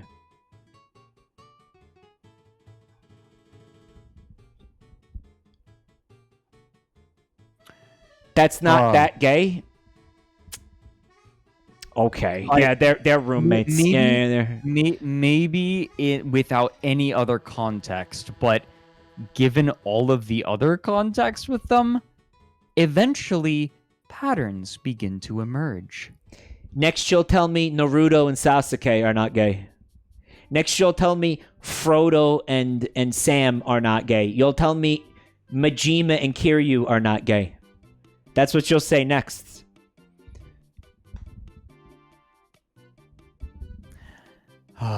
You want to keep reading this? I'm sorry. I'll keep going. No, this is just... It's hard to read them any other way. That's all I'm going to say. Should he recover, he'll be able to maintain his role as hammerer. A hammerer, of course, doles out hammerings to criminals. Of course. One of the harshest practices of dwarven law, the result is almost always a skull split open like a ripe melon. As there are 3 criminals walking free in desperate need of a hammer to the face, including former commander Megor Grendel, his speedy recovery would set an excellent example to all dwarves who were considering crime but valued having a skull. You thought we had forgotten about you, didn't you, Mr. Grendel? Engraved on the floor is a masterfully designed image of A. Lugs by Sankus Gattenbomrek. I go looking for wood, and all I find is yet more mockery from the criminal mastermind. Apparently all the lumberjacks and carpenters are dead. While I agree wood represents a dangerous weakening of dwarven society, Boatmurdered is in serious need of some bins, and metal ones are difficult to make. Still, none of the workers can be spared. We have precious few haulers as is, so the fort goes without for a while. I can hear Sankus's laughter echoing after me wherever I go. So, like, wooden objects are for elves. Like, dwarves don't build things out of wood, right? Mm. Is that what's going on? Well, it's like it is an undwarvenly material. Stupid, but okay. As you can see, I grew tired of his foul acts and arrested him on some trumped-up charge or other. After 2 weeks tied next to a rotting kobold corpse by a silk rope, that miserable engraver learned some respect. When and if he stops flinching whenever I walk past, I'm going to grab the steel hammer and dole out a little justice of my own. Ooh. I don't understand... CBT. I don't understand people who don't like elves. They don't like pansy gifts made of bone or leather or wood. They only like trade goods made of stone, or, better yet, metal. They're considerably more hardcore than the majority of the dwarves in Boatmurdered, myself and the Hammerer excluded, of course, and their gifts of cloth did much to alleviate the pants shortage we have been suffering from. I gave them very favorable trade conditions and sent them on their way. To dicks out kind of fortress. Dicks out for Boatmurdered. I held a theme party in the jail. The theme was, clean up your act before I hurl you into the chasm. Joviality was forced, as it should be. That's how my chat operates. If you don't have fun, you get the rat. One of the dwarves approached me and said he wanted shells, 2 kinds of ore, 3 kinds of gem, a kind of cut gem, a rock, and some kind of wood. I told him I wanted to not listen to some simpering prima donna bitch about his pennicing mittens. What? Guess who got their way? Pennicing mittens. At least one of my predecessors had his head on straight. The humans arrived with the previous year's order of roughly 300 units of booze. Another theme party was held in jail. Once again, I gave them very favorable trading conditions and told them to bring more of the same next year, along with maybe some more animals. Nothing has happened to the miasma. This place is still filled with, like, rotting stink, basically. This is about when things start going off the rails. Off the rails again? Yeah. This is a pretty nice amulet. All craftsmanship is the highest quality. It's studded with zinc and encircled with bands of green glass. It menaces with spikes of dick. On the item is an image of a dog and an elephant in nice. The elephant is striking down the dog. It's knocking the fetuses right out of it. That was goblins, not elephants, actually. Yeah. On the item is an image of a goblin and a dwarf in brass. The dwarf is shooting the goblin. The goblin fucked around and found out. He found out. It was the mandrills, Theta, yeah. On the item is an image of a dwarf and a mandrill in opal. The mandrill is striking down the dwarf. And on the item is an image of an animal trap in a turtle shell. Ooh, how inane and stupid. Mike, you're neglecting your duty. This is like fucking. Oh, my bad. Thank you. This is like. This makes more sense than that website we read earlier, like Grandwasser. Mm-hmm. Like this makes more sense than Grandwasser. That's what I'm trying to say. Like, I can read this and like, oh, I get the description of the product. I cannot say that about that website. Right. Another dwarf actually completed his project and gained legendary skill in engraving. God damn it, we already have 2 legendary grade vandals. We don't need a third sketching pictures of demons laughing at mandrills on the wall. He was immediately put to use hauling. Once winter rolled around, I tried to activate the elephant pump the previous ruler had set up. A series of steel bridges now cross the lava flow at several points, so you should be able to leave it on now. Also, having lava back there keeps all the elephants from using it as a personal playground. And so, the rich galena and platinum deposits behind the channel are now within reach. Sadly, the elephant, once released, simply left the pump without triggering the floor switches. I have serious doubts as to the ability of a series of 1x1 bridges to block anything. Plus, maybe taming the elephant before releasing it was a bad idea. Why would it be a bad idea? I'm having trouble I'm not this. sure. I'm not sure. I think the idea is the elephant walks back and forth and like triggers pumps.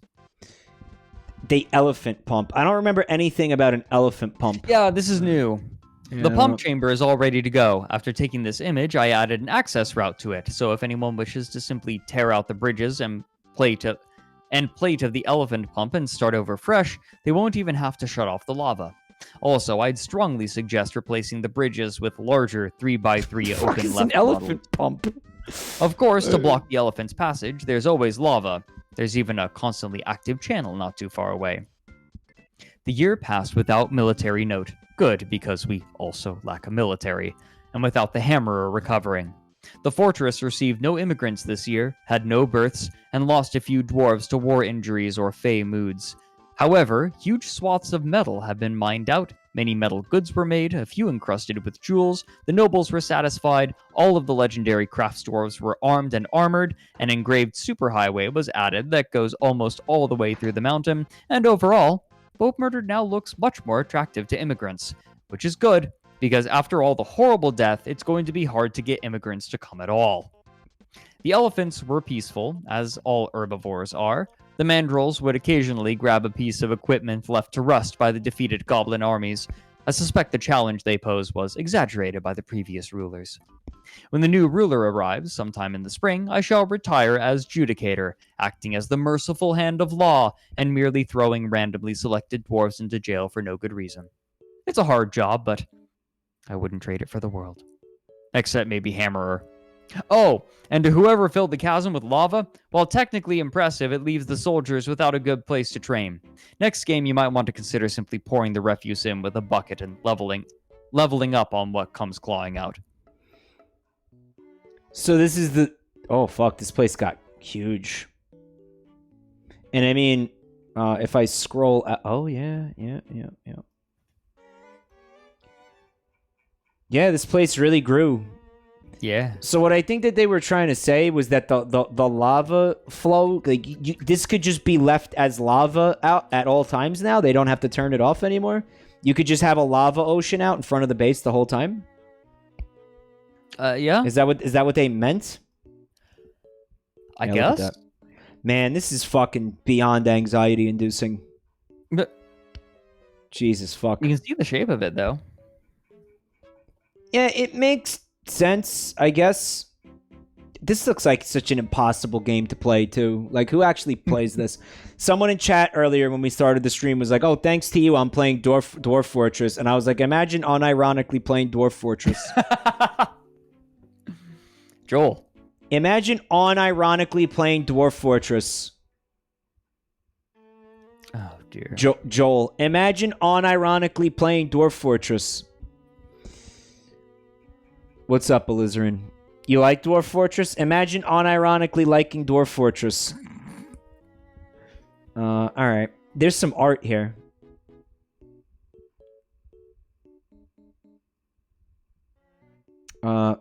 This game is fascinating. The dwarves at Boatmurdered have gone through some crazy shit.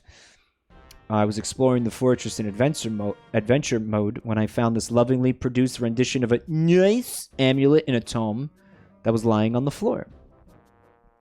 Looks similar to the amulet mentioned earlier in the thread.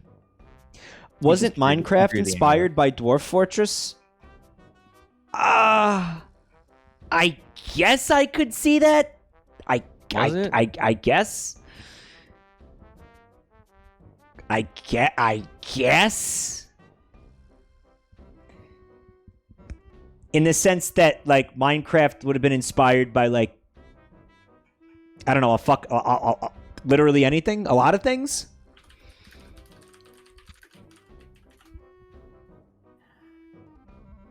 Shall we continue? We're getting there.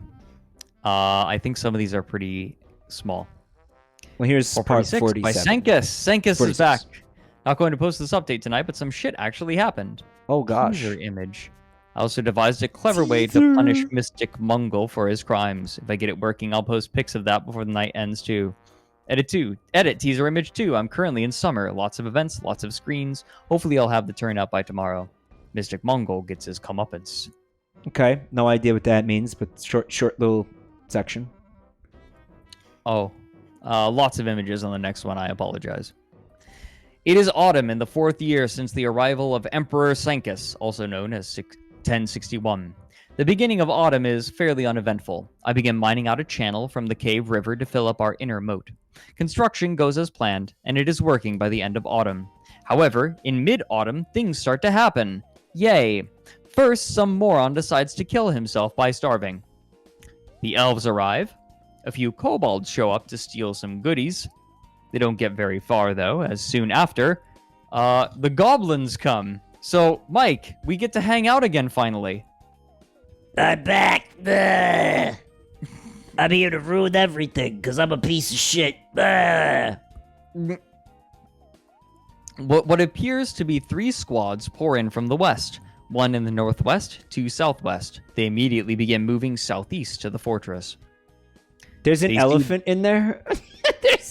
And 1 elephant. Oh, good. You forgot. Okay. They see those kobolds I mentioned earlier and dispatch them. With the kobolds dead, they move swiftly toward the fortress. Unluckily for them, I managed to lock all the entrances and get my dwarves inside before they are able to take the doors. Emperor Senkus, being great as he is, immediately options for the fiery death option. Whoops, there he goes. Magma out. Magma now becomes lava. He did it, the crazy bastard. They are leaning on this, I feel like, a little bit too heavily as a solution. Yeah, it slowly makes its way toward the invaders. As you might notice, like, they're having lumber problems. Contact. Well, yeah, like, where are they getting wood from if they keep, like, raising the fucking forest out here with lava? Yeah. Burnt goblin can be smelled throughout the fortress and probably the entire region. Needless to say, the goblins are gone. Looks Things like proceed- goblins back on the menu, boys. Things proceed for normal until a Fred. few weeks later. Yeah, Fred, you ever think about goblin on goblin? on occasion. You think it would be delicious to gobble on goblin? I mean, I'm goblin on goblin. as long as the goblin is clean. Hey, Fred. Look at this chat. Look at this chat. Fred, Looks like looks like horse cum is back on the menu, boys. What the fuck is that? Where did that come from? What? Nobody If you said get- anything about horse cum. Get out of here. if you get parasites from it, I have just the thing for you. Goblin on goblin. That was my point. Goblin on goblin.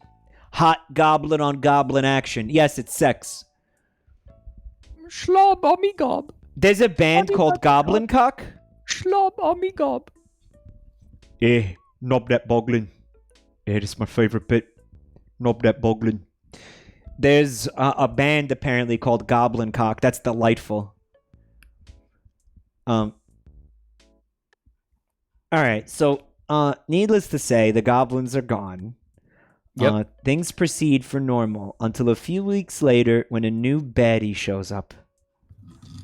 Let me see.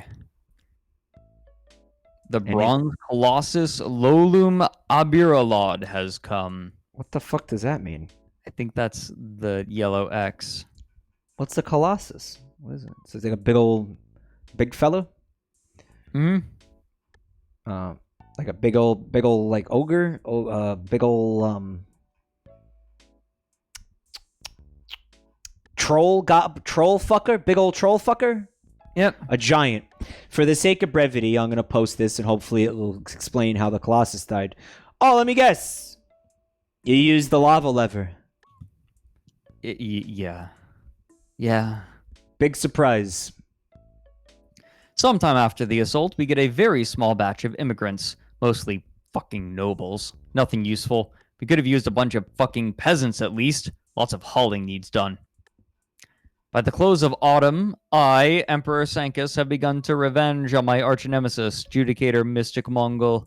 First, to tease the prey, I starve and dehydrate him in his newly assigned room.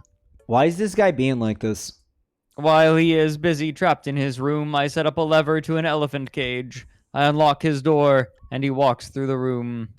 The lever is pulled, and the elephant is released. Mystic Mongol, being the fool he is, attempts to wrestle the elephant. Amazingly, he is not instantly killed. In fact, he merely sustains a badly broken leg. He hobbles after the now fleeing elephant. However, the elephant soon meets its end in our traps. Motherfucker wrestled an elephant. He now lies useless in his room. I do not wish to kill him, as that would merely lead to a replacement. He will suffer in his room until his own kind forget about him, where he will slowly starve to death alone. Why is this guy a fucking jerk-off? Why is he being a dick to the previous ruler? What I don't know. We haven't seen anybody else acting like this yet. Autumn is over. Summer begins. Oh, here it is. Yo, man, what? Wait, I what? didn't actively I hurt you. You committed a crime. And you feel the need to sick an elephant on me? After stripping me of my weapons. Uncool, dude. Well, to be honest, I wouldn't have done it if you weren't a noble, since they're easily replaced, and the law one's even more annoying when they jail my metalsmiths or whatever.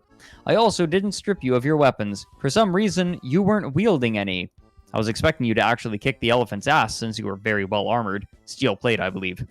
I'm not touching you anymore, though, so don't worry. I'm going to move your bed back to a makeshift hospital so the dwarves have no reason to not feed you. I also made you a tomb. On the plus side, you did gain, like, 4 levels of wrestling. Also, update coming later tonight. I'm only at the beginning of winter, but unless something incredible happens, it'll likely be mostly text and cover both summer and winter, and fall if nothing still happens. The game is running rather slow now, so I'm going to make cleanup, especially liquids, a priority. It's standard practice at this time in Dwarf Fortress to murder nobles or trap them. Yeah, why? Probably because there are too many. Forget eat the rich. Put the rich into gladiatorial combat with an elephant. Yeah. Here you go. Wrestle an elephant with your bare hands, Bezos. Have fun. This is what I made billions to do. It's amazingly pathetic to watch the awesome military might of the goblins mass against the dwarven outpost, run howling and screaming up to the main door, and then just stand there like lemons. Hey, Zerg, you clever. You read stinking dwarf runes. What this paper say? Out. Says out to lunch. Look, I said I ate on lunch. Out to lunch. Day out to lunch. Out. Oh, I guess we wait here. Darn. Stotho timing. Anyone bring a sachet of cards? A Zedge. Oh, there's more sweat frog. Cool. Sweat frogs. They're back and they're sweaty. Sweat frogs happened, Fred. Big ol' sweaty sweat frogs, my dude. Where? I'm not seeing them. Sweaty sweat frogs. I'm seeing them nowhere in chat. It's the R word. I'm avoiding the R word. Oh. I'm on part 48 if you want to join me on part 48. Okay. Big ol' sweaty ol' sweat frogs, Fred. Summer, 1061. Summer in Boatmurdered starts out fairly... Weren't we in autumn? Summer in Boatmurdered starts out fairly slow. There is no real action until midsummer or so when the human caravan arrives. I, tired of the human slow pace, decide to seize a good portion of their supplies. Another dwarf goes fey and begins working on some stupid creation. Meanwhile, I have assigned some woodcutters and begun wood production once again. The fey dwarf manages to get all his supplies and makes his masterpiece item. This is a crystal barrel coffin. On the item is an image of a dwarf and an elephant in crystal barrel. The elephant is striking down the dwarf. What the fuck else is new? And by the way, hasn't it been... But hasn't it been many years since there were any elephants killing dwarves? Yeah, but they eliminated like a quarter of the colony. To further strengthen the fortress from invasion, notably from the trolls who seek to break down doors, I have refilled the interior moat. This moat may now serve as a defense if the doors break. All one must do is pull the lever in a nearby room. Summer ends as quickly as it came. Autumn 1061. I feel a tinge of guilt for harming my fellow dwarf, Mystic Mongol, and crippling him, so I create him a semi-fancy tomb too. Out of nowhere, a dwarf drowns. There is also a mysterious vomiting dwarf outside. Meanwhile, these fucking kobolds don't quit. So there's a dwarf outside the walls that's not part of the colony, just fucking puking all over the place? I think he's part of the colony. He's outside puking. Like, how do you even get out there? I don't know. Alright, that's fun. So when does everything go fucking bananas? Oh, don't worry. We'll get there. Yeah, this is a quiet moment before, the ending is rather explosive. Okay. Not literally. The dwarven caravan and trade minister arrives. I speak to them and nothing is really gained. The goblins also do not quit. Damnation! A portion of the cave falls. The lava release is now blocked. I send a miner to go clear it out. Unfortunately, he burns his feet almost off and falls to the floor nearby. He continues to burn until he dies of blood loss. Then he continues to smoke until he rots away. Cute! Hey, feet! Fucking mandrills attack and are easily dispatched. Yeeted. Autumn ends. Thank you. Low on food, I set many of our animals to the slaughter. I found the mysterious autumn vomiter. I do not know what I should do with him. Miasma. Vomiter. Here we go. Miasma is all over. Good thing that my servant citizens are all happy enough that it doesn't bother them much. Did his vomit do this? It might. Out of seemingly nowhere, Mystic Mongol, judicator of Boatmurdered, throws himself into the water and drowns. His remains are placed in his tomb, where they are defended by some traps. Okay. I begin to rebuild the military, slowly but surely. I also begin construction of cheap, affordable housing for the poor dwarves. I do not agree with this, as I feel those too weak to earn money should not be living, but my advisors assure me it is but my advisors assure me it is a good thing. Dorf Fortress libertarian moments. There is a slight panic as the fortress runs out of food. It is later rectified by slaughtering many elephants. Winter is pretty much over. Here are the thoughts of the current surviving leaders. Complained lack of dining tables, disgusted by miasma. Everyone is disgusted by miasma, it seems. Emperor Sankis has been ecstatic lately. She's been satisfied at work. She's been complaining the lack of dining tables. She's disgusted by miasma and annoyed by flies. The other guy here has he detests purring maggots again. Fred, that's back. I feel like that's fair though. Like I feel like that goes without saying. Yeah, I don't think anybody would really enjoy that, huh? Like I feel like saying that someone detests purring maggots is redundant. Rather, someone should say when they like purring maggots, because detesting them is the default, right? Yes. Yeah. What would be notable is you being like, I think, hey, maggots purring. I think that's pretty rad. Hey, Mike, you got your purring maggot Sona yet? Oh, you bet. I actually do have a tapeworm OC, but it's neither here nor I there. know. Shit. Just keep them away from Anybody. The horse dewormer? The joke makes itself. Yeah, it makes In my itself. year rule, I have accomplished many things. Much of the fortress is now carved out and smoothed. I have begun the foundation for a newer, stronger military. No longer will the goblin menace threaten us. I have ramped up food production and, because of it, have begun cutting down on the huge animal population. Restarted wood production, among other things. And let's go ahead and continue. Hi, Meryl. IIRC, the purring maggots are how maggot cheese was made in this game, which is a very valuable food, like kasu marzu. I never sure I'm saying. Kasu marzo? Maggot cheese? Exists in Dwarf Fortress? Okay, so this is part 49 by Dr. Zero. I think we're in the home stretch here. Mm-hmm. There's like 60... How many parts? 60 what? 68 or something?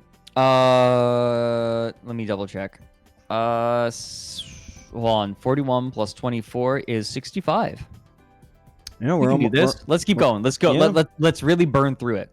Let's kill this thing tonight. All right. Okay. Prologue 1062, road from Kinmelville to Boatmurdered. When I finally arrived on First Granite, an appropriate time to begin. I swear I'll never utter the phrase, "Ha, I can run a fortress better than those bumpkins," within earshot of the Dwarven Realm Expansion Minister alive so long as I live.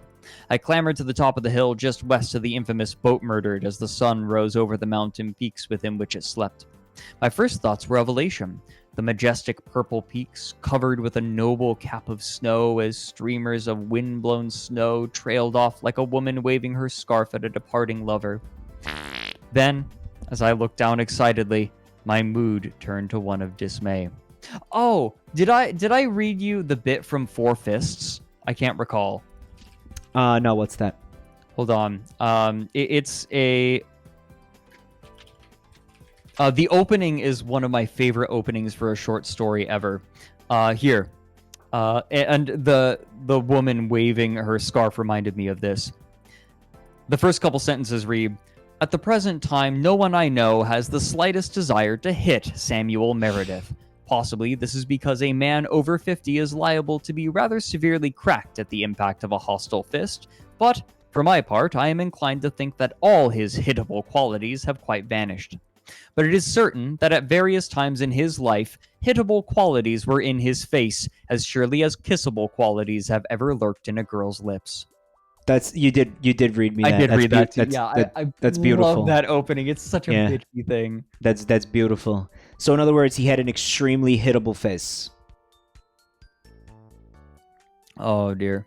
But that was a very, very like verbose way of saying this guy had the most punchable face. Has the most punchable face you've ever fucking seen. Yes. Yeah. This was written in 1920. There's a punchable face is as old as 1920 at least. There's a German word for that. There's a word in German for punchable face. Beautiful. Verbosa. It means a face in need of a fist. What? Really? Really? I don't Oh, I think so. love that. German would have a word for that, right? Backpfeifengesicht? Backpfeifengesicht. Gesicht. Oh, that's good stuff. Resting punch face. Yeah. Yeah. The word is little fellas. All right, Fred, you want to keep reading this? Because this Yes. chat's getting dumb. Well, oh yeah. Then, as I looked down excitedly, my mood turned to one of dismay. The winter snows had receded already down here, and the scene was horrendous. The earth, the trees, the very rock face of the mountain was scorched and burnt. Feeble plants poked through the ash and soot in between the piles of... What was this? I moved off the paved road to investigate piles and piles of armor and weapons, laying around as if their diminutive owners simply crumbled to ash. Dogs and cats picked through the debris, hunting small vermin. I turned to look back. Perhaps I could make the journey back to Kinmelville before... No, it was too late. I was being hailed by a dwarf in rags and tatters. The dwarf hailing me was Olin, the broker. His once noble pigtail clothes hang in scraps from his limbs, standing in pools of dried vomit. He casually kicked at what looked like a half-digested core of a plump helmet. He greeted me with a sense of urgency. Apparently there had been an accident. Yes, he put his fingers in the air and drew the quotes, and that one of the former rulers was dead. And now, the most recent regent had simply walked off the job the day before and began happily carving. They were without anyone to lead them. I asked for a tour that became more and more disturbing as time went on. This is where things start to go off the rails, by the way. This is where it happens. I'm pretty sure. He explained the history, the sieges, the elephants, the demons. I wondered again, not for the last time, if I could escape away into the night. Then it happened. A miner ran up to me, surrounded by cats. "Oh, Sura, you must help," she cried. "Sankas has ordered them butchered." Calm down, ma'am," I said, trying not to eye her breasts that were practically hanging out of her tattered clothes. "The cats, oh God, they'll kill them," she cried and ran off. To make a long story short, I reviewed the last orders of Emperor Sankas and saw that several cats had been listed in the To Butcher book. It seemed a simple mistake, as there was no record of cat meat being stockpiled, and the cat's entries in the ledger appeared in between the cattle and horses. I struck them from the record and proceeded to review the rest of the fortress. It seems that Mystic Mongol had met an untimely end after flinging himself into the river. I could see why after I had looked around some more. This fortress was a wreck. There were also murmurs of Sankas working on some kind of shoving automaton, which I dismissed as stories brought on by a lack of drink. Cunt wiper? What? What do you mean shoving automaton? What does that mean? Automaton. So a automaton. Look at how they spelled it. Automaton. Oh, you're right. What the hell? Shoving robots? Pushing robots? Pushbot. Pushbots, okay. Pushbot. Well, there is indeed a lot of work to do here, which I should get to. The first order of business is to get a farm up and running. Seems the only food stores are a bunch of cow and horse meat that haven't even been cooked yet, and unprocessed fat. Yum. I've never been one for sashimi, so that will need to change. Between having some people forage for spring berries and plants and getting the farms running again, I feel that my associate's degree in subterranean food services will not go to waste. The one troubling thing, though, is that nobody seems to know exactly where the lever for the farm's floodgates is. I feel like sashimi would not exist in the dwarf universe, but that's it's neither here nor there. You do have one, right? I mean, I see the floodgates right over there. Because that implied the existence of dwarf Japan? It implies the existence of dwarf Japan, Fred. No, that's just elves. Mike, that's just elves, remember? That's just elves. He's right. He's fucking right. Oh my god. Okay. It's like the fucking Cars universe. Let's not do this. Go ahead. I'm sorry I interrupted you. Orcs know what menus are. We can't go down that road. We'll be here all night. Oh, don't bother. Olin nodded enthusiastically and said, "Oh, yes. I mean, I think so," and began to scurry off without telling me. He stopped, turned, and said, Oh, speaking of levers, in case of emergency, there are some double-keyed dwarven doomsday levers off to the north. What kind of emergencies? Oh, you know, the usual. Sieges, goblins, elephants. Well, sieges, goblins, and elephants mostly, but the elephants, oh god, the elephants. See, sometimes we catch them. He lowered his voice to a conspiratorial tone. You can hear them in the night. The trumpeting. The trumpeting. And then he screamed and ran off. And oh, did I find the elephants? At least 5 of them. In cages, looking at me murderously. Anyway, this should be interesting. Did you know Boatmurdered boasts the youngest legendary stone carver? And some nobles with some rather strange recreational tastes. What am I looking at? What's the strange recreational tastes? Ast clasp covered. Oh, hold on. Wait. I think it's his name, Ast clasp covered. Okay. I think. Hold on. No, wait. Let me see. I'm not seeing it. Rope read item in bedroom. Oh. Oh, like get kinky with it, forever really tied up? Yes. Yes. Oh, it's a bondage joke. I leave you with some examples of what Emperor Sancus has engraved. I leave it up to you to examine his work and the titles to decide on what may have happened to Mystic Mongol, my predecessor. There is a masterfully designed engraving on the wall of a dwarf that is burning. And there's another one. We got an image of a dwarf and a frog demon. The frog demon is striking down the dwarf. There's one of the another burning dwarf. That's just great. So many burning dwarfs. Dwarves. We got an image of a dwarf and a frog demon.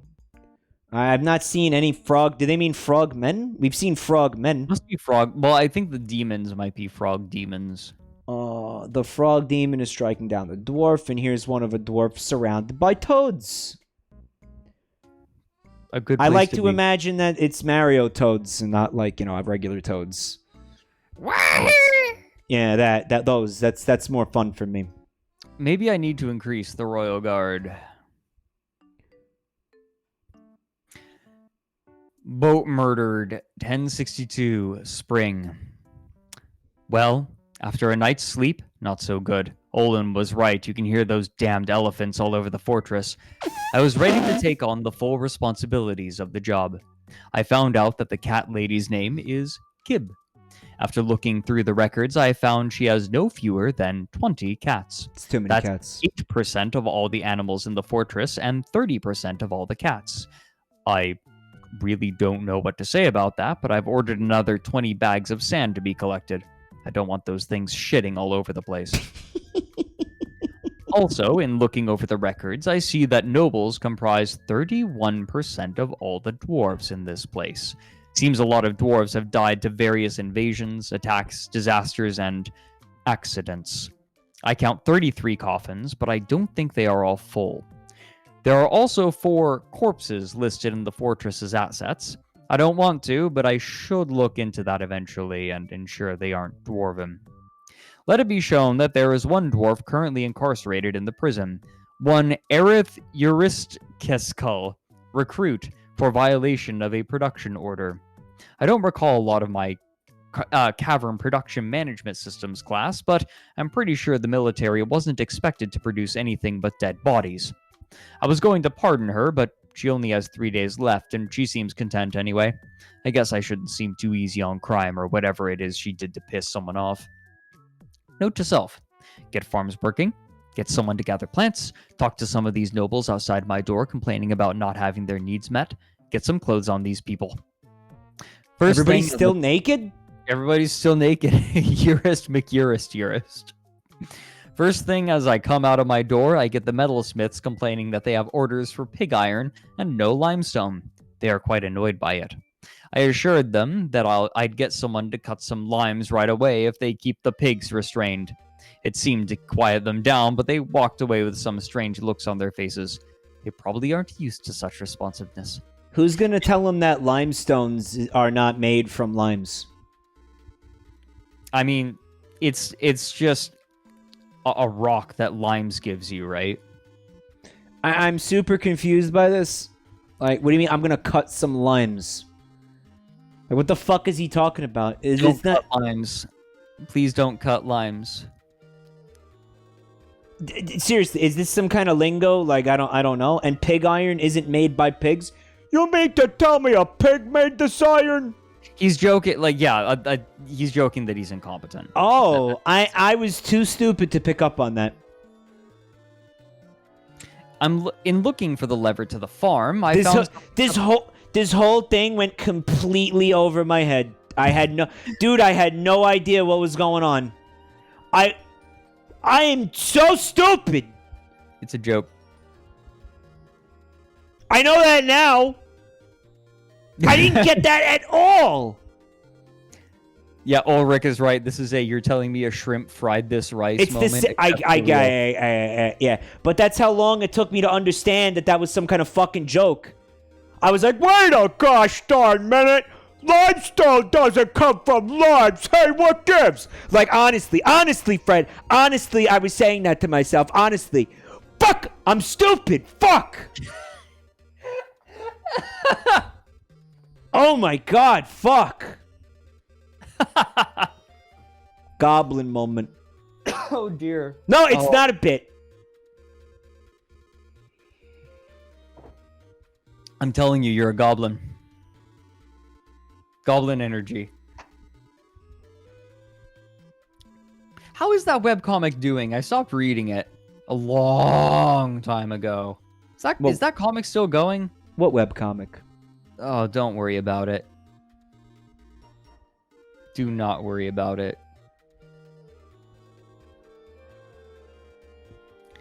Goblin D's nuts. In looking for the lever to the farm, I found something that might be it nearby. It might also flood the siege workshop, but I'm not exactly sure why that would be a good thing. There are channels, so the fortress should be safe, but in looking for someone to pull the thing, my academia career has left me a little scrawny, and these levers appear to weigh about 200 pounds, I notice that there are no peasants. Not one. Given the high percentage of nobles, I'm beginning to suspect something is amiss around here. The good news is I'm pretty sure I found the Dwarven Doomsday lever, which is, thankfully, nowhere near the farms. Although I wouldn't put something like that past these people, well, sure enough, it flooded the siege workshop. Oh, well, I might have to just build a new lever unless I can find it soon. I finally found the lever. There was a cow standing over it. Anyway, this is great news because that means we will have some mud to till. I've also begun to go over the standing work orders and try to rearrange them according to Dwarkis underground rules of productivity. I've gotten through the farmers now and normalized their work queues. I'd like to get the other jobs stable, like getting the metalsmiths doing something. Speaking of that, I took a peek in my unused Metalsmithing for Dummies book and found out what pig iron is. Boy, is my face red. I'll have to play it off like it was a joke when I see the metalsmiths next. Wow, relatable. Another interesting note. The records appear to be incorrect. I'll have to explain Thibdul's law of inventory management at the next staff meeting. It seems we have almost 20 elephants in cages. Man, the way they look at me when I did the hand count is creepy. 5th granite. Things are going just like they taught me in Kim Melville Community College. The jobs are normalized, although some dwarves have yet to really get into their new streamlined roles, but now the only idler is the wounded farmer. I've also begun to order up some more warhounds, as the military presence, or lack thereof, is a bit scary. 9th granite. A goblin snatcher picked the wrong place to approach the fortress. Elephant. You see the ease? Yeah, he got trampled. Mike, they're OSHA certified, yeah. That's what Dwarkis's rule book is, it's OSHA. Mike wasn't stupid. Mike is still stupid. Oh, well, thank God the status quo is maintained. Oh, the jury's out. Yeah. An elven caravan arrives. I can't wait to see our noble neighbors. I've never seen an elf. Perhaps they have brought us some elvish delicacies or wine. And they brought a friend. A friend, huh? And with that, I decided to take a quick nap before the elves arrive. Hooray! Elves! I want to be well rested for them. Right. Another Treeaboo, huh? I love, yeah, Stark Raving Mad returns to say, I will read anything by him. I love that Boatmurdered has turned into some sort of horrendous evil eyesore on the continent. I'm picturing groups of hardy adventurers gearing up to assault the place just based on the barren ash and skeleton-filled landscape in front of it. Also, I love that the place has become so complex and messy that literally no one knows how everything works anymore. The part where there is a lever to flood the siege workshop for no apparent reason really cracked me up. Yeah, I feel like we skimmed over that, but there's a lever that just floods the siege workshop. With lava or with water? With water. What's the friend? Friend is an elephant. Okay, well, there's an elephant there, Teed. I know, I was confused by that, too. It's always elephants. If you're not sure, it's probably elephants.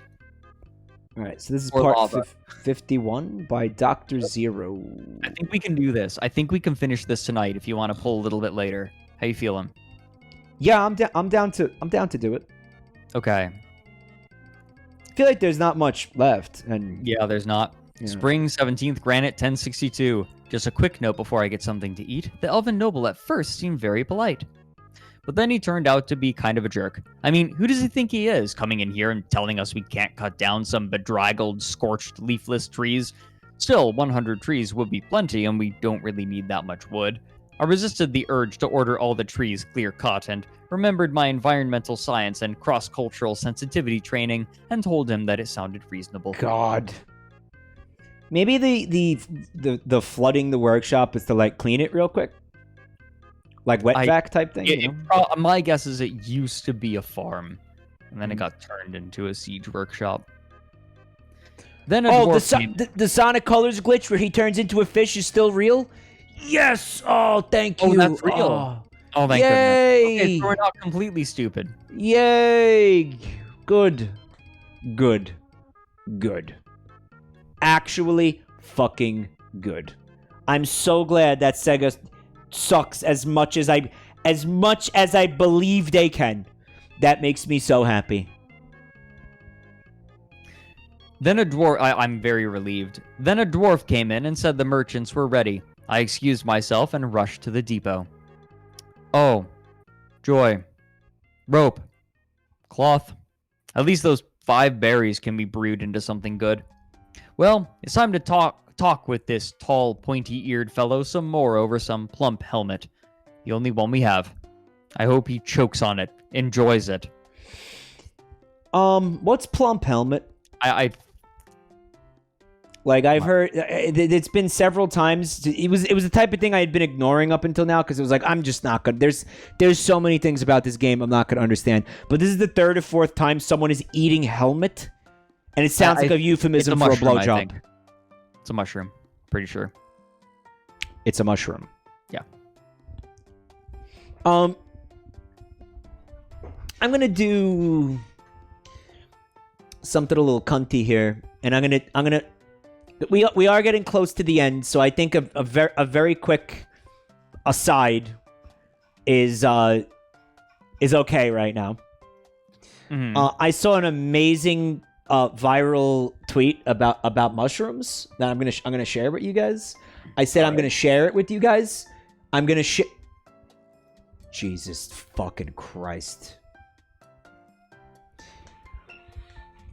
Quick tangent about mushrooms. Okay. So it's saying that this is every mushroom foraging guide. You ever see a mushroom foraging guide? I've seen them before, yeah. Okay. So here's the mushroom foraging guide. You have the brown cap. All right, the brown cap. It's got a brown top with a white stalk. Great to eat. Everyone loves them. you can find them in the forest. However, on the other hand, you have the identical dumb idiots false brown cap, brown top with white stalk, found in the forest. It will kill you if you eat even one bite. You will bleed out your ass until you fucking die, and you will have deserved it for being a shitty, miserable rube with no foraging skills because you're a dumb idiot who ate a dumb idiot's false brown cap.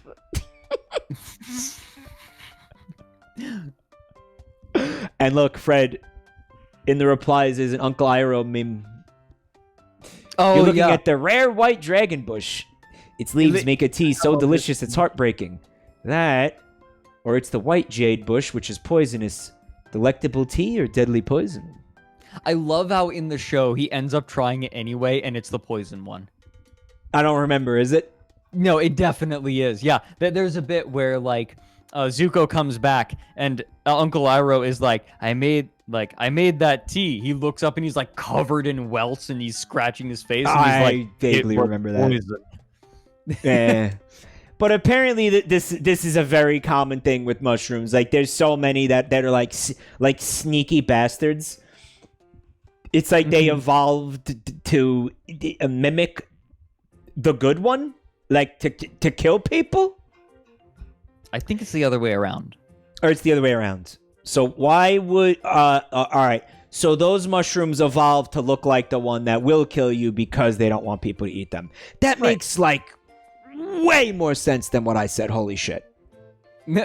Like, oh my god. Mountain. That makes mountains more sense. See, if what you said is true, then that would be proof perfect of a god that hates you and wants you to be miserable, as opposed to a god that loves you and wants you to be happy.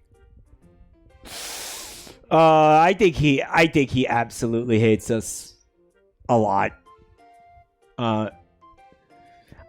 See, here's one of the replies. These replies are amazing because there's a reason that got so many fucking, that went viral. I remember I had a thesaurus with a small mushroom guide, and there were two that were exactly the same. Red cap, white spots, long, thin, white stalk.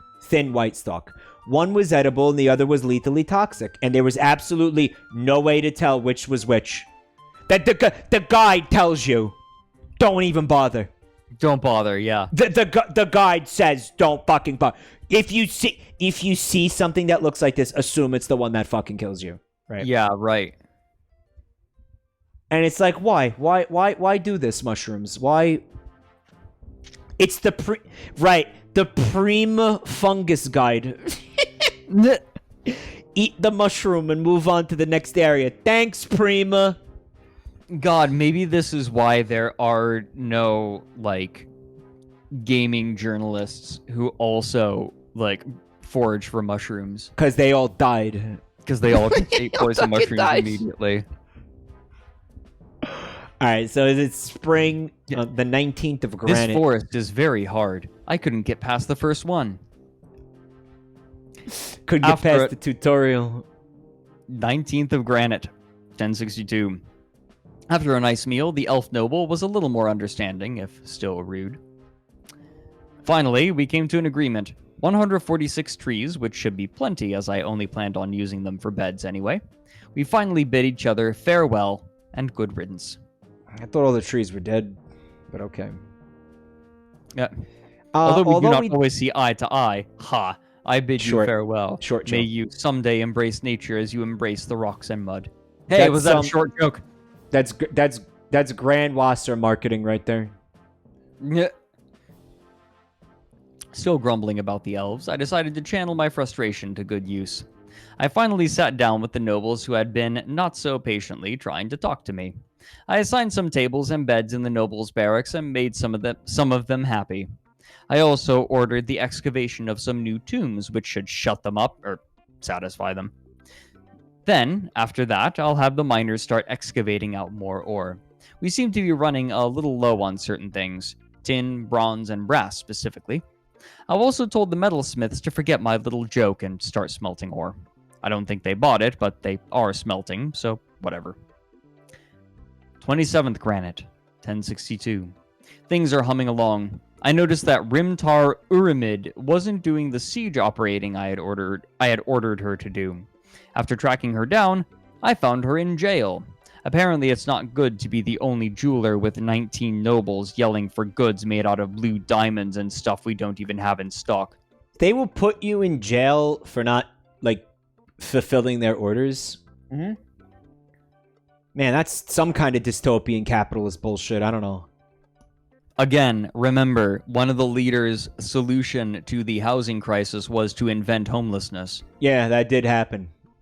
That did happen. Familiar. I invented a great new thing. It's called homelessness. They don't need homes now, or they don't like get to have them. It's like that Invincible meme. It's like, so, where's my bed? That's the neat part. That's the neat part. You don't sleep in a bed. That's the neat part. You don't get one. What do you mean? You're homeless. You're welcome. It's a new thing I made up. Oh, boy. Isn't it great? I am, fourth slate, 1062. I am told a fired pimp has sprung from a bush. I don't know what that means. Oh, thanks for being honest about that. A fire pimp? This pimp no longer is employed. A fire pimp? It's a fire imp has sprung Like from ambush. all of his hookers left him, and he's got nobody. He's got no one left to slap. Like there's nothing for him to do. He's out of work completely. Oh dear. All his hoes have they're on strike. The pimp economy is in shambles. It attacked a cow, but then was caught in a cage trap while going after the elephants. Oh, and I've looked it up in Preerter's Field Guide to Underwater Denizens. It's a fire imp. Man, the country accents are hard to understand. I wonder if I can tame this. Oh, it's pretty different, yeah. Also, today, some immigrants arrived. Excellent. We need more strong backs. Great.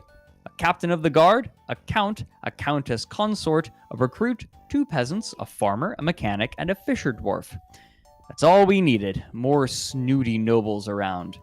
Oh, listen to me. I'm beginning to sound like a long-timer. Just gets so tiresome catering to their every whim. What a little bitch. I mean, then again, you have 19 people yelling at you to make rings, and if you don't make the rings, you get put in jail. Yeah. Press A, don't press A, never don't not press A, you know. Spring, 26th slate, 1062. Id, the Baroness consort, has given birth to a baby girl. Just what we need. More noble larvae. Noble End of spring notes.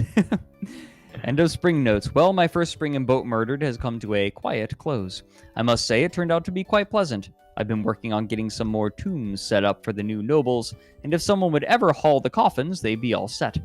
I've also been concentrating on getting food production stable, getting some of this fat rendered and cooked up, and getting some more metal bars stockpiled. I must say, I don't know why everyone tells tales of Boatmurdered being so brutal. I think it's been fun so far. I'm sure the tales are just fables made up to scare us in the capital. On to summer. Sam is in the chat saying, if you're still wondering why people dispose of the nobles in this game by killing them, it's because mechanically they only exist to demand stupid shit and offer nothing in return, much like a real rich person. Yep. I'm sure they create jobs. They don't create jobs, Sam? Do you think there is a single stockbroker who says, I'm helping the economy? Like, do you think they actually earnestly believe that? He creates jobs. He's a job creator. Because shorting stocks is a great way to make jobs. Yeah, he made jobs. Yep. He made his job. He made jobs by doing that. He made Part jobs. 3. That's how it works. If someone can explain to me how shorting stocks is good for the economy, like, I would appreciate that. They make jobs! The jobs trickle down. Dumbass! Come on, dumbass! The jobs trickle down to my balls! They trickle down, dude. Come on, you Go don't know down this? This is my- basic my- economics 101. All right, so this is part 53. Summer. Hematite, 1062. I actually legitimately don't know if shortening stocks is good or bad for the not. economy. I get the feeling it's not. I got noticed that we lost a war dog in a macaque raid. Suck Apparently- macaque! Yeah, Wait a minute. Suck macaque. Does he mean mandrill? It's a different kind of monkey. Macaque is a different kind of monkey. Yeah, I assume right. there's more than just mandrills. Macaque. I love the name of that. That's such a good name for a monkey. Holy shit. Whoever named that, A+. Good job. Apparently, he managed to tear 2 apart, but was struck down in turn. The macaques took off with some of the goblin garbage outside. What a waste. The dog, that is. Heck, they can come back and take it all for all I care. What a chode. No, he's saying, like, too bad the dog died. The dog died for nothing. Oh. That's what he's saying. He's saying, like, what? It's a waste. The dog fought to defend shitty goblin stuff that was rusting outside. Yeah, it makes sense now. Also, I've finally seen little Ilral, the Baroness Consort's little girl. Good to see she's drinking lots of beer like any other healthy dwarven baby. I wonder if she'll grow up to be a noble or if she'll be useful. Oh, there I go again. Dumb cunt. She prefers to consume dwarven beer. She needs alcohol to get through the working day.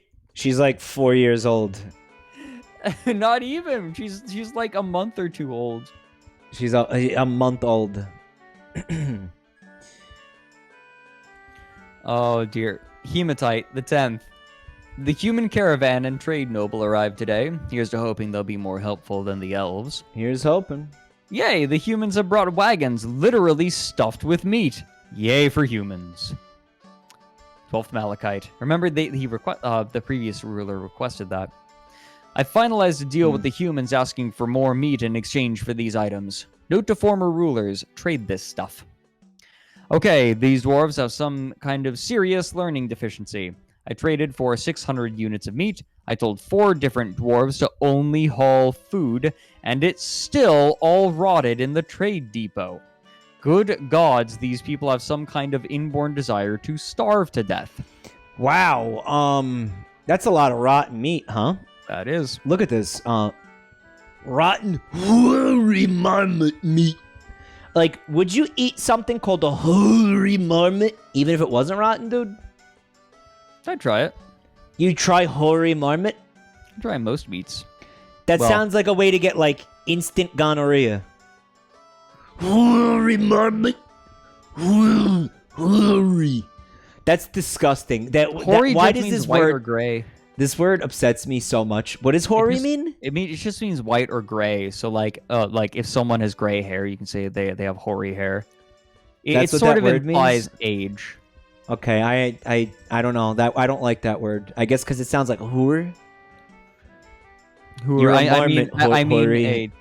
I mean a fired pimp did jump out of the bushes, so Yeah, you see what I'm saying, man? They're eating groundhog meat? How much meat do you think is on a groundhog to begin with, dude?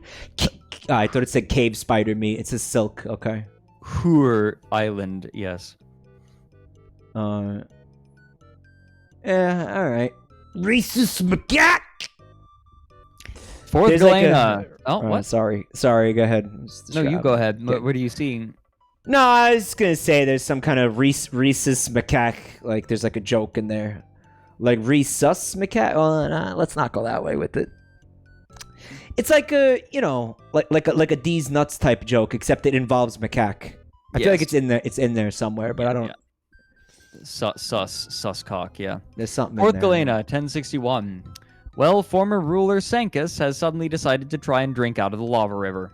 I've tried to talk him out of it by changing his jobs and telling him to join the military and then relieving him, but nothing seems to work. I don't think this will end well. Guys got to do what a guy's got to do, man. Well, summer was uneventful. I tried to get Sankus in a mood improvement program I like to call Up With Yourself, but he keeps moping by the lava. How sad. Autumn's goals will be to continue getting a decent food stock built up. He's loving it. Winter, 1062. Well, I would surely lose a grade point or two for not keeping a journal this whole time, were I back in school, but to tell the truth, I really didn't need to. Winter is now over, and I'm about to welcome my replacement. I have to say, aside from the dwarves who live here being a little special, this experience has been quite enjoyable. I'd like to recap my current projects, but first let's catch up. This is what our stocks looked like in the beginning of winter. We had some kobolds try and sneak in and pilfer items, but the dogs quickly sniffed them out and ripped them apart. I ordered the east side of the river dugout as far north as the mountain range went. This should make foraging for berries and plants much easier in the spring. Although the citizens insisted on replacing that dried vomit that welcomes every visitor. How dare they? Why do they keep going outside to vomit? I don't know, man. Well, I mean, I guess that's a good thing. I mean, alternatively, they're vomiting indoors. I guess. And rather than clean up the kobold mess, everyone would rather squish their toes in the gore and spread it all over. Also, you'll notice that Id, the Baroness Consort, has had another girl. Well, at least she's good for something after all. Cock! And this is the stocks at the end of the year. All in all, I had a splendid time. I am quite sure that all the horrible stories are nothing more than stories made up to scare off or impress those of us in the capital. I've decided to take it easy now that I've earned a break and I'm taking up fishing. I think it will be a relaxing way to pass the time. Well, as long as someone decides to finally clear up the mess in the halls. Oh, yes, some notes and unfinished business. Sankus finally listened to reason and stopped trying to drink out of the lava river. He's given up the disturbing engraving for the time being and is busying himself making some fine furniture. I must say he's quite good, although the detail in some of the tables he's made are, well, let's just not mention them. There's a mechanic named Ast that is married to the guildmaster, I believe, who is wounded.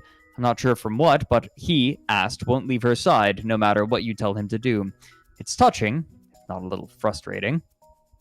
I've ordered all the elephants tamed, but for some reason the trappers refuse to train any more war dogs, and I can't fathom why. They keep saying there are no dogs to train, but I'm practically tripping over dogs right now. I think that does it. Oh, I've also set up a modest private quarters for myself, but the bedroom furniture hasn't arrived yet.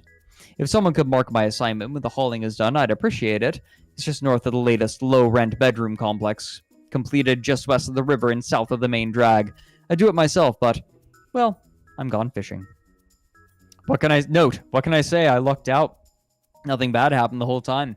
I managed to stabilize food production, keep making that fat and cooking it. That's good eating. I've also mined a huge section out, so gems and ore should be easy to locate. I guess it was my destiny to give it a brief respite before it slides off into chaos again. So dwarves that haven't been outside in a while can develop cave adaptations, so when they see sunlight, they start puking.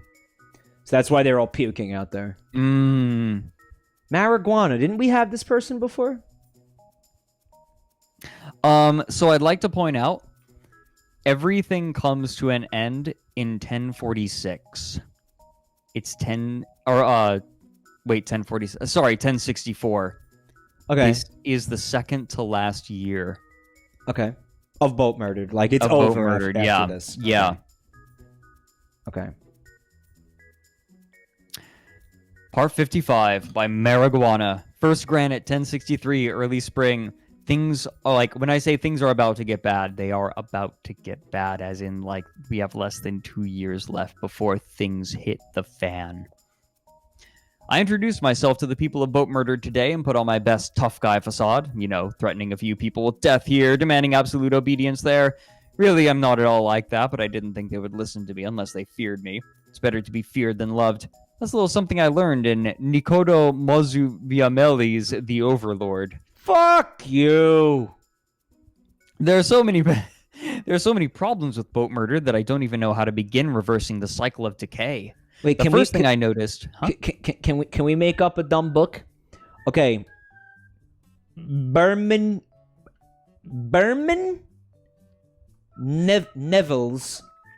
Mopey Dick. Mopey Schlong. It's about a flaccid penis. I'm sure it is, Mike. Berman. I'm sure. And what are the contents of this book? He's got a dude named Quoquag. There's a fella named Quoquag, and he hella gay. and he Okay. has some like some raunchy sailor sex with a guy named I Smell. I Smell and Quoquag. They fuck like rabbits, and then they kill a big ol' dolphin, giant white dolphin, big old dolphin. Oh, Big is old that blue why dolphin. it's called Mopey Schlong? Mopey Schlong, and there's a dolphin, a big blue dolphin who goes around punching pregnant women really fast. Really running all over the ocean like fast like you wouldn't believe. All right. And he's punching the shit out of pregnant I'm sorry. I don't know why I'm Gotta- being like this. I encouraged it, so really it's my fault. I don't know why I'm being like this. Nikodo Majima. Just shut up. Am I wrong? Did that annoy you at all? It's silly. Well, I mean, think about it, right? Like, if you're just reading it, it's just throwaway. But we're saying it aloud. Yeah. There are so many problems with Boatmurdered that I don't even know how to begin reversing the cycle of decay. The first thing I noticed was the smell, and I don't know what to say about it. It's like an elephant's ass. Then I saw the bones and the rotting pieces of flesh that children kick around in the streets, and the nightmare scenes carved into the walls. No wonder the dwarves kids and are all animals. No wonder the kids are all alcoholic. Yeah. And the nightmare scenes carved into the walls of dwarves and animals screaming, of monsters gorging upon children in lumps, and things I never want to speak of. It's as if the dwarves of Boatmurdered have lost all hope. It's been a hell of a ride. I don't know what to do for these people, or if indeed there is anything that can be done for them. For now, I have ordered them to move these piles of goblin equipment to the magma river to be melted. By the gods, how many legions of goblins have died before the gates of Boatmurdered? The kids aren't okay. I woke up in a pile of garbage outside of my room. I think I drank too much, or maybe I was knocked out and placed there to die. I'm not sure. I'm irritated to note that in the past 4 days, not one piece of goblin armor has been moved to the armor stockpile I have designated in the back end of the fortress. I decided to investigate the problem and found that of these 72 dwarves currently living in the fortress, 22 are nobility, 4 are children, 6 are employed in the military, note this will need to be increased later, 5 have wounds that leave them unfit for work, and a dozen more were partying. Something had to give. I regret that it had to come to this, but for now, there will be no partying in Boatmurdered. I hope none of the men will be terribly upset by this decision. It's fucking Footloose. It is. Literally 1984. Boat loose. Boatloose. Boatloose. All right. Party time's over. No more party rockers in this house tonight or ever again. Everybody is breathing miasma. No more party rockers, Fred. Literally 1063. Today I also noticed that the fortress is sorely lacking in bins. Not wanting to send any of my already scant workforce out into the wild to cut down trees, I ordered the production of some metal bins, and was horrified to find that the only dwarf who knows his way around a forge is currently in jail. I think I understand now why my predecessors left this place in such a mess. 20th Granite, 1063, early spring. The elves have arrived, diary. Their meddling is the last thing poor, struggling Boatmurdered needs. Why should we help them? The elves have done nothing for the dwarves but waste our time with their moronic little demands. The elven diplomat is here, and unsurprisingly, she thinks she can boss us dwarves around. Who the hell does she think she is?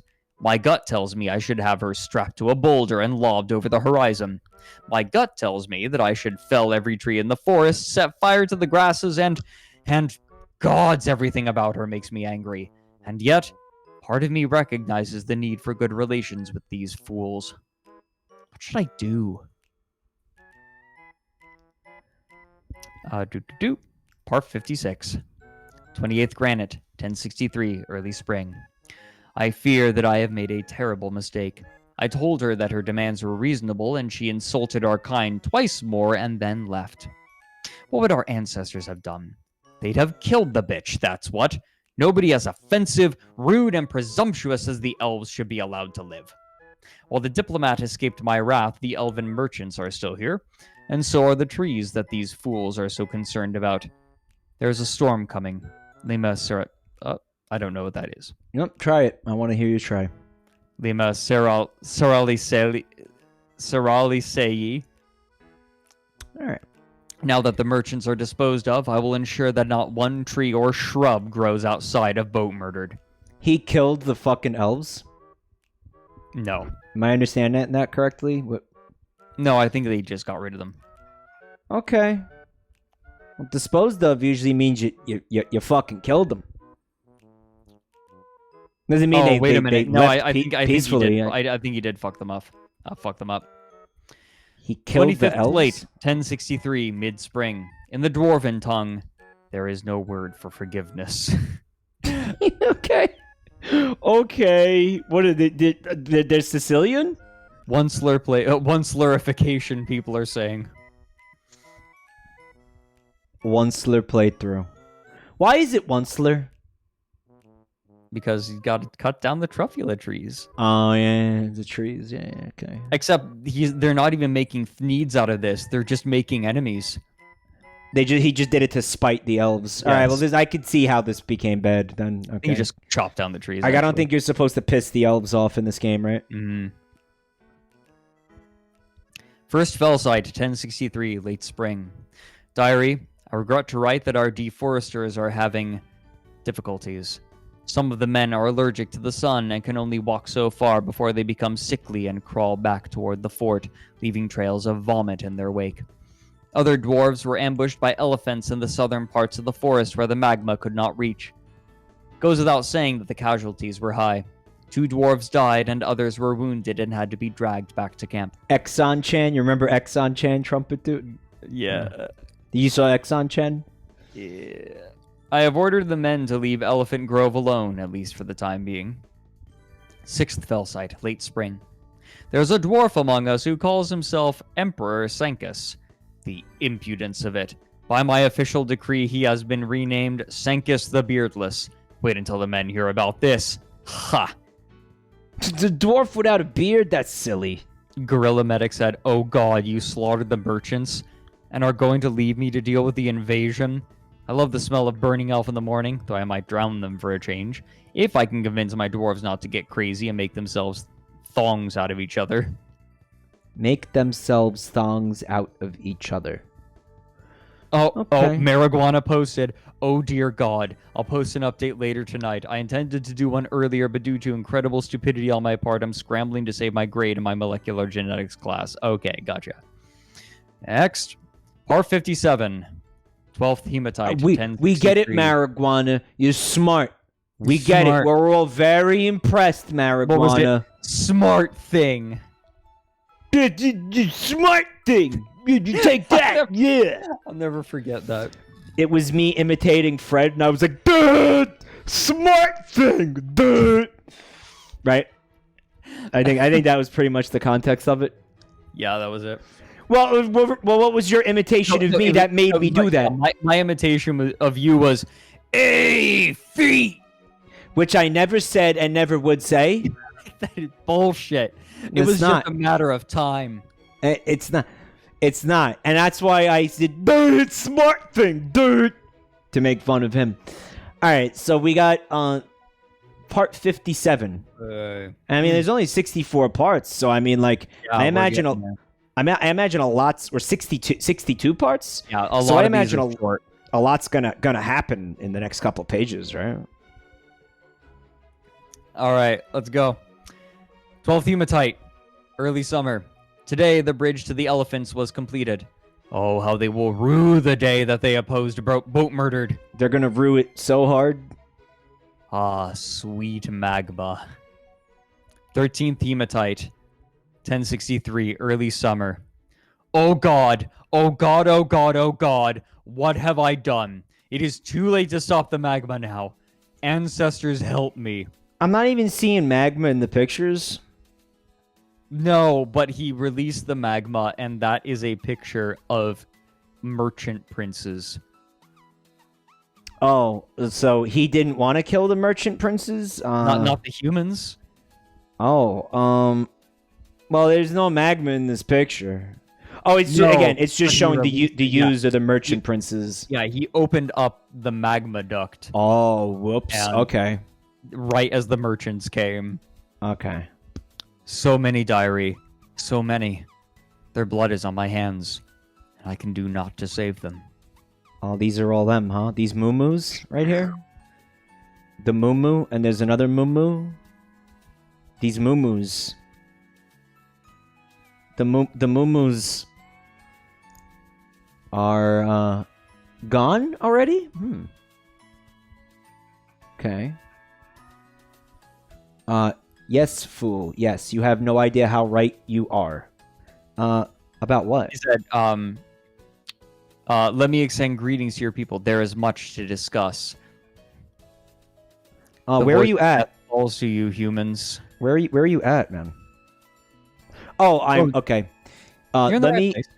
extend greetings to your people. There is much to discuss. Yes, fool. You have no idea how right you are. Okay.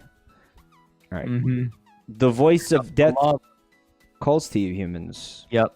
Here comes the lava. Do do do do. All the U's and H's are humans. Oh, The following, and the red is well, yeah. self-explanatory.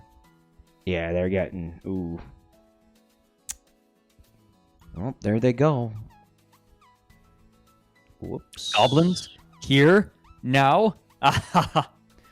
Damnation! The flow cannot pass over the bridge. I need to consult with my engineers. You need an aqueduct. The aqueduct needs to be made of stone. You just murdered dozens of our best trading partners, you bastard. Yeah, but he didn't mean to do it, right? Marijuana posted 24th hematite, 1063, early summer. I can touch you now. Jesus. This person's unhinged. Yeah. It's okay, guys. He says he's sorry. He. You could dig a new channel down south and we could flood whichever hemisphere angered us. So this is all getting undone because of this one person being an asshole or A little bit, yeah. an idiot? Well, if he fucked up and then leaned into it. Fourth Malachite.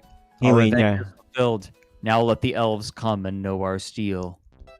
He fucked up and leaned into it. Why are the... Look, there's more elephants out here. Why would the elves come if they killed human merchants?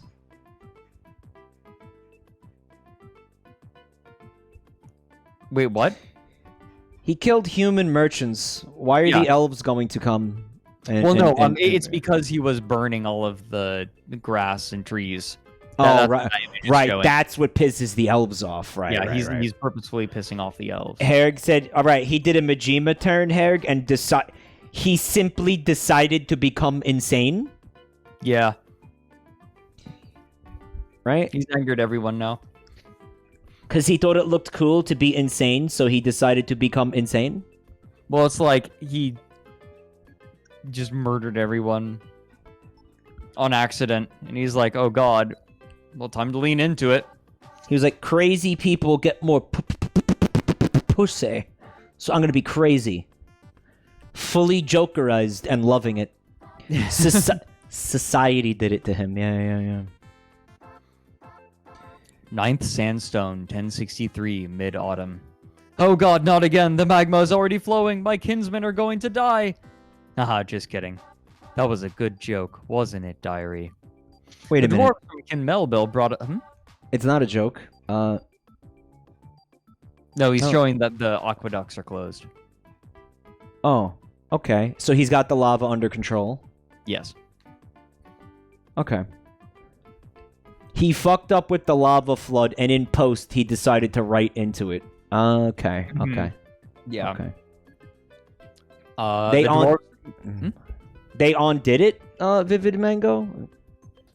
No, they didn't. No, they didn't. The dwarves from Kinmelville brought us a lot of meat today, and we're glad to take some old goblin equipment as payment.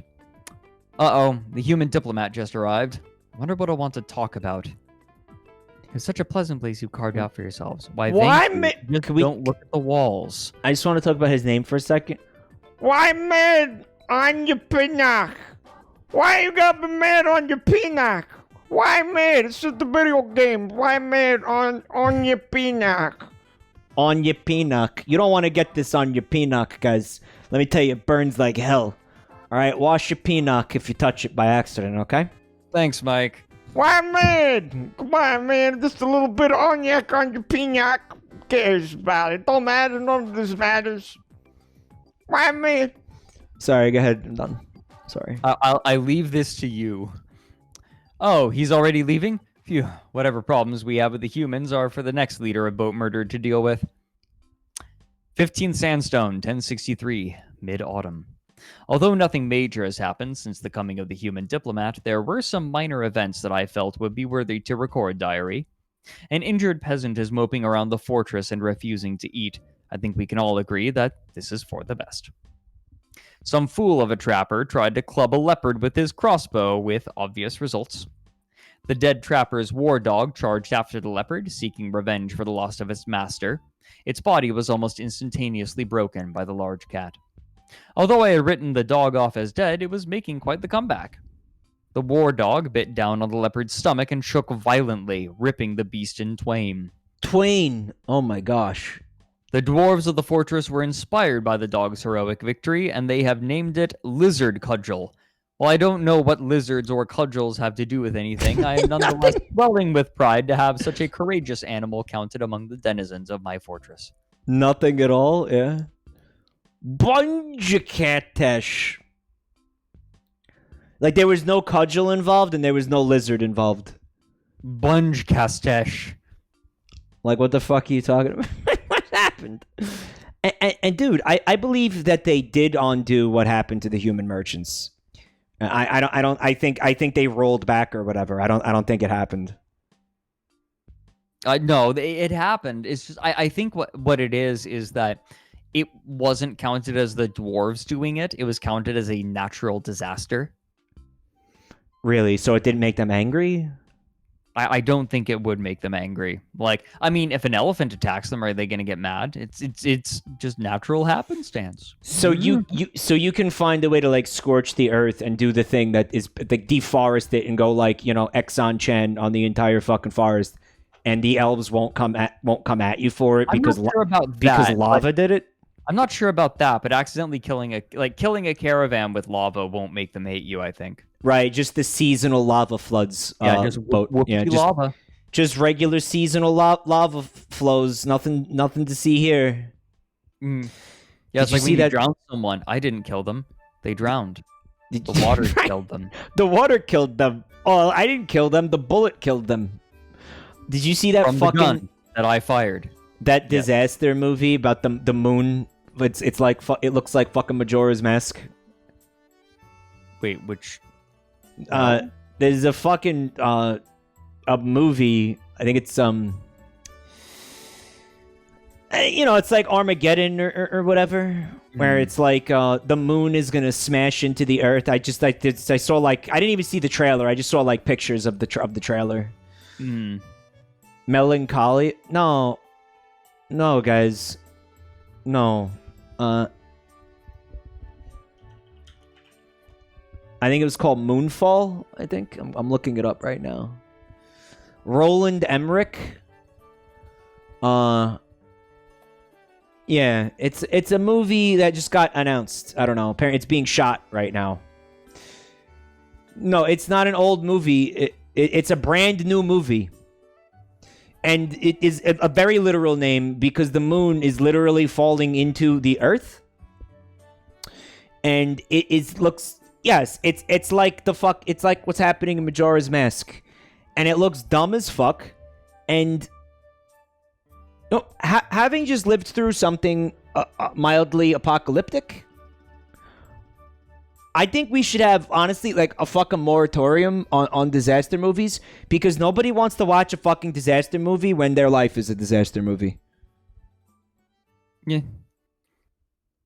Is that fair? Yeah, that's fair.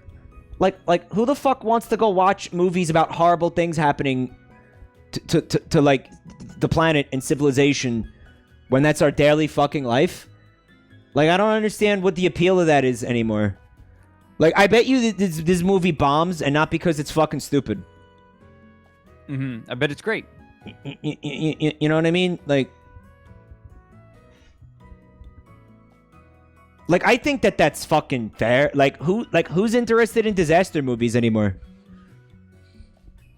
Yep. Like, why would you want to go watch a fucking movie about, like, a fucking deadly disease? Probably started production before. Apocalyptic flooding. Not this one. Oh. No. Dude. Rampant wildfires. New Zealanders, because New Zealand is always going to be safe from natural disasters, apparently. Right? Good on them. You hate disaster movies, yet you watch them. Curious. I don't understand why anybody would be interested in disaster movies in 2021. I don't. I never saw the appeal of them. I mean, like, some of them were all right. I mean, like, I can't think of it abstractly off the top of my head. But when I saw this trailer, or, like, again, I didn't watch the whole trailer. I just saw, like, pictures of it. I found it to be astounding that Hollywood would be making and trying to market disaster movies in an atmosphere like this. I don't know. Are you ready for a hot take? Yeah. Foundation is a post-apocalyptic series. I don't know what that means. Foundation by Isaac Asimov is a post-apocalyptic series. I never heard of it, and I haven't read it, and I don't know what that is. Yeah. No, it's a hot take. The core idea of Foundation is that there's a dude who has created a science called psychohistory, where he can essentially predict the direction of society out to a very, very distant place, or like a distant time. And he says the human, like, this is at the point where, like, Earth is now a planet that entirely exists to maintain the bureaucracy of the universe, like the galaxy. And this one dude says, hey, this entire, like, empire is about to crumble, and there will be a period of 10,000 years of darkness. But if you listen to me, I can get it down to, like, 1,000. All right. And so so he basically requests a shitty planet off in the corner to essentially keep the knowledge of humanity, but in secret, it's actually a project to rebuild society after the empire collapses. Someone in chat's like, Mike, it's a cold take, or Fred, it's a cold take because that's literally spelled out in the book. I mean, yeah, but you think of a post-apocalyptic, it's like, oh, they're, the raiders and this desert, and oh no, everything's flooded. But it's like, I don't know. Foundation doesn't feel like a post-apocalyptic novel. Tita said, just assume that Mike has never heard of or seen anything. For future reference, I don't know any. If it's like mildly cultured, I don't know anything about it. Oh, sounds like an all tomorrow form of post-apocalyptic, Fred.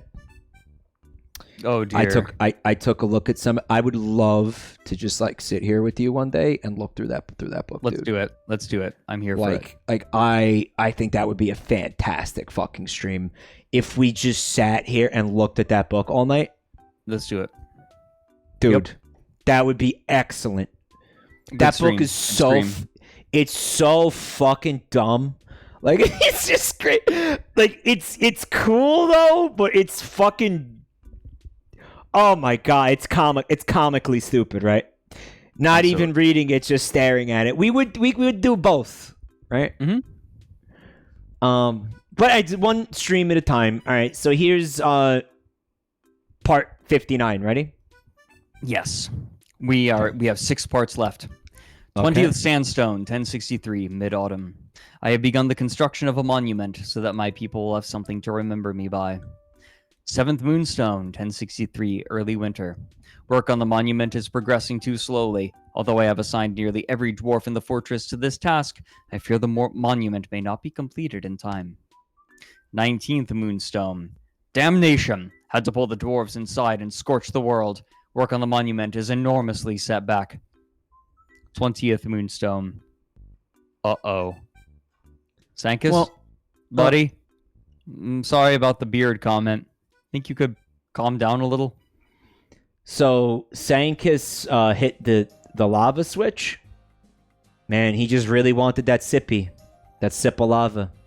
He finally got it. So he hit the lava switch. And the lava came out. No. Pee came out the lava fast? came out and it fucked up one of Sankus's drawings. All right. So that nothing lost, nothing gained, or whatever. Like it just destroyed one of the cool things he made, which like helps keep the dwarves from going crazy. Like lava came out fast. Daisy. Okay. Lava came out fast. Part 60. 24th Moonstone. We're so close. The flood of magma last winter set alight a catapult in the ramparts of our fortress. My my web browser is just not loading. Oh dear. Try hitting it again. Oh dear. Oh bother, Christopher Robin. Oh poo. You can tell I'm getting old. 24th Moonstone. The flood of magma last winter set alight a catapult in the ramparts of our fortress. It has created a smoke cloud that has lasted for weeks, causing dwarves to choke on it and driving them utterly mad. They love it. 25th Moonstone. Oh my god. Sankus is on a bloody rampage. He mauled a baby and a cow, and now, at this very instant, he's beating the elite Marksdwarf Kadol Lokumad into paste. Did I mention he is on fucking fire? What a legend. Oh. Oh dear God, Sankus, just let him die. You don't need to break every part of his body. Look at that. Where's his lung? Is his lung despaired? Oh my god, Sankus beat the elite Marksdwarf until he finally died from being on fire. In fact, he beat him so long that the elite Marksdwarf also caught on fire and died shortly after. Oops.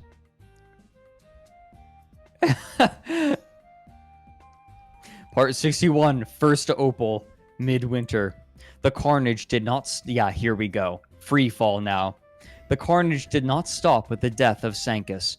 More and more dwarves are tantruming, and fighting is near constant in the streets. There are only 5 nobles left alive now.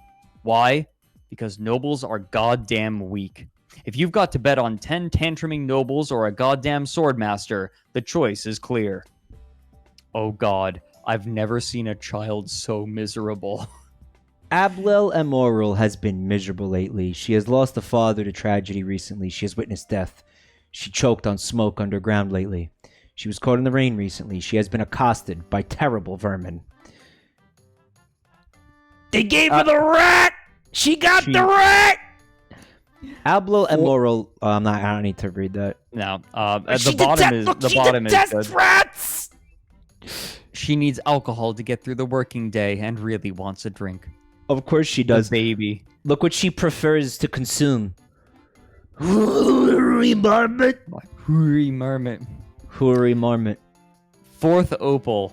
Mandrills. They are attacking. They snuck in through the smoke. 14th Opal. No matter what I do, they just won't stop dying. There are now 39 living dwarves in Boatmurdered, of whom 10 are injured, 2 are jailed, and several are insane. At least the smoke and miasma make it difficult to see the burning bodies and pools of blood mixed into vomit. At least there's that. So Sankus posted, so what exactly started the whole unrest? Was it Sankus, or was he simply another byproduct of a larger cause, the last lava flow? Marijuana replies, it's the smoke. There is a permanent cloud of it, driving everybody mad. It makes everybody just an inch from snapping, so if the tiniest little thing goes wrong, someone is going to go berserk. And when that berserk dwarf kills another dwarf's baby, the father goes berserk and kills a cow. And that causes the cow lady to go mad and break the well. And so on until everybody is mad. Even now, dwarves on the sick beds of the barracks are beginning to rip each other apart. They need therapy. Like, how come there's like no fucking therapist? They need like a Dr. Phil dwarf. Yeah, you're right. Get in there, Mike. They need a Professor Dr. IR. Part 62. Sees bussy? I sees bussy. Dr. Phil. 21st Opal.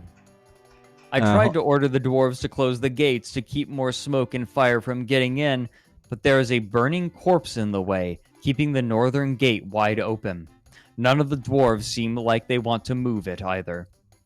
28th Opal. Only 29 dwarves live now, but I will not let my reign be known as a total failure. Every dwarf who can stand is working single-mindedly on my monument.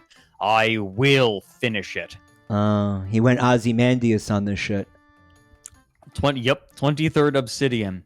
At last, the smoke is rising, and the cycle of death in Boatmurdered is coming to an end. The population of the fortress seems to have stabilized at 27 dwarves, with the last death occurring a little over 2 weeks ago.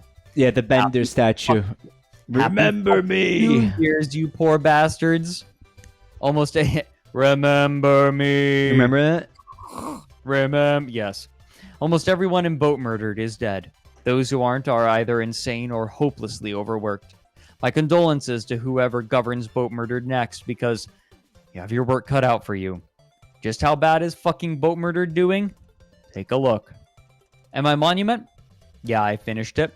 I meant to make half a goddamn lizard, and nobody will say otherwise if they know what's good for them.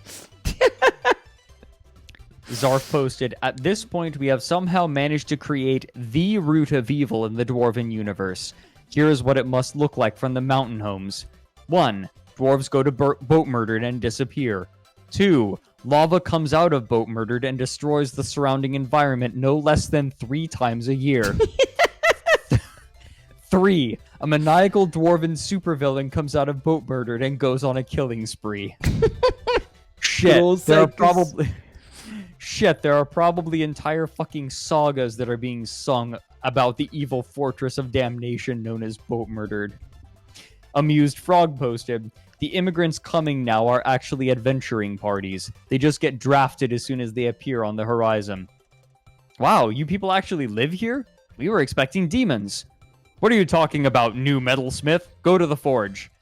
I'm an adventurer. We've got another crazy. Shove him outside and seal the doors. Help! Get off me, jerks! Well, anyway, oh god, I'm melting. Oh, that's great. Part 63. Oh, it says, meanwhile, in an alternate timeline? Yeah. What is this nonsense? By Sankis. Young Sankis is a gnomal, lost son of Emperor Sankis Gatenbaumrek, searches for his father. After a long... Oh yeah, they're looking at the ruins. After a long journey, he is reunited with him, now dead, in the abandoned fortress he once ruled. In an adjacent room, Izagnomal's mercenaries are fighting for their lives to defend the tomb's entrance. The battle is lost, but Sankis emerges from his father's grave to fight on. Sankis the Bearded is overcome by his foes. Content that he finally met his father after so many years, he gives in to the pain and prepares to meet his father once more in the afterlife. What is a troglodyte?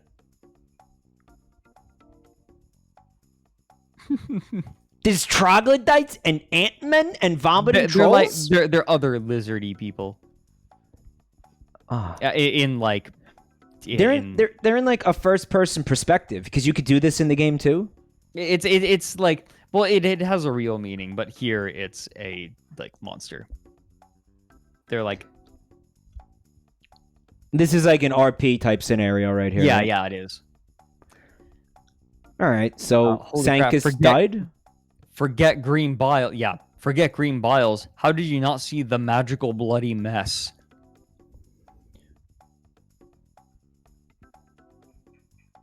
You are deceased. Press escape to finish. Yeah, it's kind of an adventure mode of Dwarf Fortress. Engraved on the floor is an exceptionally designed image of Aztec Urbsurth, the dwarf, by Sankis the Beardless. Aztec is burning. The artwork relates to the burning of Aztec Urbsurth in Boatmurdered in the mid-spring of 1063. That's the dude that caught on fire after oh wait, no. That was before. Biles is the same, just another name. Okay. There's It's called surprising lack of corpses in the fort. The Magical Bloody Mess. We've got we've got 2 more entries to go. You know, I am shocked, honestly, that the downfall or the collapse of Boatmurdered did not involve elephants. Yeah. Like, Right? where are the Well, elephants? it kind of did. Because remember, the reason that they made the lava thing in the first place was to deal with the elephants. And the lava is pretty much the thing that fucked them. Yeah, because the lava, like, destroyed a bunch of their resources that they could have collected, and then lit a catapult on fire, or was it a ballista? I don't know. A catapult on fire, and the smoke made everyone go crazy. Because remember, this place was barely functional. Like, people couldn't do anything. The layout was terrible. Everyone was vomiting everywhere, and people were starving. And that was the neat part. Yeah, that was when things were good. Yeah. Part 64 by Gorilla Medic. Here goes. I chose the character for the sole reason of him loving roaches. Also, he wears plate mail over chainmail and uses 2 swords. First Granite, 1064. I drank the last of my personal stash a week ago, and there is not a single drop of alcohol in the whole fortress. We are doomed. Truly doomed. This is the first time I've been sober in years, and I've yet to understand all the horror we have been through. Due to recent events, the fortress is in martial law, and I'm in charge. We are doomed. Might as well enjoy this. In my drunken stupor, I have started wearing a second layer of armor and increased my arsenal with another sword. They have kept me alive all these years, so I will continue. Check out this mood. He needs alcohol to get through the working day and really wants to drink. He doesn't really care about anything anymore. It don't matter. None of this matters. No, This don't matter. don't matter. The Real doomer. He's indefinitely- doom-pilled. Yeah, he's doom-pilled. Yeah. Yeah. He's like Sega doom-pilled. Everything's gonna be fucking shit anyways. Just put the fucking game out and make it shit. Let it be shit. They love shit. Fuck them. Is this Sega now? Sega Fortress. Sega murdered. The indefinitely burning enchanted puppy outside the gate turned out not to be hallucinations. Smells awful. What? Considering flooding the valley to put it out. What do you mean indefinitely burning enchanted puppy? Stray puppy corpse. Okay. This game is so fucking dumb. Yeah. I ordered the farmers to flood the farm caves, but somehow a tree has grown to block the floodgates. Somewhat bizarre. Third Granite. I finally figured out where everyone keeps sneaking when I look away. The last ruler ordered a 300-foot-long gecko to be built as a decoration. While it's rather pretty, I ordered the construction to be suspended on the threat of bashing their heads in. By the gods, Megor Grendel tried to extract the flaming puppy, but caught fire and died instead. By the gods, why? The elves have come. I have been told we promised not to cut down too many trees last year. I think they'll be less than happy about the massive defoliation campaign that has been going on. They said nothing. They only traded their wagon of cloth for a few of the many slightly burnt weapons laying around the gate. I think the piles of yellowing bones and the still smoldering Grendel put them off a bit. Ugh, I cannot play this any further. I do not know if I have the strength. The most useless immigrant wave ever. 20 nobles. Nothing else. This will slay me. Oh, I'm happy that I can appreciate the irony of that now at this point. Yeah. How can I keep them out long enough to pull the lever? What can I do?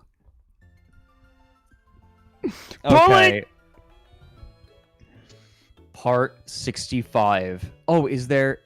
No, there are 66 parts. Part 55 by Gorilla Medic. 65, yeah. 8th fill site. All burn. Children burn fastest.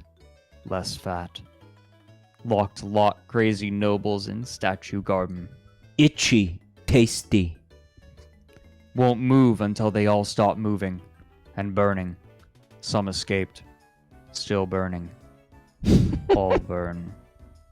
Edit. Aha, I just located Sankis's ultimate work. Engraved on a wall is an exceptionally designed image of an elephant by Sankis the Beardless.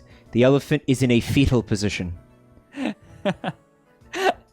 Poor thing. Everything comes a full circle now. It's like the elephants are having the last laugh from beyond the grave, basically. Okay, need more votes on this. Try to survive the burn or mining adamantium. I can make some bitching weapons before everything burns down. These nobles are out of control. In my knowledge, the 2 deep timer starts if you mine somewhere between 10 to 99 adamantium, and I haven't dug out any yet. Dr. Zero posted, my vote is just keep playing until all dwarves are dead. Never give up. Never surrender. And reclaim. And Stark Raving Mad returns. You're fucking right, I'm glad I got away from those crazy cocksuckers when I had the chance. Armok rust their poor souls. Pussy's half price for the next 15 minutes. Oh, God. Seriously, there could not have been a more appropriate end to... Is that a reference? I feel like it's a reference. I don't know, but I thought that the pimp got fired. Seriously, there could not have been a more appropriate end to the saga of Boatmurdered than a gigantic flaming apocalypse for no apparent reason. Oh, Deadwood, okay. Yeah, I never got to watch that. I hear great things about it. We're at the end. Part 66 by Gorilla Medic. The very stones themselves are burning. Nothing can stand in the heat. The fires have claimed all of the second hall. There are only 5 of us left, and Unib Barog walks back and forth, carrying objects uselessly, not understanding anything. The tales Shouldn't are be funny. The tales are true. Adamantium is cursed. We did not but uncover the vein, and doom befell us. Cyril Likotag told me he had to fill the pool and wandered into the fires. Poor creature. Barog declared that he wants new Bonobo leather trousers. Repeat, no adamantium has been mined. Yet. Human merchants have arrived.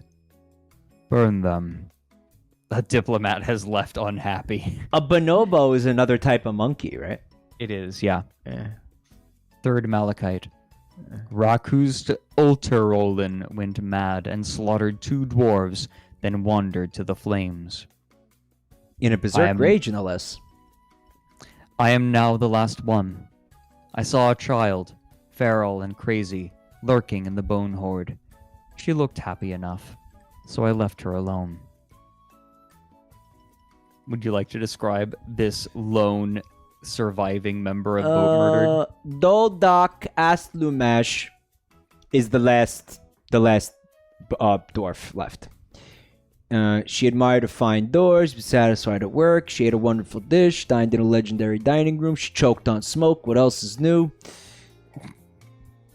She admired her own fine container, she was disgusted by a miasma, she slept in the great bedroom, she likes felsite, diamond, mangrove, ivory, colored violet, low boots, with fur, beds, crowns, and flasks. To be fair, if I grew up in Boatmurdered, I would love ivory for the sake of its dead elephant. Yeah, that'd be... they must be fucking flush with it, too. Right? She prefers Rhesus macaque, cave fish, dwarven wine, and boat milk. Boat milked? Boat murdered? She detests fire snakes. Of course, Doldak is enamored with the adamantine that the miners discovered. She's needs alcohol to get through the work, and has gone without a drink for far, far too long. But yes, it's important to note that despite all of this, she's been ecstatic lately. You know, maybe she just likes being fucking alone. Like, she's really, really enjoying being the last fucking dwarf. Because you know how hell is other dwarves? She's having a great time alone in the bone horde. I will leave, cut my beard, and seek my death somewhere else. There is nothing for me here. The child will now be the ruler of Boatmurdered. Girl boss! Goals, Sorry, baby. goons. I just couldn't handle it. With the whole fortress filled with rotten cat corpse and miasma, I couldn't even pull the doomsday lever when the last merchants arrived. The only guy who kept sane and not walking to flames was the badass fortress guard walking around in chainmail and plate mail and a sword in each hand. Evil Slug made us a bit. The fortress of Boatmurdered burns, without and within. All is smoke and fire. Everybody is dead, save two. I ask you to picture a lone, abandoned child and the well-known madman Gorilla Burial Gears outside the heavily decorated mountainside entrance. The child plays in a bone pile, simple-minded and happy. She seems oblivious to the death and decay that surrounds her on all sides. Once a celebrated hero, Gorilla Burial Gears has found himself helpless as this idiot child when he was needed the most. The would-be ruler silently mourns for the poor child's future, while he knowingly and selfishly prepares to leave her behind. As he pulls on his pack and begins searching for the road, the girl suddenly yells, "Shiny!"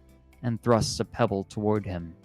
Gorilla reaches out to take the smooth stone and rubs it thoughtfully between his fingers while returning an empty smile. The girl quickly goes back to her bones, and he takes the opportunity to leave. This is all he knows to do. Killing her would be a service, but his swords seem too heavy for the task. Or is it his heart? He once more rubs the stone and decides this is how it must be. He simply cannot kill her.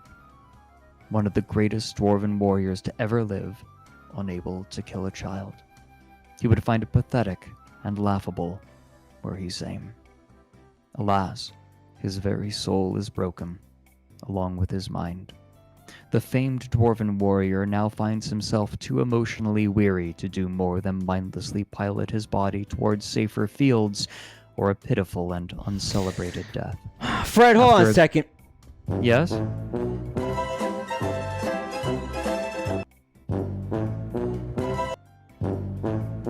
You know what? You chat.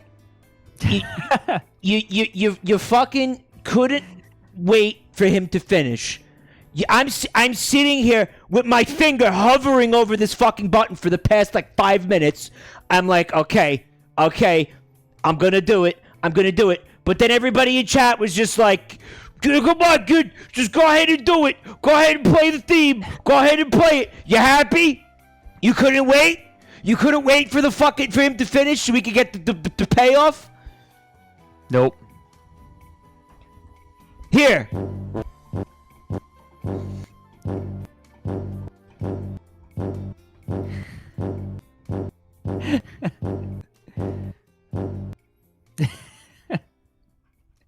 All right, just go ahead. Sorry.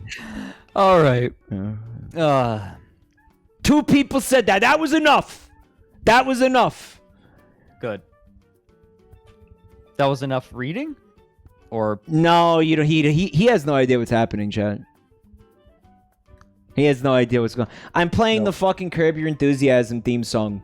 over and over? Yeah, I unmuted long enough to hear that. Oh, okay, yeah. All right. So you can keep reading it. It's whatever. Go ahead. It's just, you guys know me too well by now. Like,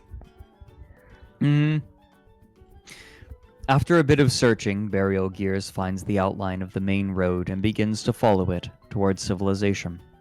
The only coherent thought he can seem to muster will ultimately become his mantra and his sole reason for continued life in the early months of his upcoming journey.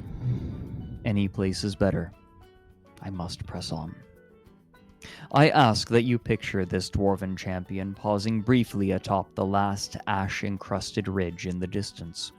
In the waning light of a setting sun, he looks back upon the gaping, smoking maw of Hell's Door one last time. At this moment, he finally sees Boatmurdered for what it truly is: a wicked and foreboding blight upon the surrounding lands. The wind-swept and charred landscape raw. What is Mike doing? It's like every time you finish a sentence, I just go, brap.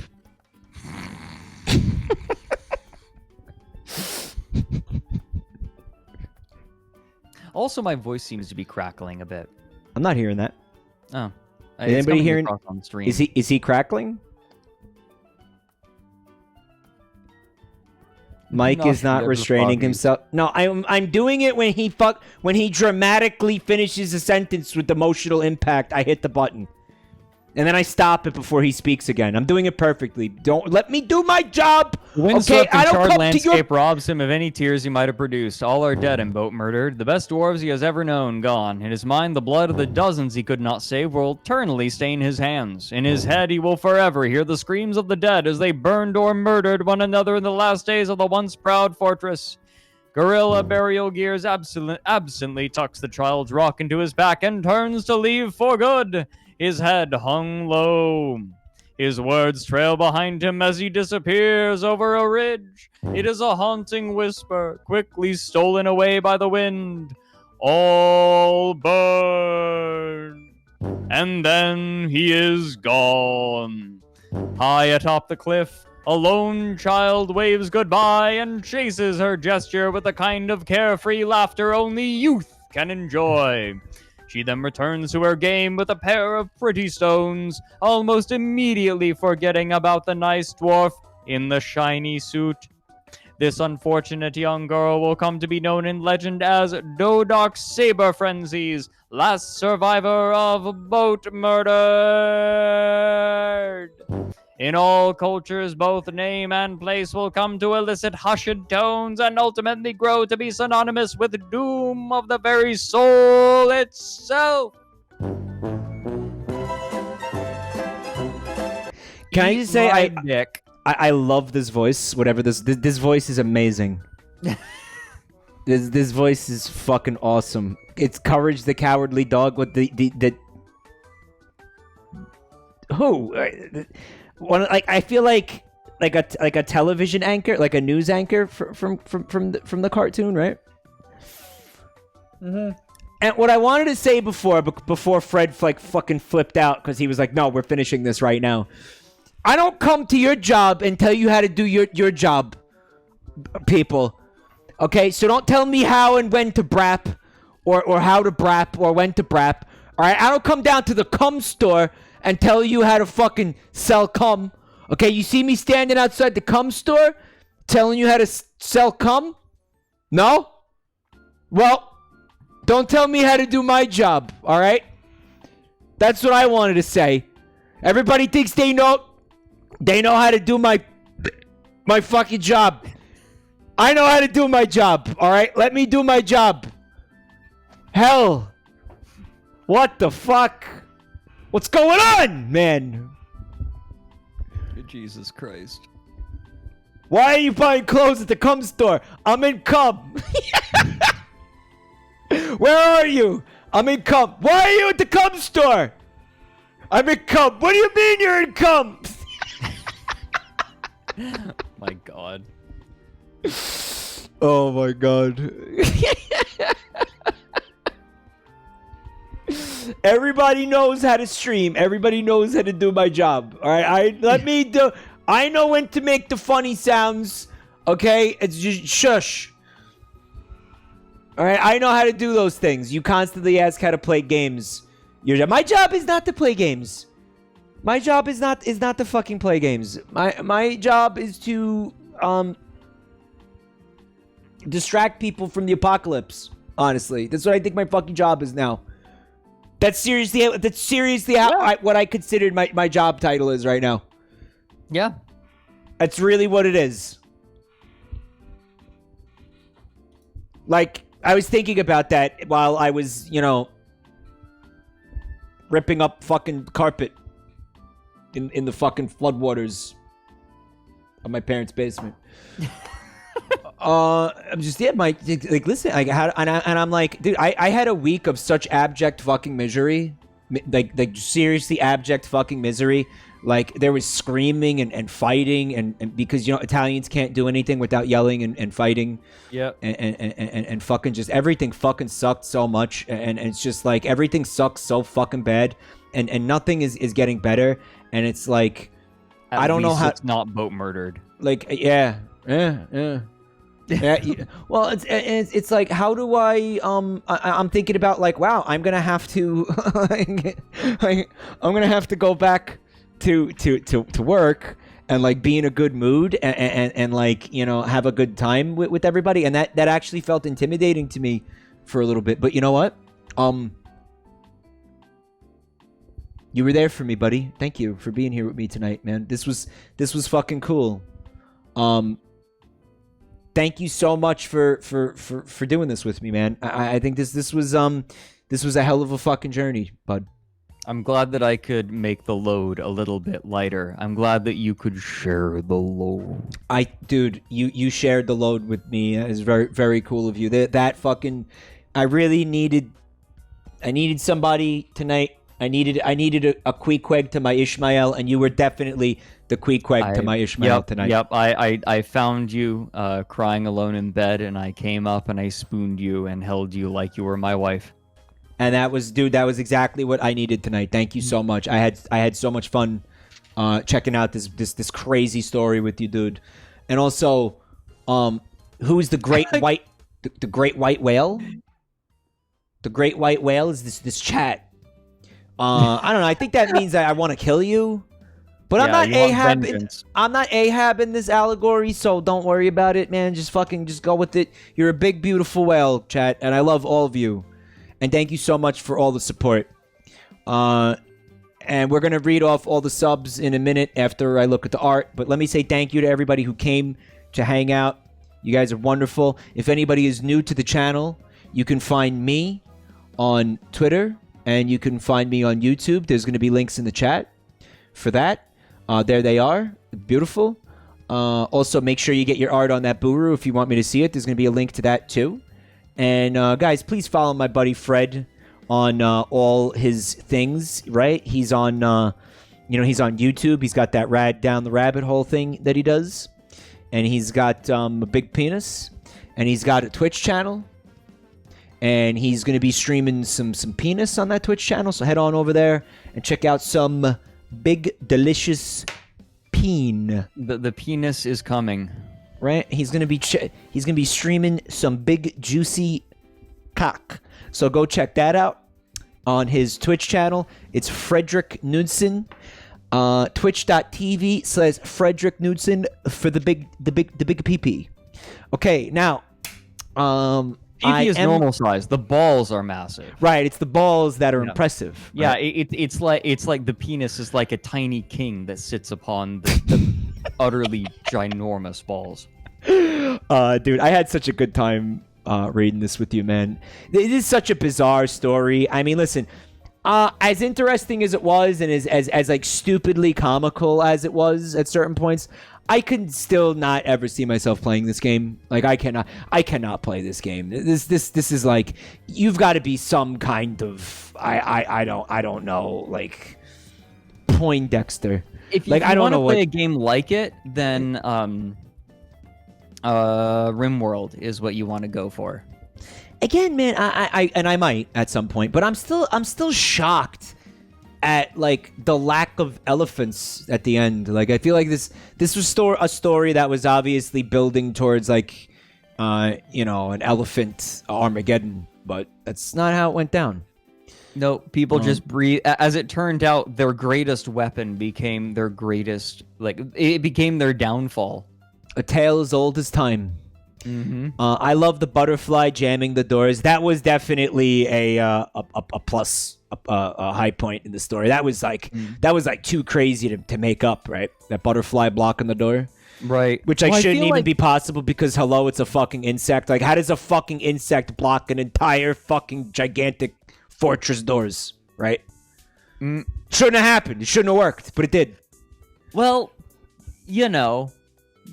I had somewhere I was going with this, but we've been doing this for 6 hours, and I'm tired and hungry. Yeah, we're getting tired. I'm definitely tired and hungry, and our voices are starting to get fucked up and all that. I've been having throat problems still, but I was able to truck through it. Okay. It was like Chekhov's elephants, but they never showed up. Yeah. Chekhov's pachyderm. RimWorld is fun, and you can make rim job related jokes. Yeah, I don't know. I think like I said, most of my streams are gonna just like not even involve video games, like in the future. Like I just want to do dumb shit like this. Like honestly, I love this type of shit. Like this is like just, you know what it is hard to find like things like this though, Fred, like consistently, and just have something to do and something to look at. I love this fucking all tomorrows idea. I really do hope like you're down to do that in like the near future. Absolutely. It's like, I guess, yeah, like podcasts. And we were actually going to start work on another Warrens episode this week, but literally every fucking thing that could possibly bad that could happen happened to me this week. So that's not happening yet, obviously. And I feel like there was a couple of other things that I wanted to discuss, and I just kind of I just forgot. I don't know. Anything you want to talk about, Fred? Anything you want to say before we look at the art? Not really. Follow me on Twitch, I guess. There it is. By the way, one more piece of art. It says "The Fall of Boatmurdered." And that is what's his name? Simlak? I already forgot his fucking name. That one crazy bastard. The one dude that just like started murdering everyone. Sinbad. His name wasn't Sinbad. Sankus. Thank you. His name was Sankus. Yes. There he is. That's fucking awesome, actually. That's great. Yeah. I love dumb shit. Quacky art. I'm glad you like dumb shit too. When there's nothing left to burn, you set yourself on fire, somebody said. Anywhere but here.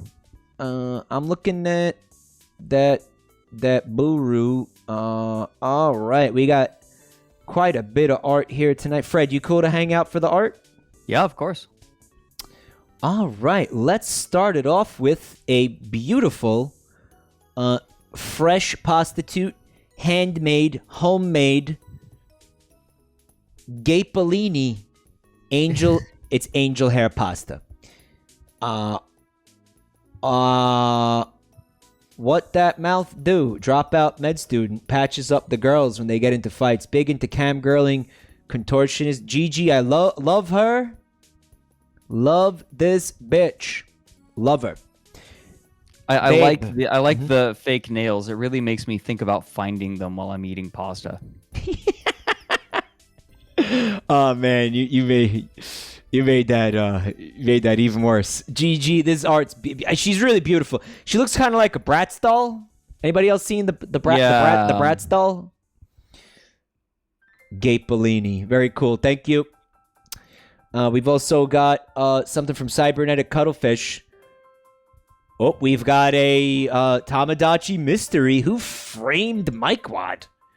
And there's looks like one of the prostitutes. What's her name? Flucili as fucking Jessica Rabbit, man. Is that what I'm looking at here, man? What is this, man?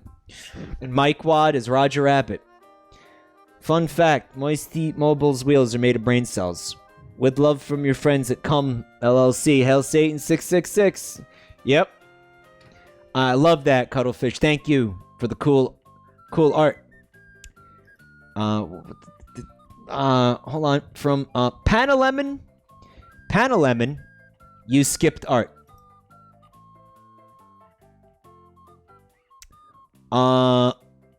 There is, in fact, one piece that actually looks like it got skipped last time. Oh, actually, I did. I skipped a number of pieces here. Okay, so I'm backtracking. Sorry, guys. This is from Mintellect. Remember, I told Mintellect that they needed to censor those nipples on that Flucieli drawing. Well, they did. With little Italian flags. How appropriate. She's from Napoli. See, that's funny because there's a place in Italy called Naples, or Napoli, and I changed it to Nipoli because she's a very nipply character, right? Big old nipples. So you see, the Italian city known as Napoli became Nipoli. So I was like, what would it be like? It would be like an adjective or a verb, Fred? An adjective, right? What? He's not answering. What is an adverb or adjective? The anglicization of Napoli is Naples. Anyway, the art is beautiful, Mintellect, and I love it. You may remember during the last Tamagotchi stream that Flucieli and Mike-Wad got a little bit intimate, and here's that happening, right? Thank you, Mintellect. A beautiful moment in time. There's also something from Panamoth here. It is... I think it's another corporate waifu. This time it's British Petroleum, BP Chen. She's beautiful. I love her, Panamoth. Thank you. She's very proud of the havoc that she's wrought on the environment. She's just fucking awful. She's got big old boobs. That's the important part, right? She got those big old mammary milkers. Big old milkers. They lactate fossil fuels. No bueno for the the ozone, right? Oil drum. She's got them oil drum milkers. Oily milkers. Booba Petroleum. Massive oil tankers. Panamoth, love her. Thank you for this, blessing us with yet another incredible anime waifu. Also, somehow I missed this. This is from somebody named Chili Pimp. Misbehavior in chat will get you the rat. This is a beautiful piece of art. Of course, Fred, do you know what this is referencing, bud? What is it referencing? A book you definitely read for school. You had to. They made you read it. It's one that this chat mentions way too often. So often, in fact, there's an emote. Oh. It's not Moby Dick. Gotcha. Understood. It's not Moby Dick. If Moby Dick had a rat, I don't remember the rat in Moby Dick. I forget what happens with a rat in 1984. They torture the main character with it. They like break him with it. Remember? They strap. They kind of like strap a rat to him and like make the rat like, I don't know, chew on his face or some shit. Thank Chili Pimp. This art rules. Thank you. And it serves as a warning for those who misbehave as well, which is always welcome. This one's from Panel Lemon again, and it's Jay Chan hanging out with Limes' new VTuber avatar. Her name is Lime Sue. She's adorable, and I think probably we'll get these two gals acquainted before too long. Lime. What did I say? Lime Zoo? I put an S in there for no reason. Her name's Lime Moo. She's beautiful and cute. And have all three on screen. You want to get Pen Gal in there too and make it real messy. Panel M and the art is beautiful. Thank you, bud. We've also got, boy, there's so much. From Pimp Master Stallion. This is the person who made that awesome Fred. That fucking incredible art of us as like the JoJo comic. Remember? I see it. I absolutely see it. Why are you so sweaty, chat? Why are you so sweaty? Why are you sweaty? Chat, seriously, why are you sweaty, chat? What is the context for this? Oh, I have no idea. I don't know. All I know is it makes sense because I want to know. I asked that a lot. You know, You the would- sweat frogs. Yeah. Yeah. It's the sweat You- frogs. Oh, okay. Right? She's asking about... I'm assuming she's asking about the sweat frogs. I imagine so. Those fucking sweat frogs. You know that came from you, right? You called them that first? Did I? Yeah, you were like, I oh, they're forgot. You were like, they're posting sweat frogs. I forgot that I even said that. I feel like I'm like Johnny Appleseed if like his bag had a hole in it. Like I don't even know the seeds that I'm planting, and It's one day They're saying it's a Vinny meme, but I swear to God, the first time I heard it, it came from Fred's mouth. it was Vin first. People are saying okay, and Sweat Frog isn't used outside here. Okay. You stole Vinny's memes, dude? Did I? Well, I Wow. mean, I've done it purposefully once or twice, but if I did it this time, it was an accident. Wow, I can't believe that Frank stole Vinny's memes. Oh my God. All right, whatever. I used them, and then you were like, "Hey, here's this extra fact about this meme. Did you know it's this old? Like you're a fucking museum curator for dumb shit." That's not me. It's the chat. The chat's the curator. Oh, I am a curator for dumb shit. It could be convergent evolution, Tita says. So like evolution arcs towards sweat frog is what you're saying? Like carcinization? There's a lot more art, guys. And I still have to get to the the subs, reading out the subs. This one's from Teeves, Teevesy. Right, so there's as was discussed, there's Pengal and Limu, and there's also J-Chan. And Pengal is saying something kind of weird. Kind of weird. Although it's a little bit less weird when you realize that there's a context to it. Yes. The context was a meme where basically me and Rev complimented each other's tits for like a full 8 minutes. So there's a little bit more context outside of just Pengal randomly saying this to this seems in character. Yeah. Also, Frankly, I can hear this in Rev's voice. a little lacking on the tits, but we'll let this one slide for now. All right. A little bit too much hair, but we could trim that. We could work on that. We could trim the pubes. We could work on that. We could work on that. Yeah. And then there's Jay Chan saying, "Welcome to the club, freak." Of course. And it's beautiful, Teeves. Thank you so much. We've got it's very cute. This one's from Follows Protector is not of Gem. What'd you say, bud? What follows is not so cute. No, it's a little less cute. Okay.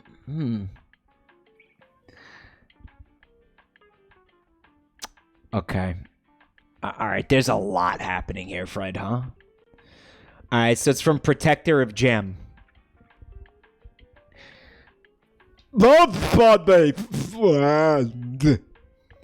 Hello, friend Michael. All right, so okay, it says that's Mike Wad, and what are we gonna call your thing, your friend, Fred friend,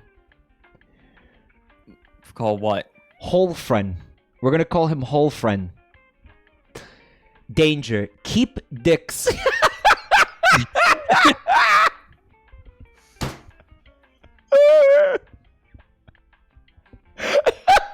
Mike, why is the bunny meat in fishnets? I don't know, man. Don't worry about it. Danger. Keep dicks and balls away from glass.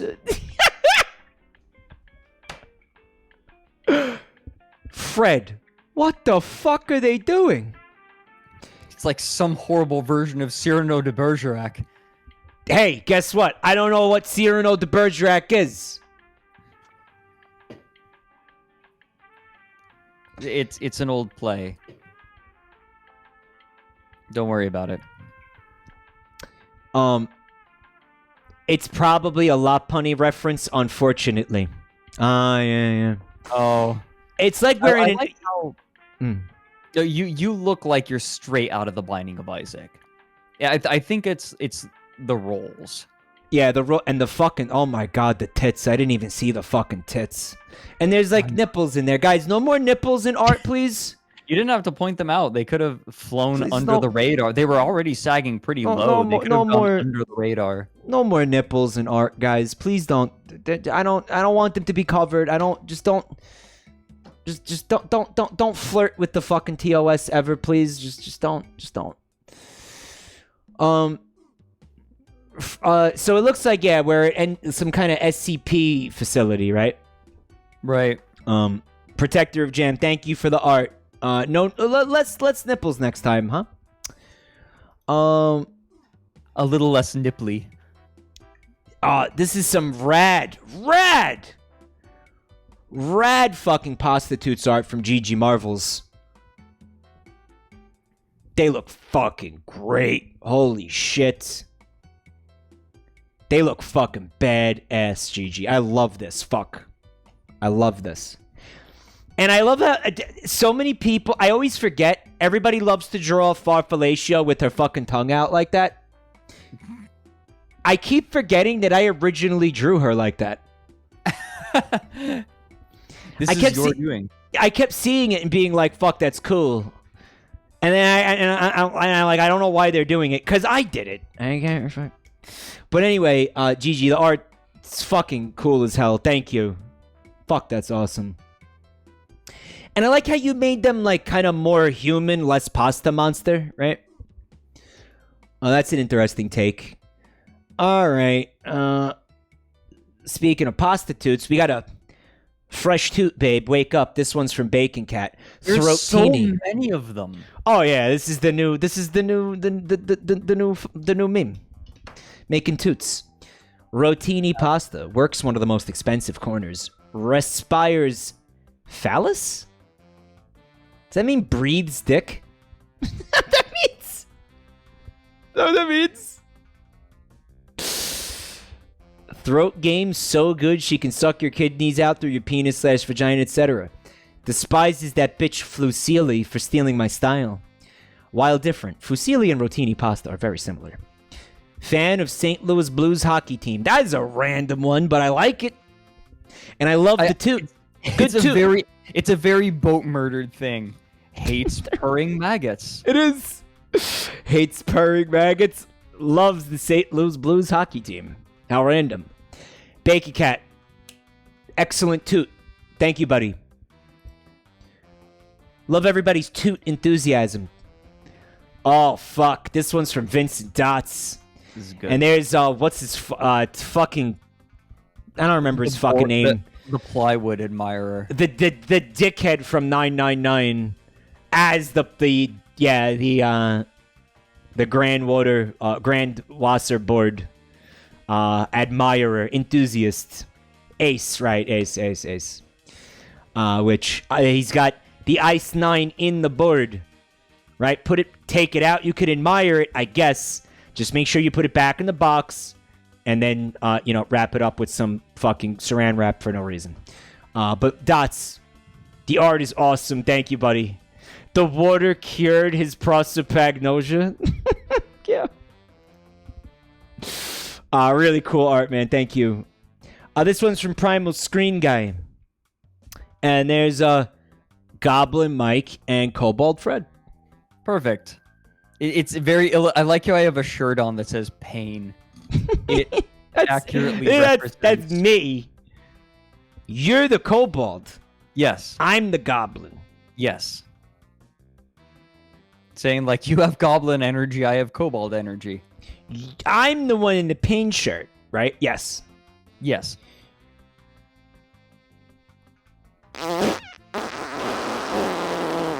It's because the we like the pain meme? Oh, right. Yeah, I still don't know what the fuck that's a reference to, but okay. Thank you, Screen Guy. It was in Vine Worlds, and apparently it's a reference to some kind of video.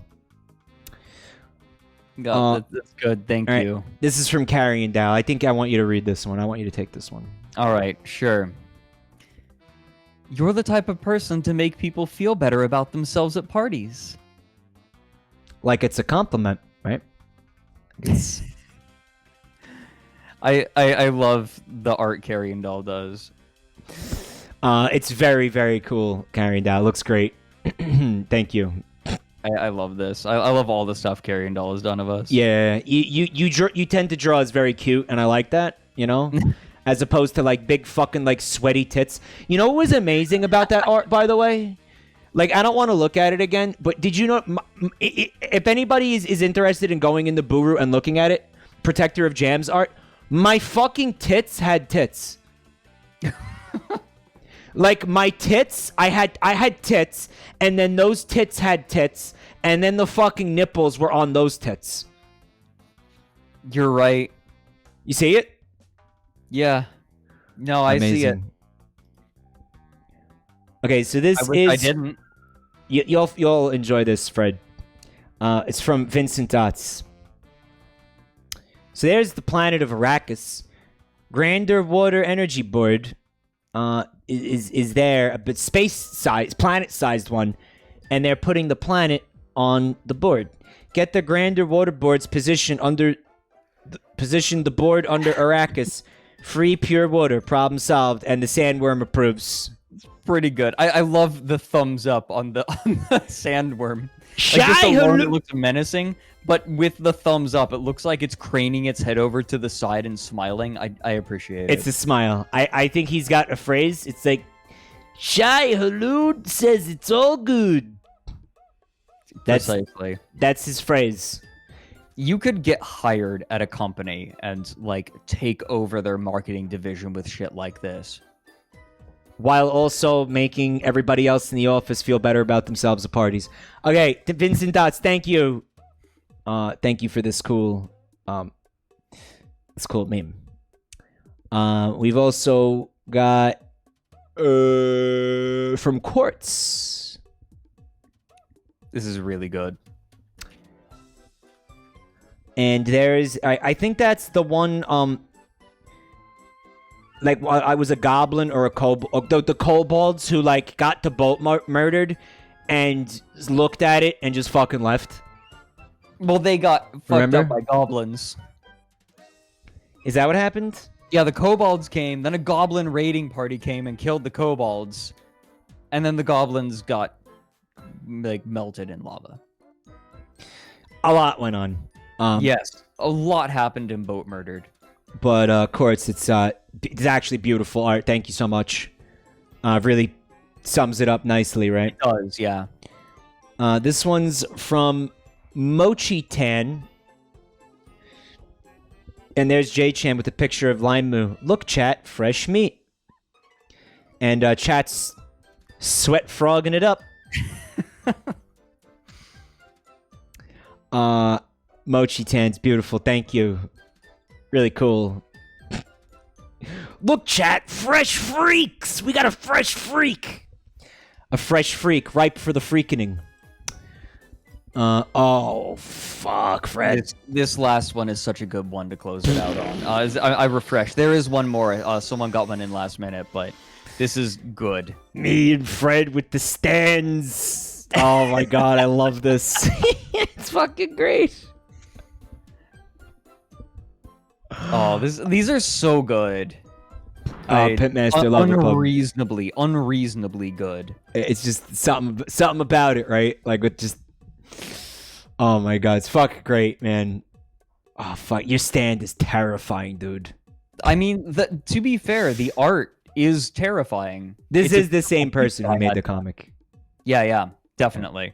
I believe. Or let me check. Because they said, yeah, I tried to get a comic started for this stream and ran out of time. Enjoy a quick Jabroni art. Oh, it's fucking great, man. Thank you so much, Pimp Master. This is so good. Hope you get to keep your job, Pimp. I just really love seeing interpretations of the owl. Yeah, right. So this is from Panama, and it's very similar to that other art. It's the kobold and the Yeah, it's good. The goblin. I didn't say it with the intention of sparking art, but as soon as I said it, I was like, we're going to have at least one. Oh yeah. I got two. love the little smile on Kobold Me's face. It's so good. It's really cute, Panamoth. I love him. I want to see him go on adventures now. I want a webcomic. Time to fund a webcomic. All right, so that's it for the art. Now you do not have to. You can duck if you want. You could duck out if you feel like it. But I'm gonna have to call out the names. I want to thank everybody who subbed tonight. Since again, I was not reading out subs all night long. I want to do that real quick. I'll hang out. It seems right. That's your call if you want. All right, so I could see the Limes raid. We got to go back before that. We got to go back before that. We got to go back before that. Okay. So, let me start with Taco Linio with 47 months. Beeve Nation with 29. Donicton with 6 months of support. Ego Angel with 37. Mintellect with a full year of support. Welcome to your new homes, freaks. Guys, thank you. Poobah with 7 months of support.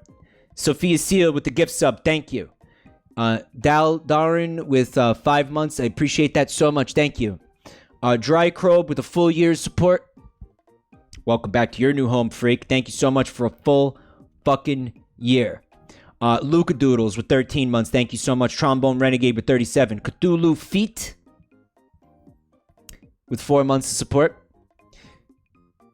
Just kidding. It's Cthulhu Fett, but their resub message was say the name right this time. Cthulhu Fett, thank you, bud, for 4 months. Main Dog with 10 months of support. Thank you so much for the 10 months, bud. We got Harloid with 9 months of support. Better be careful. Better look out for the hog with that number. The hog's coming. Thank you for 9 months. Peganzez with 3 months support. Thank you. Zaldo with 7. LAC0 with 3 months. Lux180 with 31 months. Fucking Cider. Sonic's Dumpy Ass with 8 months support. Thank you so much. Akara NSFW, thank you for 4 months support. Hypnotoad with 15. Welcome back to the family, guys. Thank you. World Tree Yggdrasil with the bits. Thank you. Lucky Southern with gift subs. Thank you. Hesher with 13 months of support. Heckling Moose with 3 months of support. Cow.